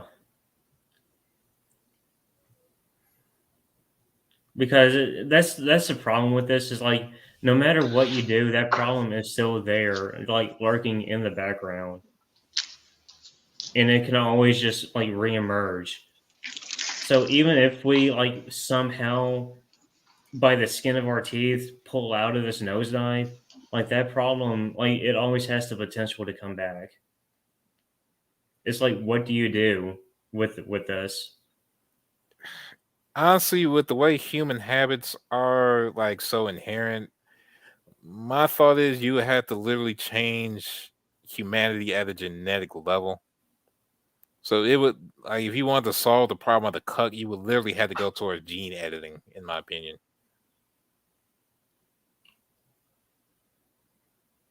Something I've been thinking about, like, I don't know, with like CRISPR technology and all, like artificially, like messing around with gene splicing and whatnot. Like, I don't know, like artificially, like just start like creating females, like to balance out the demographics. I don't know, man. Yeah, imagine how well that'll go politically. You remember Yeah. that case in what was it, Sweden and Netherlands, when they were bringing in wives from the like Southeast Asian shit, and that became a whole kerfuffle. Can you imagine the shit that would go down if you tried to make a bitch from whole scratch? That was not a feminist. I think that's what this whole trans thing is in a nutshell. They're trying to make men. I have replace- I have a mini conspiracy theory about that I've been like that's been going around like my head for the last month or two. Go ahead, buddy. But what is it? Like this whole push to make stuff like this whole, well, I'm just gonna call it what it is, like trans nonsense and homosexuality more acceptable. Because when you say that, it makes those who aren't naturally like inclined to that proclivity more like curious about it and more inclined to like go to it. And my thinking about that is like, what if that is all by design to keep like the men, the excess men, who to prevent them from realizing, hey, wait, I'm never gonna get like a female, I'm never gonna get this love thing or sex or a family of my own. So it's like it is like a way to prevent like the exodus or revolution thing from happening. Oh yeah, it's basically like a man-made escape valve to some extent, or Yeah. maybe it's natural. Who knows? But if it's an escape valve for some men to escape for the system to say, okay, like we have too many men, we have to get rid of some of them, so we can just have them castrate themselves and do it some nasty way. So I think You it's see, like my problem with a saying part it's, of it. like saying it's natural is like how hard they're pushing it. Yeah. Like if it was so natural, then well, wouldn't it already be like, I don't know, man. Honestly, I think it's just the VR game is gonna do its job more than this. It's just a start, but we'll see with the metaverse and then decentralized metaverses, and then soon everyone will just have a virtual experience where it feels real. And the question of the century will be, does it mean to be human? You know, and then Yeah. there'll be an existential crisis going on. So I mean, we're seeing that we're kind of right now with people like thinking like, oh, like what am I living for ultimately? Yeah. It has awakened some people. It's like, look, I don't need to be in this country. I don't have to work this job. I could do things that I'm passionate about. So, but not everyone will go through that. There's some just love their misery, so they're going to continue that misery. It's their choice. So it's up to you.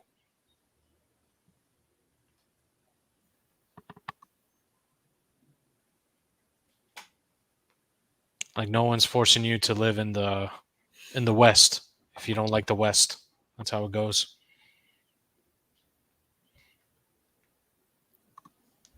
You talking about the gold pill? It's like the gold pill is, it's basically, just going where it's advantage, where you have an advantage, but you can't really escape the black pill. So part of it's truth basically. So sometimes I don't even like. Yeah, sometimes I don't even like to even talk about the concepts of pills because it limits you into that style of thinking where it should be this truth or perceived truth or an illusion. I'd rather just go with the truth, but there's nothing wrong with geomaxing. So it's an option.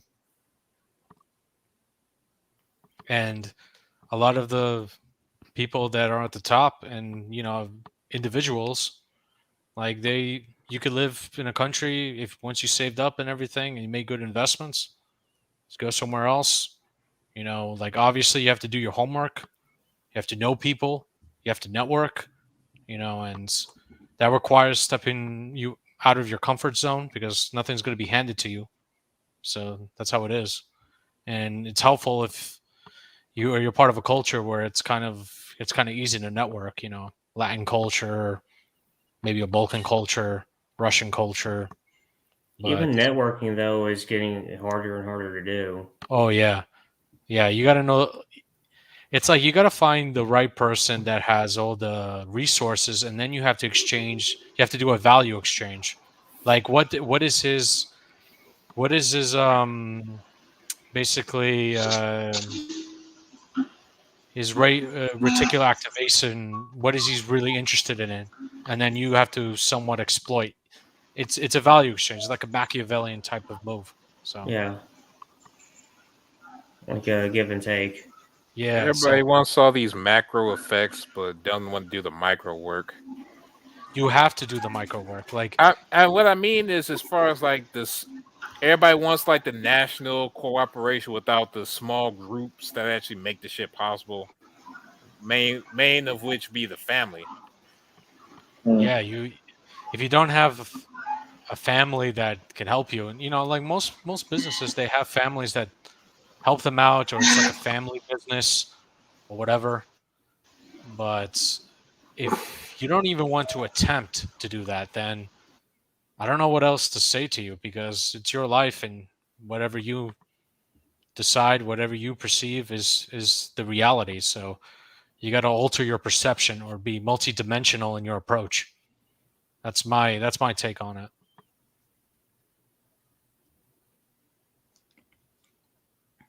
Also, didn't want to spoil it for everybody ahead of time, but apparently you have a new channel and shit.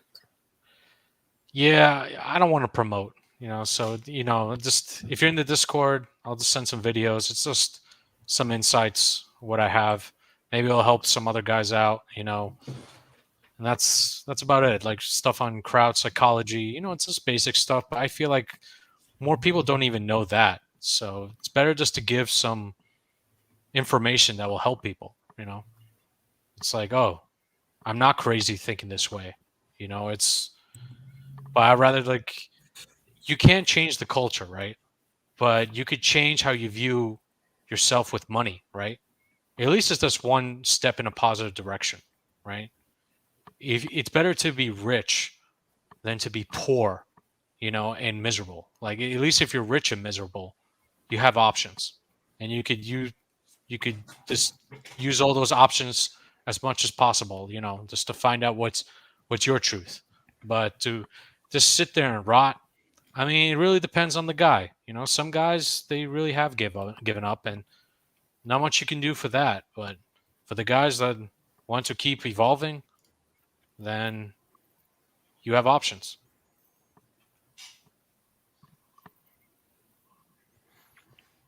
Yeah, I would say people just need to make a value judgment about what they want to do with their lives to some extent. Whether or not they can actually figure it out or not, it's up to them. But what needs to happen is that a lot of men need to just like sit down and really look at like where they are, figure out what they can do, and do that. If they can't, if they can do nothing, then I guess their only option is to lay down and rot. But I think that Yeah. people can find something to do to some extent. Yeah, it's like I think the biggest thing is, at least when you know these truths, like you could still use it to your advantage, right? Like especially like if you really I feel like with markets and stuff, it's like the biggest black pill on earth. The bankers, they're robbing right in front of your face. The governments are in bed with the bankers. And they're using crowd psychology at the highest order. It's just right in front of your face. And but there's always a way out. There's always a way where you just have to change your perception of things. That's why it's not good to be narrow-minded. You have to have multiple views of perception in order to make a good outcome for yourself.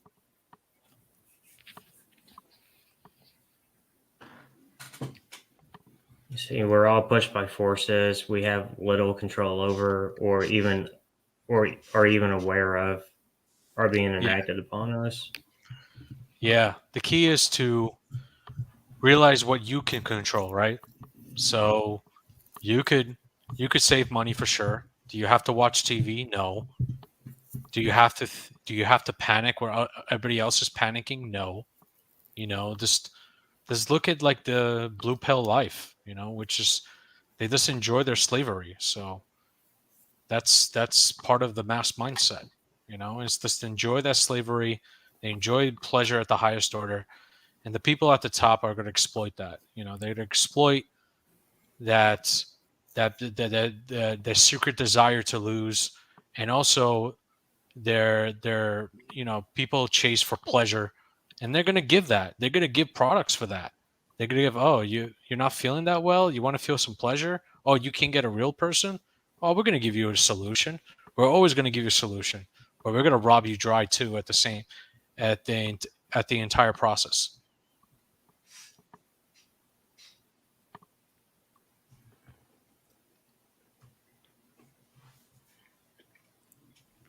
When you say people are like they want to lose, what do you mean when you say that?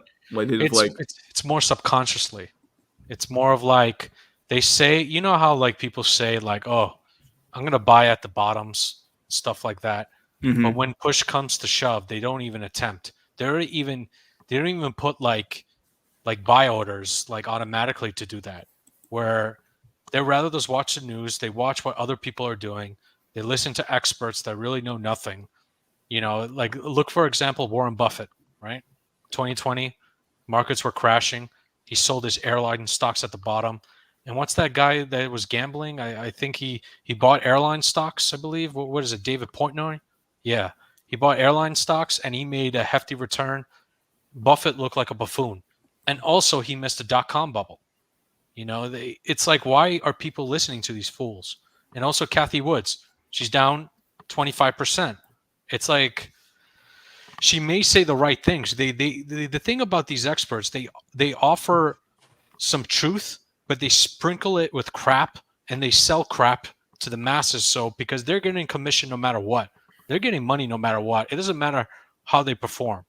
And that is like you as an individual, you have a choice. You don't have to follow what everybody else is following, because a lot of them, they don't even know themselves. And then when it starts crashing, they want to follow where there's safety, right? And your job as an individual is say, look, I see it as an opportunity right here. And look throughout history. You can't deny it. Like 1929, imagine you bought it like minus 80% discount, minus 90%. I think 98% of the population back then couldn't buy it. But the only ones who bought it were the bankers. And they made hefty returns. Same with the 1980 '87 crash. Same with the .com bubble crash, 2009 crash. Just follow the money. And I think Ronan is trying to get in. Is this actually him? Oh yeah, that's him. That's him. He has this code word that you running. Yeah, I There told go, you that's this code absolutely word thing works. Yeah, it does work. Yeah. Wait, make sure it's you. so Crocagator is the code word? No, it's Don't say now the trolls are gonna they're gonna never mind. Well, he can give me a new one. Doesn't matter. What's up, Ronan? Anyway, Ice Cactus, it's true. Most will not. Actually, like 98, there's 90% will lose, flat out lose. 10% will think outside the box. And then only 2% will act on that outside the box thinking because they can't control their emotions. So it's very, like, I believe there was another person that was talking about their controlling one's emotions. That's very important, especially nowadays. Like, if you don't control them, then you're just going to be easily manipulated. So it's not an easy thing to do. And it's not a lot of people want to do it, but you got to do whatever it takes to win, or just adapt at least. Yep. Trading is hard. Make a profit is harder. Yep. Because it requires you to vomit, like to endure the negativity around you and everyone's saying you're wrong. But really, you should view that as a delight. You got to do the opposite. If you're feeling like shit, just get a bottle of some good booze. I'll basically speak from my limited experience as a fuck over. You basically got to be a fucking sociopath. You can't be loyal to shit. Absolutely. This is viewing the markets is like there's no, you can't feel like you can't even have feelings. It's more of like you're out for a battle. It's the only place it's where like people imagine markets as like the interlocking, like relationship of people amongst themselves, but it's really like its own entity at this point. Yes, it's an extreme manifestation of greed and desire. The market is basically us, but all of us acting like lemmings in a group. But the ones that are like you as an individual can step out and just like, I don't give a shit about these people. I don't care at all. It's just you're either a sheep or a jaguar, and there's no middle ground. It's really like black and white. The market is just black and white. There is no gray like in reality, and the market itself is like a video game. So just view it like a World of Warcraft character. Like you're getting money for your auction house and shit. So. If only I was even social enough for fucking MMOs, but yeah. Working today was depressing. What happened? No, I don't know. I feel like I don't fit in with nobody, whenever I go there and I'm working the cash register, not register, when I'm bagging groceries, it's just I feel like I don't belong anywhere. I feel like it's weird. Like, yeah, welcome to the working life, man. You just have to just ignore how you feel and just like honestly, how I just do things is just basically ask what their day is and stuff like that. When I was working with other people. Yeah, I'm gonna say this, Shift. You're the kind of person that sent my ass to self-serve, dog. I was not trying to ask no questions at the grocery market. I'm sorry. All right. Fuck, I'm not about to talk to the cashier. Let me just take my 40 items to fucking self-serve. Shit. Yeah, one of my coworkers the other day asked if he could work New Year's because he said that it's just gonna be him in his house by himself. Oh damn. I asked my supervisor that, man. I asked them straight up, hey, can I work Christmas and New Year's? And they asked why. I'm like, I don't have anything else to do. It's a sad state we're living in.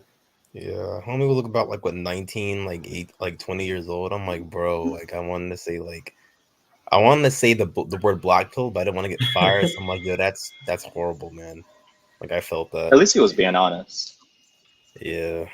And man, that's a dark tablet, bro. That's terrible. Yeah, me and him would talk about like Warhammer 40K at work. We talk about Fallout at work. He's pretty cool. What's the appeal of Warhammer? Because I'm hearing that a lot.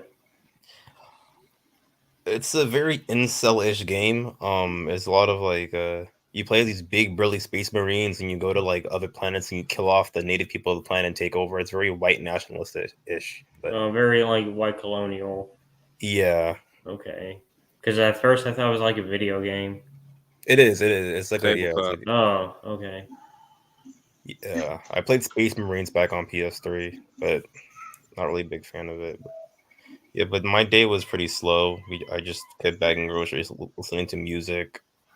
I kept seeing girls walk in, and I kept getting more and more depressed. So I just kept looking at the floor the entire time. I feel that, man. God damn. Like it really is. I mean, where I work at is like there's a lot of women there, and it really sucks being, being what I am and who I am. And it's like it's like I would rather just be at home and not know this shit is out there. Yeah. Rather than actually having to be in it and seeing what I can never have. Yeah, there was one time I was so depressed, like I was walking home from work late at night, and some dude was trying to like rob me. I'm like, dude, can you just kill me? He's like, nigga, the fuck you mean? I'm like, bro, I have nothing to live for. I have no friends. I have no future, bro. Hold on, you told him that? Just end my life right now. What'd he say? He said, bro, I'm sorry, man. Like, no, man, that's tough, man. Hoping things get better for you, though. You know how black pilling some shit When you the gotta say for a mugger motherfucker feels- to not rob you?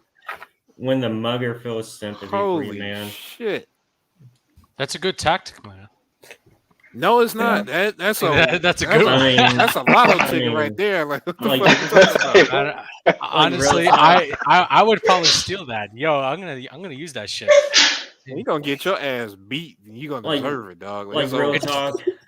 Like real talk. I have daydream. Like what would happen if I was in that situation? And I'd probably like daydream. You know what, man? Just go and pull the trigger. Stop wasting my time if you're not gonna do it. That's actually gonna scare the shit out of them. No, Shift. No, Yeah, no. probably get my head No, blown off. no, hold on. I gotta say, Shift. Let me save your life. Ronan can pull that shit off because he believes it. You got too much damn hope. You can't do that shit and sell it right. You gonna get your funky ass shot. Just don't even just hand the money over and make it back. Like, bro, hell no. Yeah, so me and the dude had a smaller talk about how like I feel like my life is over. You know, like girls aren't really paying attention to me like that. I feel like the world's gonna collapse and shit. And he's like, bro, bro, I'm so sorry, man, bro. I hope things get better for you though. God damn. And you made a Good friend looks at don't the end of the catch day. you around, bro. And he just walked away. Like that was so black pilling. That was like a black pill experience. Like when you're that depressed and that low level, like you're not even worth getting mugged.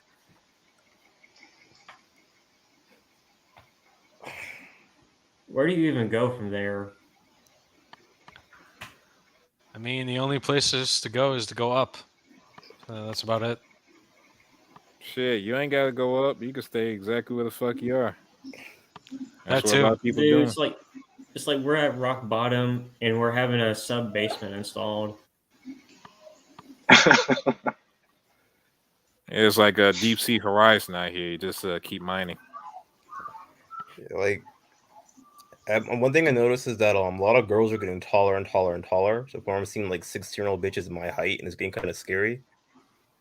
Yeah, I'm noticing that too. It's like what's actually causing that? Is it like environmental factors or is it like genetics? I don't know. Yeah, you still see Zoomers, like guys my age who are 5'9", 5'10", 5'11". You do see that. That's like the average height in America, but the girls are getting taller. The girls are getting taller at a faster rate compared to the boys. Yeah, Well, I've noticed that too. isn't like oh sorry. No, go on. Isn't it like I don't know, being reported now that like girls are entering pubescence earlier than boys are? Yeah, it's Hasn't that been a always thing. been the case? Yeah, it's always been girls Oh mature man, like faster faster than and boys. faster. Like faster than what it has been. Yeah, I heard it was like, it used to be like 16, 17, but now it's around like 13, 14. I could be wrong. Yeah, it's just depressing seeing all these girls walking around with their especially in the summertime, with their short shorts on and their tube tops and their jeans jackets and their flip flops, and they're walking with their chat boyfriends. I'm like, can you just shoot me in the fucking head? I feel the same way, man. No, man, like this is real talk for like, I mean, Ronan does have some like experience that I'll never have, and God bless him for it. But like what he is saying is like how I feel too at my job, or just out in general. Especially like I've been talking about like there really should be a dress code implemented, because a lot of the women there dress in like cutoffs and short shorts. It's, I don't know, man. It really is suicide fuel. Yeah. My sister, I always tell my sister not to walk out the house like that. I tell her I don't want you to cause some guy to off himself. And she looks at me like I'm crazy whenever I say that. I'm like, I'm being serious. You're going to cause someone. Bro, You're going to cause some lonely dude to kill himself. Don't do that. Don't dress like that. At this point, I think Afghanistan is just America like 20 years in the future. Like, really. I mean, it's been over since the dawn of time, honestly. Yeah. So Like, it's like this is nothing new. It's just before it was easier to brush this to the side. Now I it's mean, just exposed. Since the first single-celled protein split itself, it was over. Yeah, if you're not part of the elite, yeah. There was mitosis, and it was over. yeah, I just hope this VR thing becomes more realistic, dude. I just want to cope with It will. cope with, like some online friends. It will. Don't worry. Yeah. In 10 years, people will rather be plugged in. So you'll be a Chad. You'll be a No, Chad. no, You'll get your orgies, and it will feel exactly real. And there'll be no point of No. existence. Seriously. Ultimate black pill right there. Ultimate. I just want a World War II Milsim game or a Vietnam War Milsim game. Just where be I can careful. fucking noodle whores. The women might be men there, so. Yeah, where I could just bang noodle whores, shoot big ass guns, listen to Fortunate I mean, Son. if it's VR, man, doesn't matter at that point. Yeah. I'm telling you, the next century is going to be like, what does it mean to be human? To live in this is this world an illusion, or is that world an illusion? And the answer is both. So And it's scary to think about this whole like holographic universe nonsense. If this was like a proving ground to see if that idea can be more palatable. Yes, because like the universe could be an illusion, so why don't we just create our own illusion? they have the book Holographic Universe. So I've read it. It's nonsense. No, it's kind of this Like world there's is a holographic part in it world. where the guy says, you know, he stopped and stared at like a stop sign for like a few minutes, not wondering what was wrong with it. Then it's like, guy, you were just misreading. Like it was your brain fucking up. Like, yeah, people can misread things because the brain isn't a perfect computer. I don't know, man. I read that because I was actually like really into that, and It I kind of read mind it- fucks you. Yeah. that book. Reading the book is actually what took me out of it. It's like, man, this is some nonsense. Yeah. Yeah, I'm reading a lot of lately. The I've illusion been is reading. strong. Go on. The illusion is strong, but just watch when VR comes, when it's perfected. Then black pill will basically be normal. So it is what it is. You just have And then to. the black pill will follow us into the VR world. Well, the thing is, you're gonna have payment plans, and you're gonna, you're just gonna pay just to get it. You know, they're gonna make it like a little bit difficult, but you're gonna get you're gonna get it. You know, you're just gonna pay for it. That shit might be free. Yeah, just so they can keep your ass in order. Exactly. That's what they want. How do you use the depopulation agenda? Put them in pods, have them hooked up. You know, have a life of pleasure. You know, have them die at 40. You know, it's just I mean, that doesn't sound like a bad deal overall. Yeah, they're going to offer you a deal. Absolutely. And the people that don't want to be plugged in, they're gonna be viewed as the Amish. So Yeah. Cool with me. Like my only high of the day was when a girl complimented me on my limited edition Chicago White Sox hat. at least you got a oh, that's good. You got a compliment. Yeah, she's like, your hat looks really pretty. I'm like, thank you. I'm like, yes. That's Dude, actually not bad. Dude, you could have just kept going, man. Fuck. Dude, Jesus, that made my day.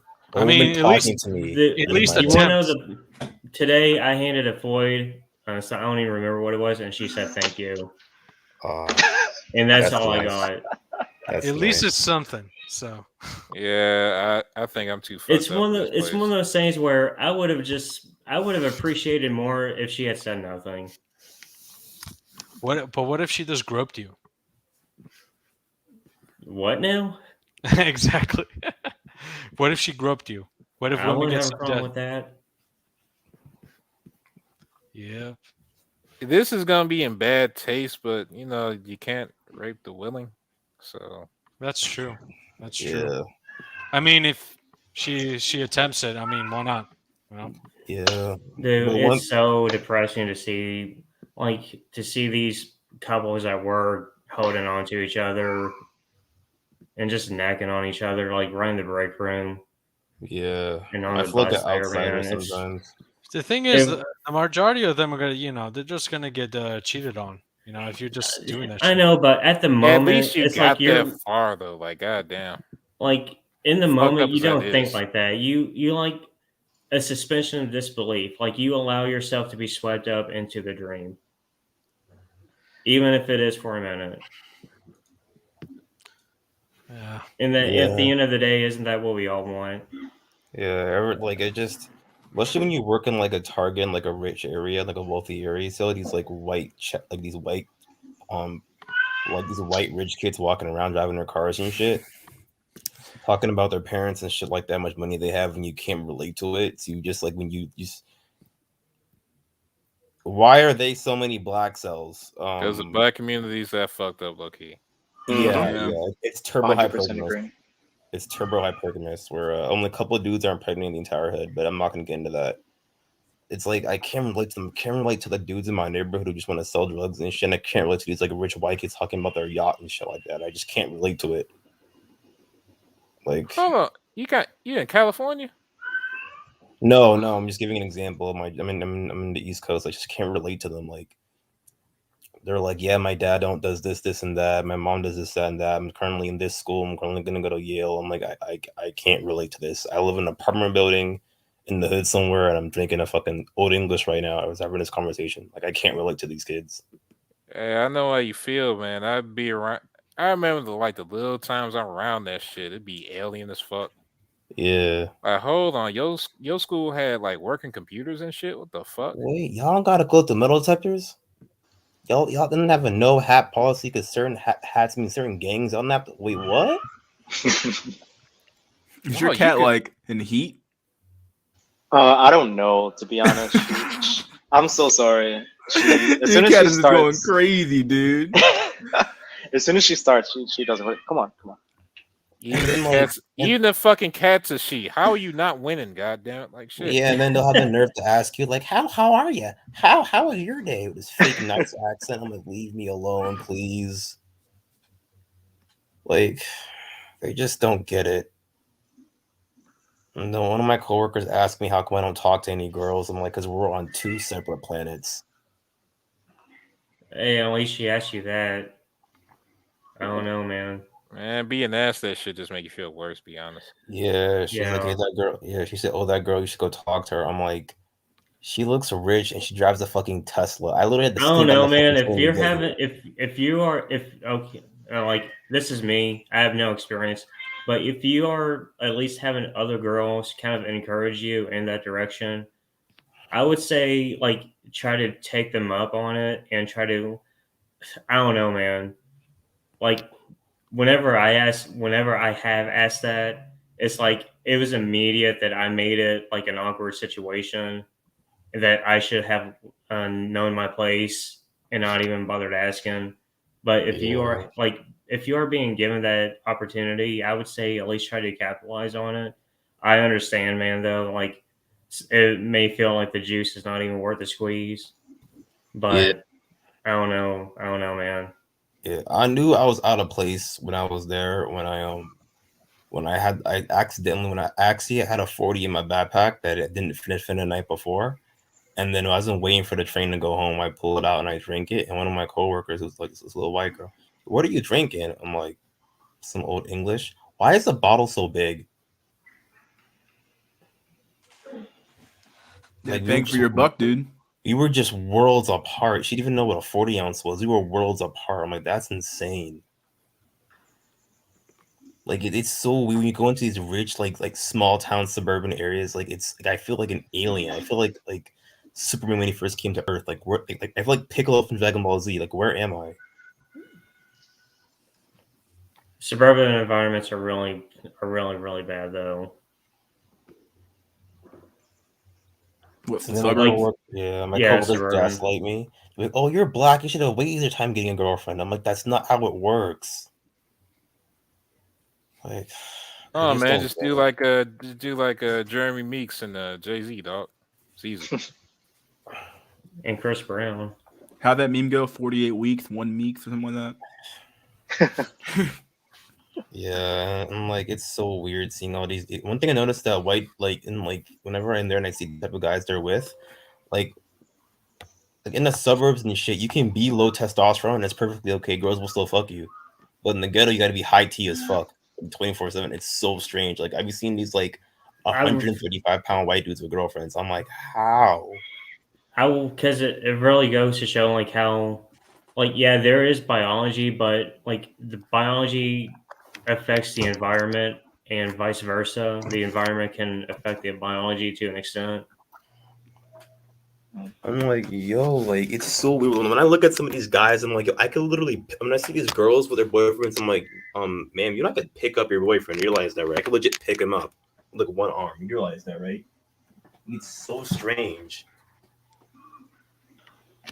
Wasn't that also in part connected to the birth control pill that actually flips the kind of men women are sexually looking for? Yeah, because it disrupts the pheromones being emitted. And I would like to see like a study on that. That would be interesting. Yeah. Jada Creep talked about it. Yeah, it's so weird though. And that's the one thing I know about suburbs. The testosterone is a lot lower among the men out there, among the boys, compared to the inner city. Like, I mean, it's a jungle. so the inner weird, city like- is a jungle, man. That's why they call it the concrete jungle. Yeah. I remember I came in, I was super happy. I was like, "What's up, bro?" And then my coworkers like that came out very aggressive. I'm like, "Wait, what?" Wait, hold on. Was that the men or the women saying that? A dude told me that. There's no saving him. He was, yeah. When the revolution comes, you just gotta leave him behind, dog. It's alright. It's like an agent in the Matrix. Yeah, you he just was super soy. Like he was like he's the one I tried to work out with one time, but he didn't want to do anything. Just want to play on his phone and half lift the bar. Like I try to make friends, I try to socialize. It's just hard for me to like make long-term connections with people because people always flake on me. I was the background character. Maybe it's just that they don't feel like there's an incentive to being friends. Would Like you even want friends that are that fucking soy though? If we taking that dude Renegade as an example as like normal. I just want him around me so I can feel good about myself, honestly. And I think it'll probably be easier to talk to girls if you have a friend, you know? Now the soy. But other girls don't like him because he's spurgy as fuck. Like he's ultra spurgy. Like he's just. But then you look spurgy. a lot less spurgy compared to him. I tried that tactic, hanging around with people I thought were below me, thinking that it would boost myself up. Turns out I was They still just on the drag you same down. level. Yeah. Yeah. Because once you're below a certain Yeah, threshold, he was. Yeah. Like I remember one time this dude was telling one of our customers and shit about fucking tactics and like war, like some World War II shit. they were like, she was like, okay, oh, okay, that's nice, okay, and then she was like, get the fuck out of here, like he was so autistic. See, the Germans didn't use the STG-44 till later in the war. Had they used the STG-44 earlier in 1940, 1941, they probably could have won the war on the Western Front against the Americans. It's just really spurgy, just. Yeah, I could see that being an issue. How you gonna? Man, that's the worst combination with you soy and autistic, man. You can't like at least pick one. God damn. Yeah, it's so strange, bro. Like the autism among young boys is getting higher and higher and higher. That's the one thing I'm noticing. A lot of men are becoming more autistic, a lot more socially inept. Most Zoomer boys don't even know how to interact with girls to even get curved in the first place. They just be on fucking TikTok and Fortnite all fucking day. I mean, we talk about this all the time, but it's true, dude. I mean, Gen Z is like generation autism, dude. I swear to God. You guys have like some fucked up fucking social interaction skills, dude. That's all I can say. Like, Yeah, some of we're you very folks are just like, NPC-ish. dude. We're very like that's crazy, bro. Can you Oh, even for call that real? That's NPC-ish behavior? It sounds to me like it's just fucking like, just like absolute fucking spurg to your behavior, dog. It's like you can't even fucking like function. Like at least Yeah. NPCs, like they have like a modicum of like, you know, social interaction skills. Like they just kind of like, you know, fucking lay around and like do nothing. Then again, I guess NPC kind of varies from generation to generation, I suppose. So No, at least at the heart, NPCs have a fucking script. yeah, I don't even know what the fuck the script is for Gen Z. This is fucking Just like text to speech off of Moonbase Alpha and shit. Like, what the fuck are you supposed to do with that? Yeah, and and it's just so strange whenever I see like the genders interact with each other. Like most Gen Z girls don't want women to do can't Gen Z talk boys. either. They give y'all nothing to work with. Yeah, Gen Z women suck ass, dude. They can't fucking talk for shit either. The whole fucking They're the- generation's just like just screwed. They're so dude. hot though. They're so. You only think that because they're young right now, dude. Wait till they hit fucking 25, 26, dude. You can be like, what the fuck happened, dude? No. not There's cope. even That's that. cope. That's cope. You don't hit the wall officially for girls when they're at least 33. Because there's one escort I'm talking to. She's 30. No, I'm talking about their fucking behavior, dude. They're only gonna get worse from there. Yeah. Yeah, I think Zoomers, they're pretty lucky. I mean, the Zoomer women is because the development of makeup and all these techniques has like advanced so much. Oh my god, yeah. Like they have so much fucking advantages when it comes to like using the contouring and the fucking makeup shit and all that crap, dude. And the such and an fucking golden age using right like fucking like a blowtorch in your fucking face to fucking make your face look better and crap, dude. I don't fucking know.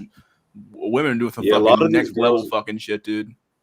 Mr. Scroll, I know this one girl, right? On Instagram, she's light skinned like Halle Berry. Seeing her like that bitch blacker than Wesley Snipes.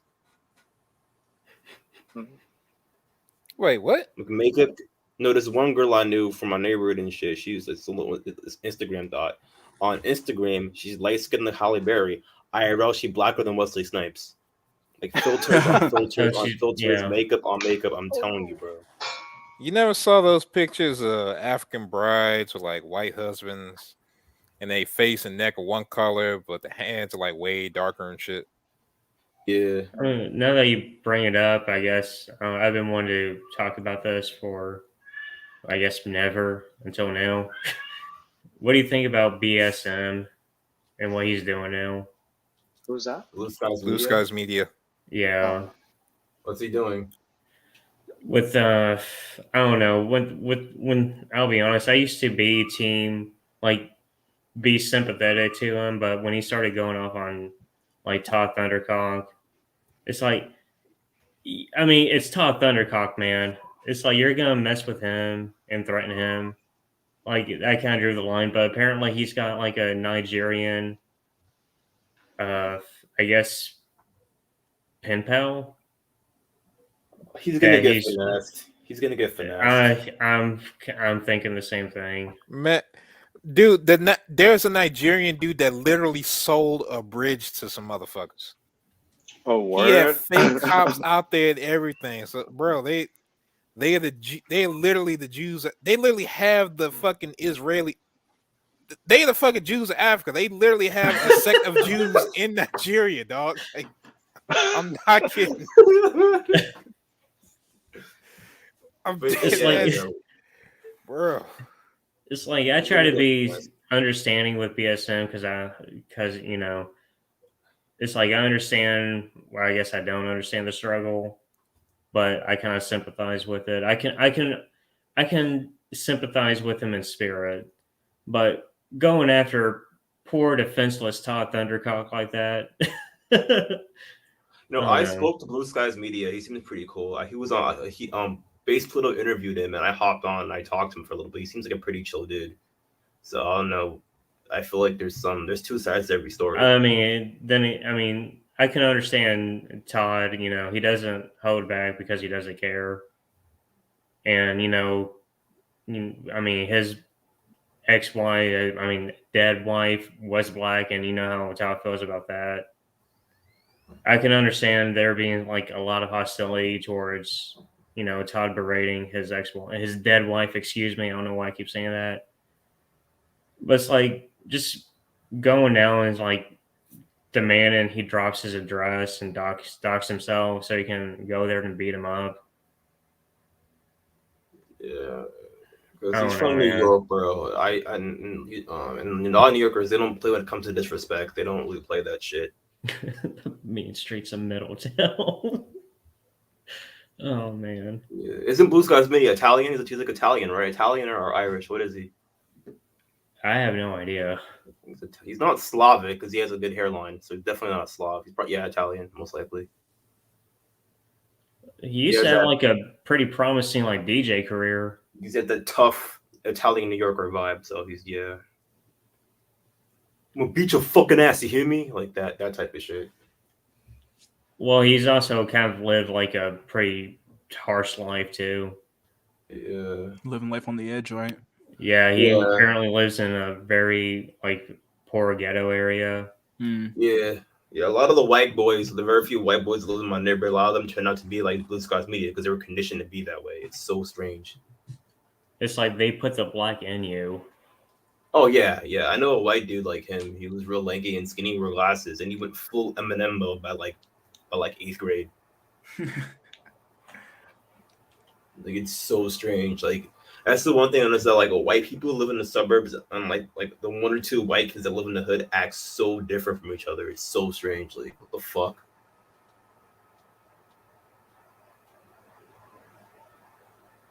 Nigerian scammer sold fake airport for 242 million to a bank. What the fuck? God dang, dude. That's a true American hero right there. God damn.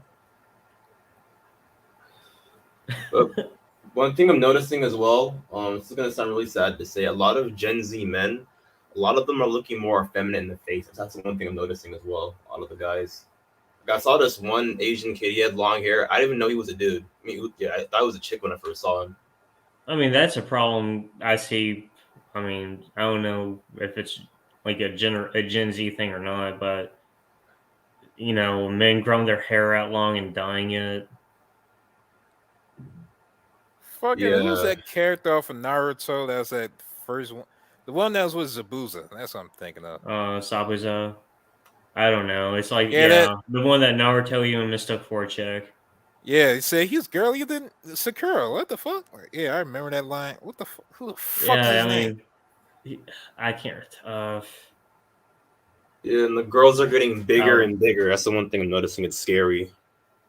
It's like, I mean, sexual dimorphism is like, it's just like being more apparent in humans now. Only instead we're becoming more like spiders. Yeah. It's really strange, but it's like a lot of the girls I don't get treated like an incel. I don't get you're creepy. I just get ignored or one or two like top lines of conversation. You see, I would rather be treated like that than be treated like the great guy, quote unquote, because at that point you're just being used. Yeah, I'm either invisible or it's like one or two lines that can follow three. Like one or two lines of fucking dialogue. Also, I'm sorry to stop the discussion, but Ice Cactus, I get what you're saying, but pause anyway for that shit. I had to stop the whole fucking. What you Bruh. saying? I'd be a pretty bitch if I was a woman. Like, come on, bro. We it's 2022. We gotta do better than that. They're not big running. They're curvy. Remember that? No, they're getting bigger as in height and frame. That's the one thing I'm noticing. Like, Oh, they're getting curvier too. no, they're getting bigger in terms of frame. Like, it's weird. They It's need like to one, come together. Not happening. yeah. One thing I noticed, right? Society is getting. It's not cool to be masculine anymore. Being a masculine guy is not aesthetically pleasing to the eye. You can tell, like, when you watch TV, listen to music, the men are getting more effeminate and more effeminate, more so. Like, when I watch wrestling, right? I love wrestling. I was watching AEW. The two top guys in the company are like 5'8", 5'7". So we went from Teeny dudes like, fucking dudes, dude. Yeah, you're right. yeah, you went from like dudes like Triple H, John Cena, Brock Lesnar, Dude, The Rock. that look is so gone now, dude. Nobody fucking wants the fucking. No woman wants the fucking big old fucking meathead fucking guy anymore. Yeah, exactly. Like MJF from AEW, he's like this like douchebag Chad. He's like a douchebag Chad character archetype who like talks shit. Yeah, we got all the girls, bro. Yeah, I'm Chad, bro. He's like what 5'10", and Darby's like 5'8". Christian's 5'10". Like all the wrestlers have gotten smaller and smaller over the years. It's so strange. Also, I hope that they can do more aerial tricks too when you're smaller. It's a lot harder to do crazy ass fucking flips and shit when you're fucking like 6 foot fucking 2, can't fucking fucking with the ropes and shit. So You wasn't fucking supposed to. You just supposed to body that shit. Had little Rey Mysterio try to 619 your ass and fail, and that was the whole fucking show. Like, you well, I was mean, supposed hell, to do nowadays, dude, people want to see flips and shit. People want to see people do fucking crazy ass fucking shit off the top rope and crap, dude. No one, Yeah, no fuck all one, that. no one, no one wants to watch DBZ someone get nuts. power bombed. Oh, man. Getting power bomb means nothing now anymore, dude. Getting Alright. a super kick means nothing now, dude. Super kicks mean nothing. I Super remember kick them every big fucking ass match. wrestlers back in the day. They was equivalent to an NBA center. God damn it! Sweet Like, you chin ain't had to music do means shit but nothing. Be there. Dude, just Yeah, wait till they actually start like doing like kamehamehas. Teleportations and shit. Oh my god! Fucking transforming and shit. Like the wrestlers have gotten smaller and smaller. I'm like, yo, what the fuck? And 6'5", the girls- 250 doing quadruple backflips. Hell nah. They're not wrestlers no more. They're glorified acrobats. Not like I wouldn't call them wrestlers no more. Like, Yeah, stop bodybuilding and get slim athletic. Yeah, I'm just trying to get toned. I'm not trying to get fucking big, like massive, like I my fucking mean, brother to be is, dude. fair, Ronan, I mean, wrestling, has always been like a soap opera anyway. It's man drama, dude. That's all it is. So it is coming Yo, man, to you a national talk my girl dog, huh? Y'all Go never have a seen fight. South Park about this? yeah, doesn't make how my skinny ass mog some of the dudes I'm watching on TV. Suspension of disbelief is completely gone. Like, it's like, what the fuck? Like, making his way to the ring at a height of 5'6", weighing in at 120 pounds from Washington D.C. It's like, wait, what? I've never cared for wrestling, so I used to love wrestling, dude. I haven't watched in probably 3 years now, but it's been a while. But I used to watch all the time. I remember fucking legit. You remember when this is so black? Remember when Kane kidnapped Lita and then forced her to have his baby, his demon baby, and then this is so black. So Lita caught Stockholm syndrome and cared for Kane. Yo, dude, they had some crazy ass dumb fuck storyline back in the day, dog. Wait, was that before or after he took off the mask? Because if it's after, he took off the mask, it was so I automatically don't care. They had some dumb fuck storyline back in the. I'll never forget, dude, when I think it was right before Chris Benoit did his crazy ass fucking double homicide fucking suicide shit. And Before they had the Chris storyline Benoit, where Chris fucking Benoit. Vince McMahon fucking literally fucking like he Nice. blew his fucking limousine up, and they had to change that entire storyline because they just had somebody do a fucking murder suicide. So like the next week you see Vince McMahon walk out, and I was like, what the fuck? Storyline was just gone, dude. They couldn't do it anymore. Yeah, I remember back in 05 and shit. Fucking Undertaker would wrestle Muhammad Hassan, and his whole gimmick was being this pro-Iraqi sympathizer, like Islamic terrorist type dude. Yeah, and it's on SmackDown the same week as the fucking London bombings. An actual terrorist showed to the ring with chairs and like crowbars and shit to beat up the fucking Undertaker on SmackDown. I mean, what the Like, fuck, what dude? the fuck? Allah Akbar! And just like Oh my god. There weren't like these ski mask and these armor surplus like pants and shit, and these like black sweat pants and these like fake bulletproof vests. It was so cringe. Is it really hydraulics? Can't tell if it's hydraulics or not. Because normally his thing's verified. Yo, remember when Vince McMahon was cheating on his wife Linda with Sable and then Trish? Like, it was so cringe, dude. It was like, why? I remember back when I was young and somebody tried to tell me wrestling was fake, and I did not believe that motherfucker. Oh my god, dude! I was like, how is it fake if they bleed? That don't make sense. Yeah, they use the fucking blade. They can't even bleed anymore nowadays, dude. They don't bleed can't, and there's anymore no at all. stupidity, there's no swearing, and there's no blood, and you can't like. It's like TV PG now, I believe. It's Yeah, PG-14 now. It's PG fucking No, nothing, dude. exactly. The whole point of the Attitude Era was that you thought it was TV MA when the shit was just TV 14, and it made you feel proud to be there.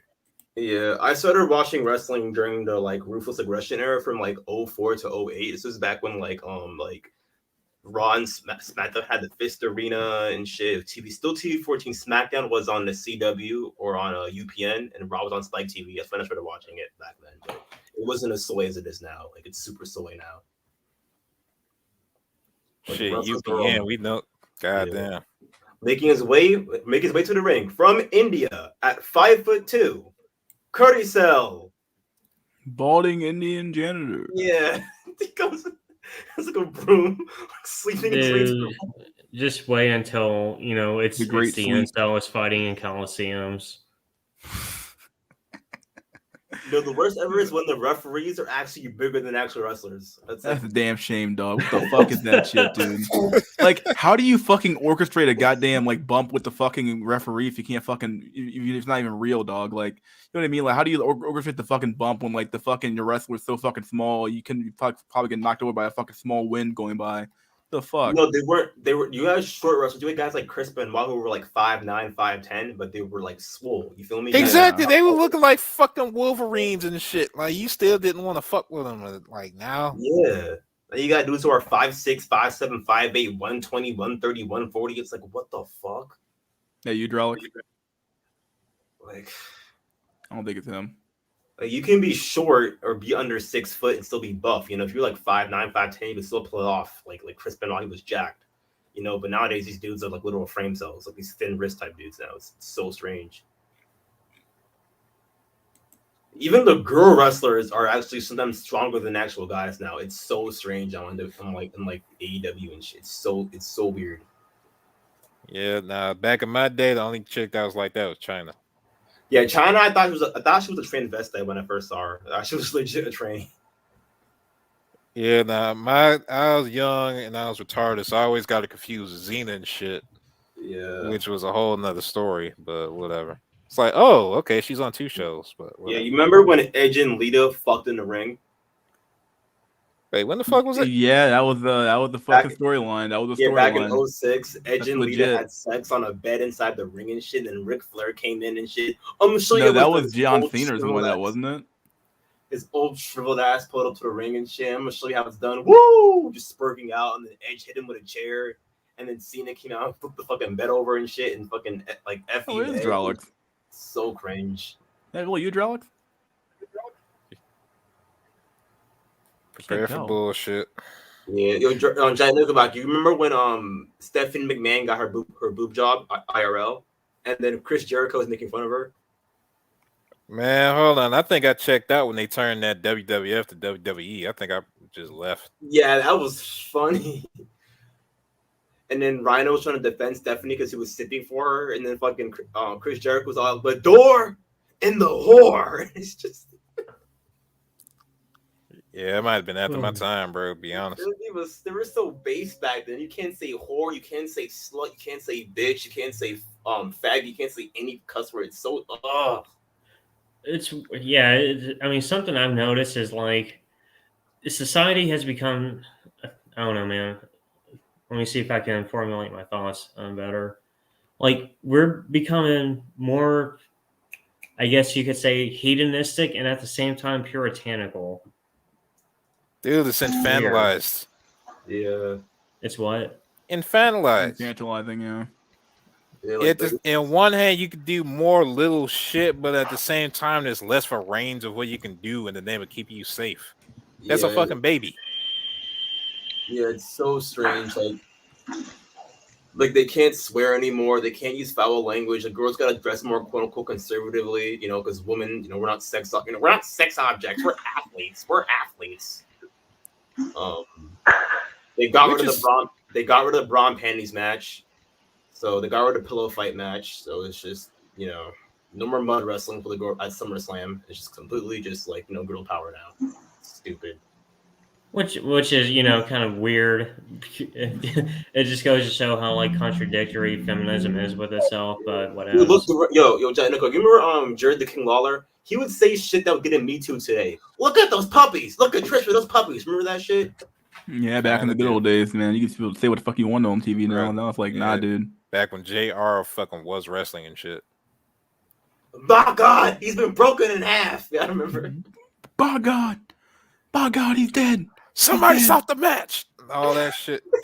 Somebody stop the goddamn match. The man's got a family. The man's got a family on some fake ass shit, dude. Yeah, or my favorite one was when Triple H was the ultimate bad guy and shit, and he'd always cuss out Triple H like, damn you, you heartless son of a bitch. We're not sex objects. We're just going to over sexualize ourselves. Yeah, dude, it's just crazy. And the thing, if a guy like Jared the King Lawler today said what he said back in the day, he'll get canceled in Me Too so fast. He'd be done, dude. Like JR was the fucking master Roshi of fucking WWE. He was that, and at the same time, he was like that black kid who always laugh real hard when somebody get roasted and just make the shit even funnier. Jared the King Lawler, yeah. Just being extra dramatic in the background, making you feel shit you shouldn't have felt in the first place. Yeah, even on SmackDown, you had Taz and Michael Cole and shit, and Taz was a cool like down to earth Chad type dude, while fucking Michael Cole was the insult everybody made fun of. Like every time he would interview a wrestler, they'd always just make fun of him. It's so. Fucking Christ, you got me digging up old ass memories and shit. Yeah, dude. I remember there was one episode of Raw when Trish went into the locker room with nothing on but a fucking towel, and she took off her towel in front of Shelton Benjamin, but it implied that she was getting naked and shit like that. Then it cut to the intro. It was so different back in the day, bro. Yeah, because weren't they competing with what was it, ECW some shit, trying to one up each other? TNA wrestling. ECW died off back in 01 when WWE brought them out. TNA was like a fuck with that even really competition? They was doing fucking shows in niggas' backyards and shit that nobody went to. When did WCW back then? Am I tripping? No, they had the invasion angle back in 2001 where where the whole storyline was ECW guys and WCW guys were buying tickets and they would disrupt the WWE shows. And then what happened was that caused a lot of conflict between the two shows and shit. And there was the Monday Night Wars, and then there was the invasion angle, and then the WWE brought them out, and then all the WCW guys, ECWs went onto the roster. And then the roster got twice as big back in 2002. That's why they had to make Raw and SmackDown two separate shows, because it had double the amount of men. Yeah. It was so much better back in the day and shit. It was just so much cooler and shit. And I remember when I was little, I remember watching wrestling and seeing kids my age in the crowd shouting, "Fuck you, Cena! Fuck you!" Saying the F word and shit. It's so different now. I think at this point now, I think they even moderate the crowd now too. They do. You can't have signs that WWE doesn't approve. So if you have a sign that says TNA is better, or I want to fuck Trish, they'll take that away from you. You can't even have basic shit like "you suck" from the Kurt Nope, Angle that's era. offensive. Homosexuals. Damn. Yeah, you got can't rid of do that shit, dude. It killed it. Yeah. And now you can't even give stuff to the actual wrestlers. Before, if you were sitting in the front, you can give them a chair or a baseball bat. No, not anymore.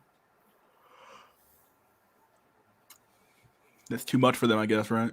Yeah, and it's just so soy and cringe now, dude. And then they try to bring politically correct bullshit into the storylines. If they had Jack Swagger and this other dude's like a libertarian, be this like a right wing like tag team group, this like anti-immigration. It was just super cringe. Like, I just can't. It's so like. It's just everything's so PC now. Everything is all PC, you know, like be nice to people. It's just We got a whole bunch of safety we never fucking asked for. exactly. It's so dumb.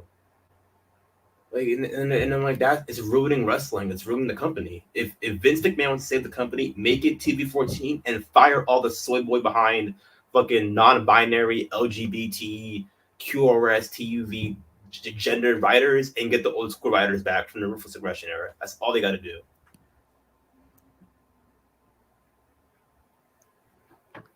Like it's so dumb. And then they had the Divas Revolution where all the girls started competing in like they have steel cage matches for girls now.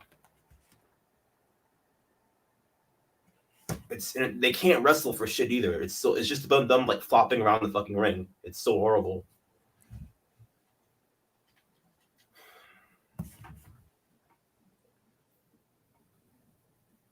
So one question has to be asked: what prompted that move in the first place towards safety?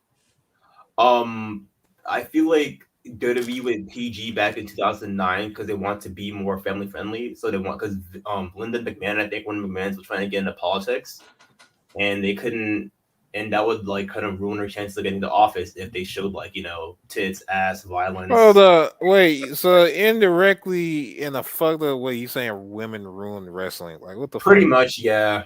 That's fucked up. It's objectifying women. Like, I just.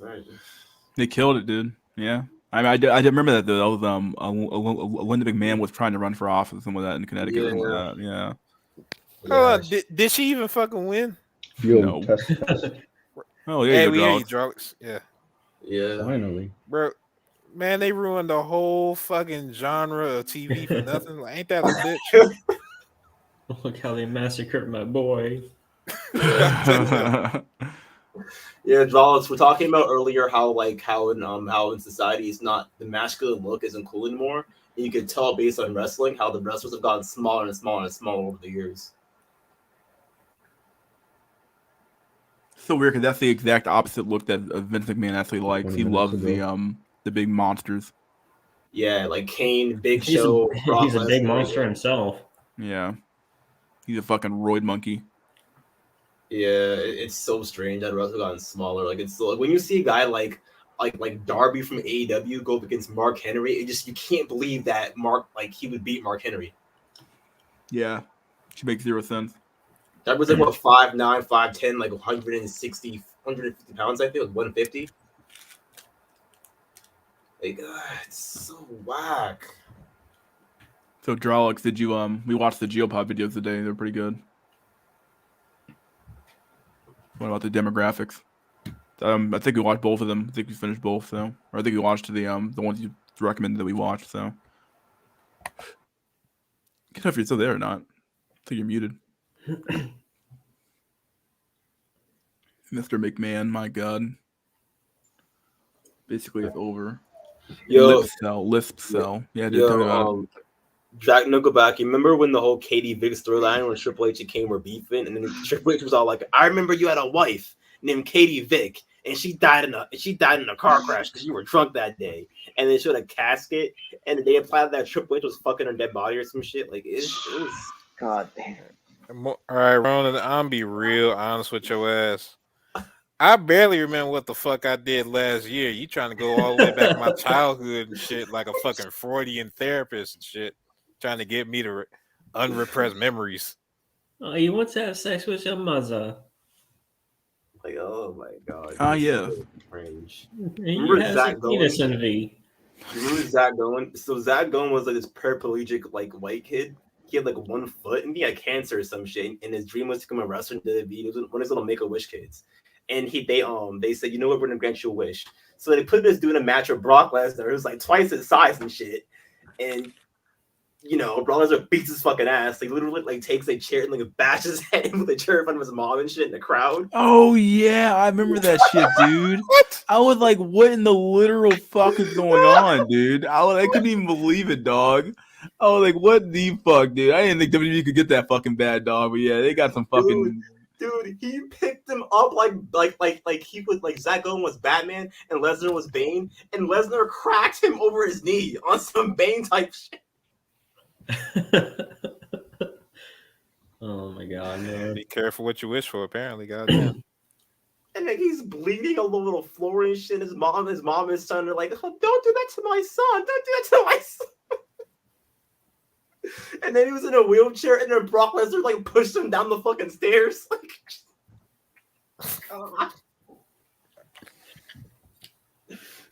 that was horrible. Well, goddamn, if he's gonna play a heel, he's gonna play a heel. Like, Yeah, shit. god dang, but fuck, dude, make a wish game. Open for audio issues, though. God dang, Drolix. Yeah, everybody been there. Yeah. Like it was so like I was like, why? This is no.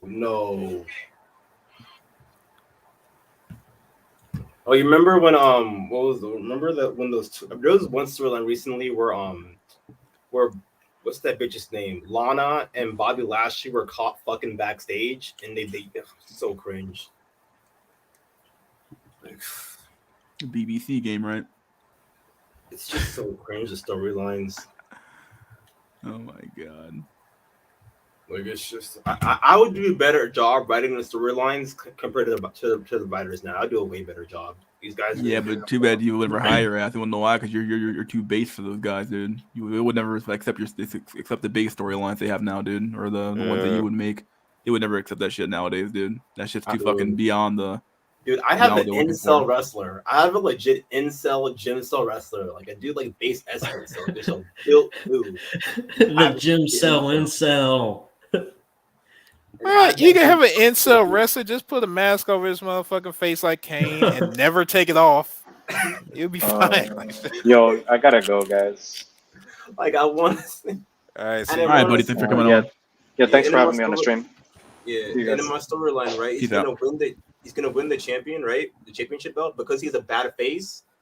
The crowd still treats him like dog shit. So you black pills in wrestling and shit. Oh my god, I would still. You're not going far enough, goddamn. You got to go old school and all caricature and shit. You got to have like a Quasimodo misshapen motherfucker, and just have like the crowd throwing like old tomatoes and shit at them. I don't know. Yeah. Something fucking stupid. Yeah. I have him come out and have him like called the Frankenstein or some shit. I don't know. Like, whatever. You know, he'll be an inspiration to all the other incels. How MJF actually said the word incel on episode of AEW one time because he was beefing with Darby, and he was like, "You'll never become anything. All you are is an incel that nobody will ever love and nobody will ever like." That was the first. Of course, yeah. Of course, it's a derogatory term. Of course. Yeah. It's derogatory here. What you talking about? Like they literally said incel on television on wrestling. I'm like, oh my god. I mean, they had an episode of like Homes and what? No, it's like what's it called? Elementary. What? Sherlock Holmes and Watson. Yeah, only Watson is Lucy Liu for some reason. Okay, They had an episode about incels. In AEW, the one that had fucking Sans Undertale and shit. The who? No, AEW right. was one that had Dusty Rhodes and fucking up. Yeah.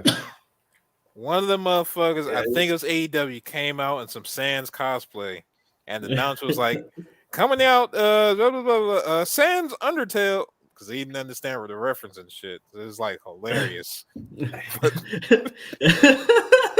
Yeah, You Sans remember that- Undertale. You remember that one time? I think it was a Survivor Series where Rey Mysterio came to the ring dressed up like fuck. He had like a Naruto inspired like outfit. Like it was so weird. Like, yeah, Bro, like, My ass is way back. I remember the Hardy Boys and Eddie Guerrero. I don't remember no shit recent.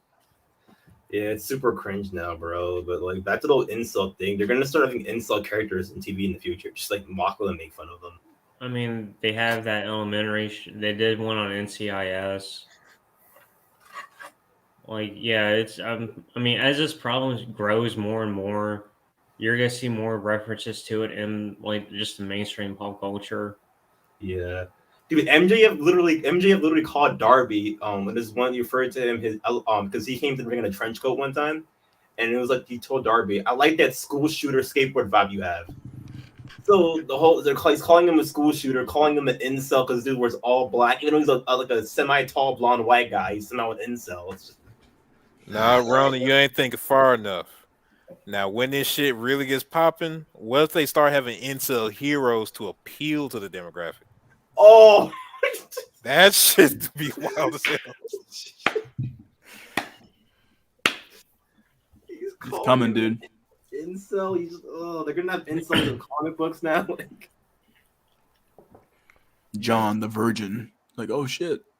I mean, Joker was the ultimate quintessential incel movie. Yeah, but that's not canon to the mainline DC universe. That's not canon because he was a It's canon to real life, man. Oh yeah, Bring it is, in but- the clown. But they should have included the acid bath in the chemical bath in that movie. It's supposed to be. I'm realistic. fine with it being as it is. The acid bath in that movie was Society. No, they could Yeah, have they could have him try to attempt suicide and jump into the acid bath, but instead it makes him more insane than what he actually was. That's It what would. I would've done. The whole thing was supposed to be grounded. They couldn't include that. Like the whole suicide thing. He remember that when he was going on to the show and he was practicing ahead of time in front of the TV. He was planning to commit suicide on air, but he got so mad at that dude because he was making fun of him. What's his name? Murray. Yeah, he got so he was planning to shoot himself on air so he'd at least matter for a minute. But Murray made him so mad ahead of time, making jokes about him. Even after he invited him on the show, he decided to fucking shoot Murray on air. And of course, she makes a reference of this. Does he have sex issues or sexual problems? So yeah, it was pretty heavy fisted with the reference. Yeah. My favorite scene from that movie. Yeah, we hear you. Hold on. Drawix is trying to. Sounds really quiet, but I think I hear him. Yo, can you hear me at all? Yeah, you sound good. I think. Finally. It's okay. very quiet. I don't know why you and Ronan cannot have working phones at the same fucking time. It's like one of y'all at any given moment has to be fucked up. I don't know why. It's so weird, but that was pretty heavy fisted. My favorite scene in the Joker movie was when remember that scene when where Joker has his midget friend and this other taller dude in the room with him?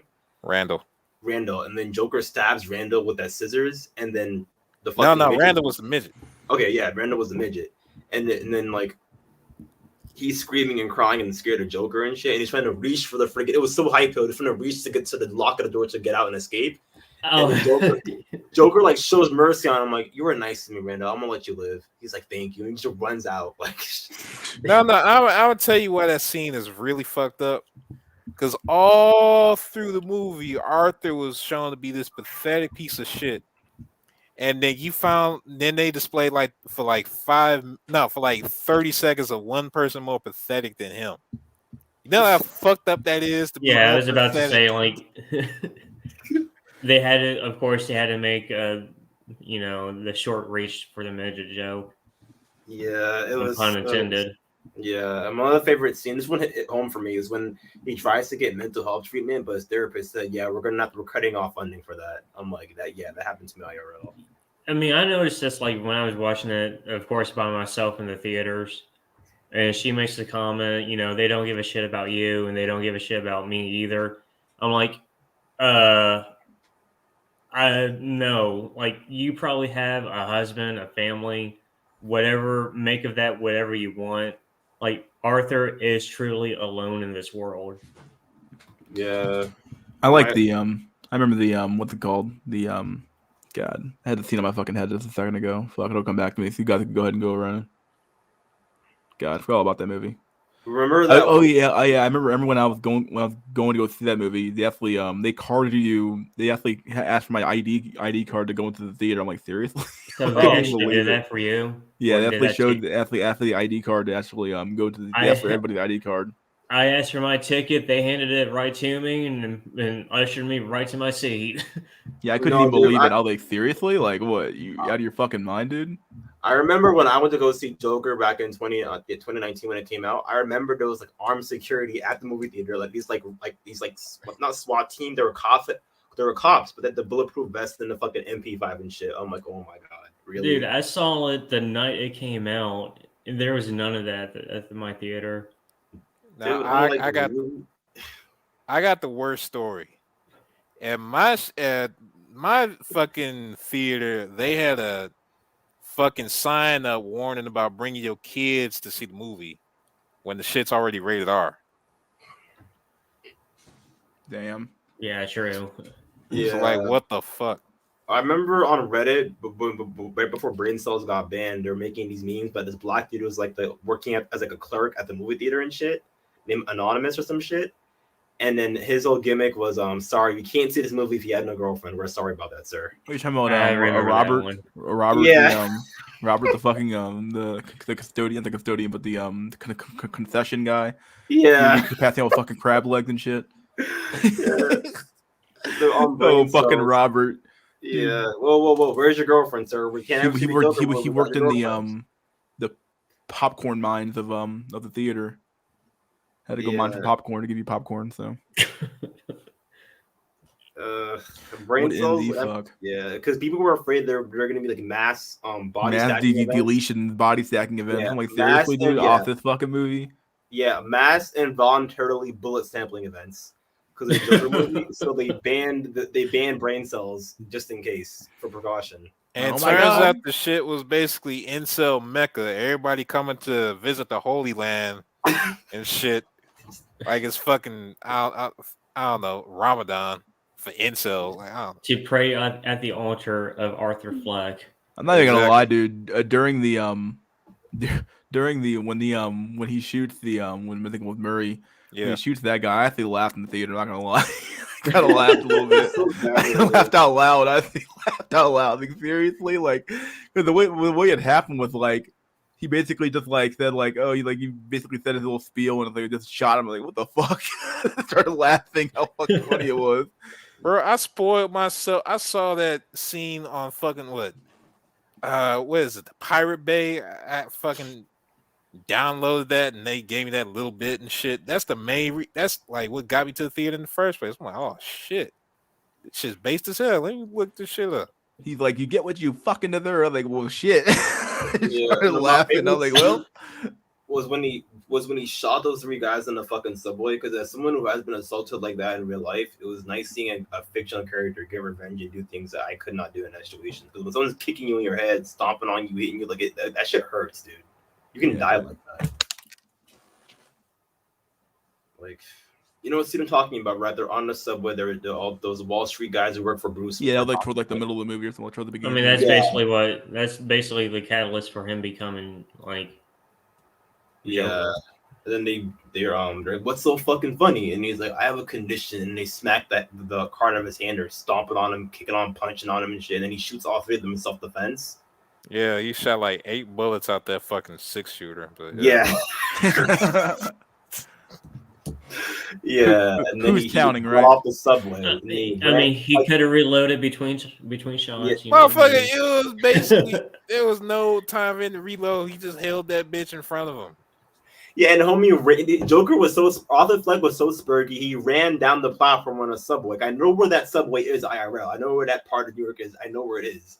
And he ran down the fucking platform, ADSing, like aiming down the sights, like with his arm out and shit, like it's Doom, fucking 95 and shit, and shoots the fucking last guy, and then runs home. So, have you done the Joker dance down the staircase? Nah. I did. see fucking joking. Chads doing it with their girlfriends and shit. I see girls Yeah. doing it and Chads doing it. It's so cringe. I'm like, fuck. Oh man.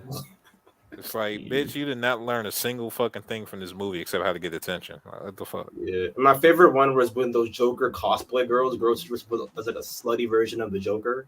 Like it's so cringe. Like, It's like they didn't understand the whole point of this movie was about empathy. they didn't care. Like They don't. Yeah, they don't care.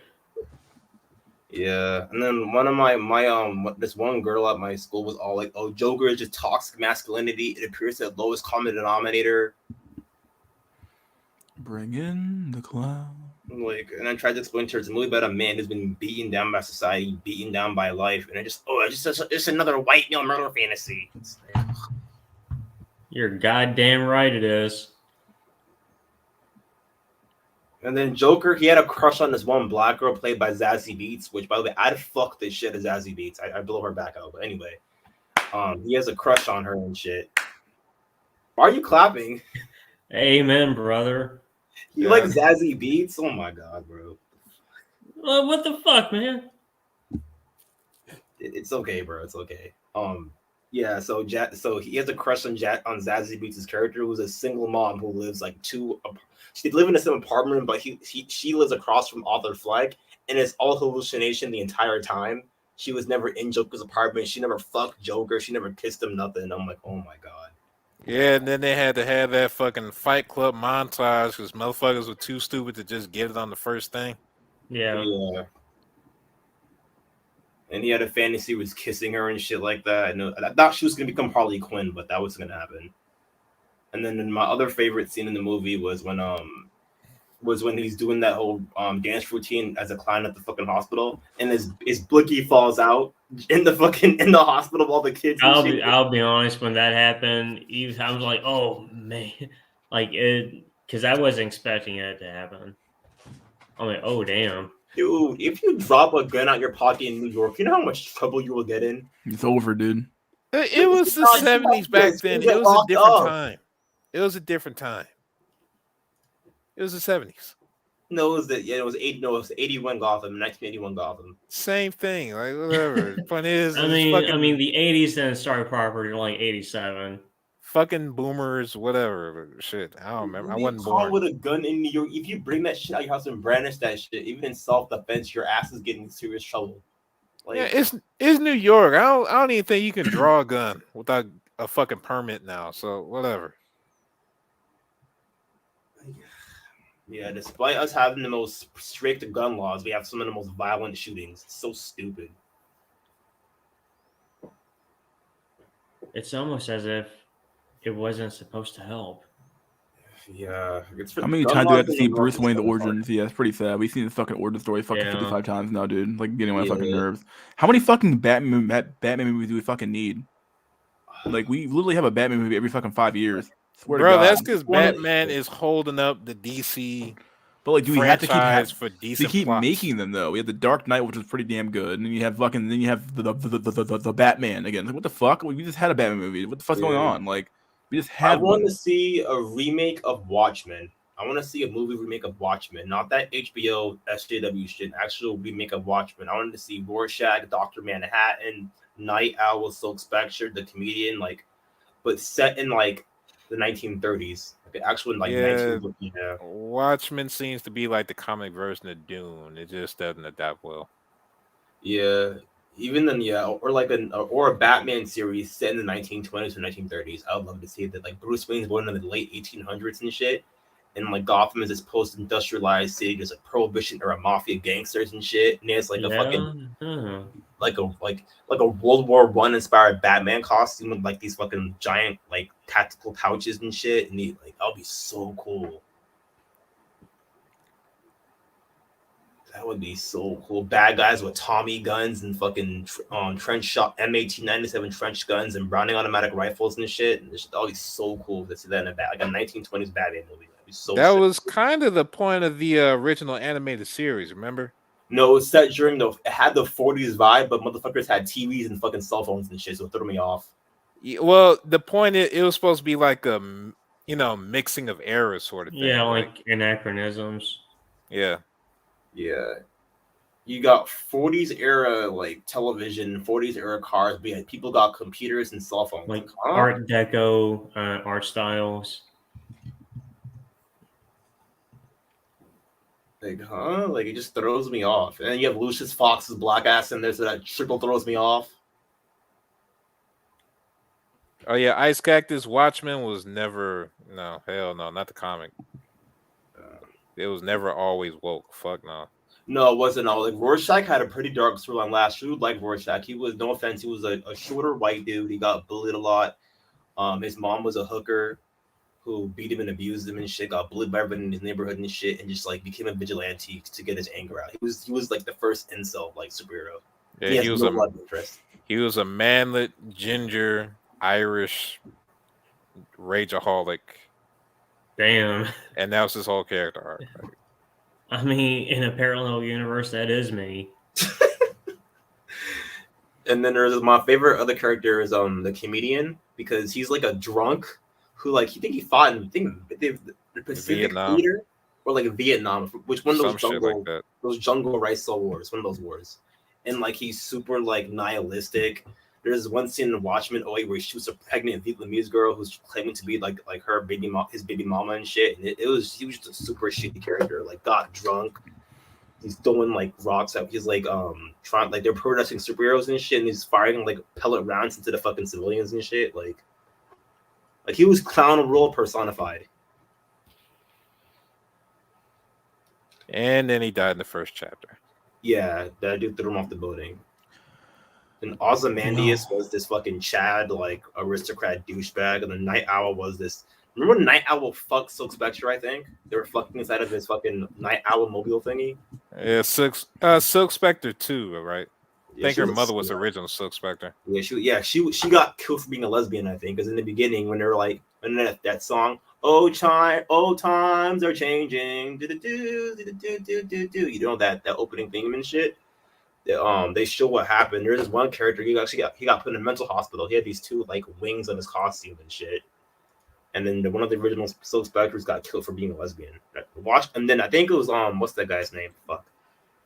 It was the comedian who shot JFK. They're implying the comedian was one who blew JFK's head off. Hold on, there's the comedian, Silk Spectre, the Owl Man. I forgot. Fucking whatever. Fucking Owl Cuck. And then there's Rorschach. And then there was Mr. Manhattan. I think that's the original group. You know what I just realized? Jesus fucking Christ, man. What? I could switch over comments on the StreamYard. Damn. Wait, you didn't know that? Oh. No, I didn't know that. Fuck. Oh my god, man. Jack, there's a fucking troll. Jack. Yeah, I know. I'm not letting him in. Just sitting down here. Yeah, I'm gonna give Jack Nickelback his own personal password or his passphrase on Discord, so we can't just bullshit happen. Well, Jack's definitely fine because Jack sees authenticated with YouTube, so I can just look at him and know it's him. Okay, yeah, I'm gonna give you my new password. Yeah, but watch me that one. Black code. Like when Rorschach says the world's gonna rise up and yell, "Save us," and we'll whisper no, that shit hit deep. Like the world's NPCs and Rorschach sees that and doesn't want to save them. Shit's so weird, dude. I don't understand these trolls, dude. I don't get them. Yeah. So, what comic book kind of black pilled you? Shit, you just said the one for me, so I don't know. Yeah. My black pill comic book moment was when I was watching reading a Batman comic, and then while Robin got beat the fuck up, Batman went and fucked Batgirl behind his back. That was brutal, and got her pregnant too. And then Robin had no idea that he was raising Bruce Wayne's kid. That was brutal black pill. Now, is that like Dick Grayson or Dick Grayson? That was definitely Dick. Yeah, that's what caused him to leave and become Nightwing. It was like, you cucked me, you fucked my girl, okay? Tim Drake's the edgelord, right? No, Tim Drake was number 3. Dick Grayson was number 1. The one you talked about, Jason Todd, which was number 2. Jason Todd, yeah. Got his ass beat by the Joker and then turned into Red Hood, all based and shit, because he was mad that Bruce didn't save him. Yeah, he didn't. So in the original timeline, he got the Superman Prime punched the hole in reality, and he rebooted the entire DC universe. Bullshit. Ra's al Ghul dug his zombified corpse ass up, threw him in the fucking Lazarus pit, and he came back to life. I like that timeline, that storyline better. Yeah, but Red Hood will blow your face off, dude. He doesn't play all that no killing bullshit. Damn, rest in peace, Spider-Man. He will shoot your ass. And then the fourth Robin was Damian Wayne, because what happened was, this is, you know, Cardi B, she's talking about drugging and raping niggas. So Talia al Ghul drugged Bruce Wayne, fucked him in his sleep, took his sperm, put his sperm in this fucking tank with this to mute, like with this, make this superhuman, super mutant baby and shit. And that's where Damian Wayne came from. Damian Wayne is a literal rape baby. Isn't that low key how Archer on his series had his kid line of sperm jacked him somehow? I forgot, but like, it's so black pill. So it's so if it was the other way around, say if Bruce Wayne, Bill Cosby, and fucking Talia al Ghul and forced her to have his kid, that would get, the Batman would get canceled in a heartbeat. Oh. And she's bragging about it too. That's the fucked up part. She's bragging about literal rape. Yeah. All right, buddy boyos. I gotta get the hell out of here. I'm tired. Yeah, see you guys around. It's been 5 hours. All right, Yeah, Roden. see you guys around. Got any last words? Don't be a free agent in life, and let the black pill guide you. All right, buddy. See you next time. Yeah, see ya. All right, last words, my dude. Honestly, we've covered a lot of topics, a lot of depressing topics, industrialization and urbanization, the demographics imploding, jobs just evaporating, and yet none was more depressing for me than hearing Bad Username talk about his relationship. Damn. That's what caused it, huh? That's what did it for you? It's over. It's over. I don't even know if that motherfucker exists. He might be an AI or some shit. All right, last. Thanks for coming on, my dude. See you, man. All right. Yeah. My dude, Jack. Well, I'm sorry, you're not Jack anymore. Yeah, J Semi Base. J Semi Base, my dude. Yeah. Got any last words for the chat? Yeah, everybody, you heard the stories today. So remember, don't be like Batman. You gotta protect your sperm out here. Don't get sperm jacked and have a fucking rape baby on the side and end up on the hook for that shit. Yeah, dude. Don't want that to happen to you after for sure. Absolutely. Incel brethren, don't let no girl go out here and take your sperm, dog. Don't do it. Yeah. All right, buddy. Thanks for coming on. Oops. Then there was one. My God. We're still here. I'm tired. God, 5 hour, 42-minute stream. Shoot for your dreams. You can do anything. I promise you. My God, what a blue pill way of thinking. Demographic pill. Yeah, dude. Cover that one pretty well. OG Raven from 10 Titans can have it all. Yeah. Not even lying, dude. Chick was hot. My sperm is garbage, worth nothing. In Silicon Bar.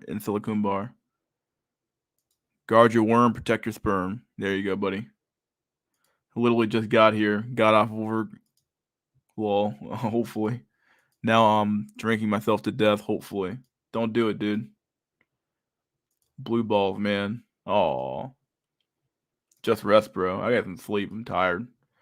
Raven versus Starfire. I would pick Raven versus Starfire, dude. I like that fucking gothic tier pussy, dude. Starfire's too fucking happy.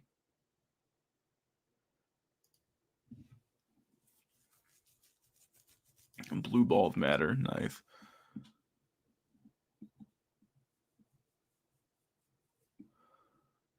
Michael Myers versus Batman. My God. Michael Myers.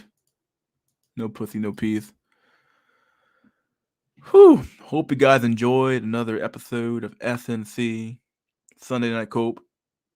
We will be back here next weekend again. I have been your host, Mystery School. This has been episode 72. Hope you guys had a good one. hope you guys have a great new year. I do mean that. I hope you guys have a great new year. I really do mean that. Have a good new year, and cheers. Nah, and I and cheers. So yeah, peace out, my dudes. Hope you guys have a good new year, and never forget, guys, let the black pill guide you, as Black Ronin said. Yeah, dude, I'm so fucking tired, but yeah, I'll probably do a win sell stream on Monday or Tuesday, one of the two, and we'll have a win sell stream. But yeah, let's keep doing that. Let's keep the cope going, keep things going. All right, guys. Hope you guys enjoyed. Thanks for attending. Thanks for all the viewers, and see you guys next time. Peace out.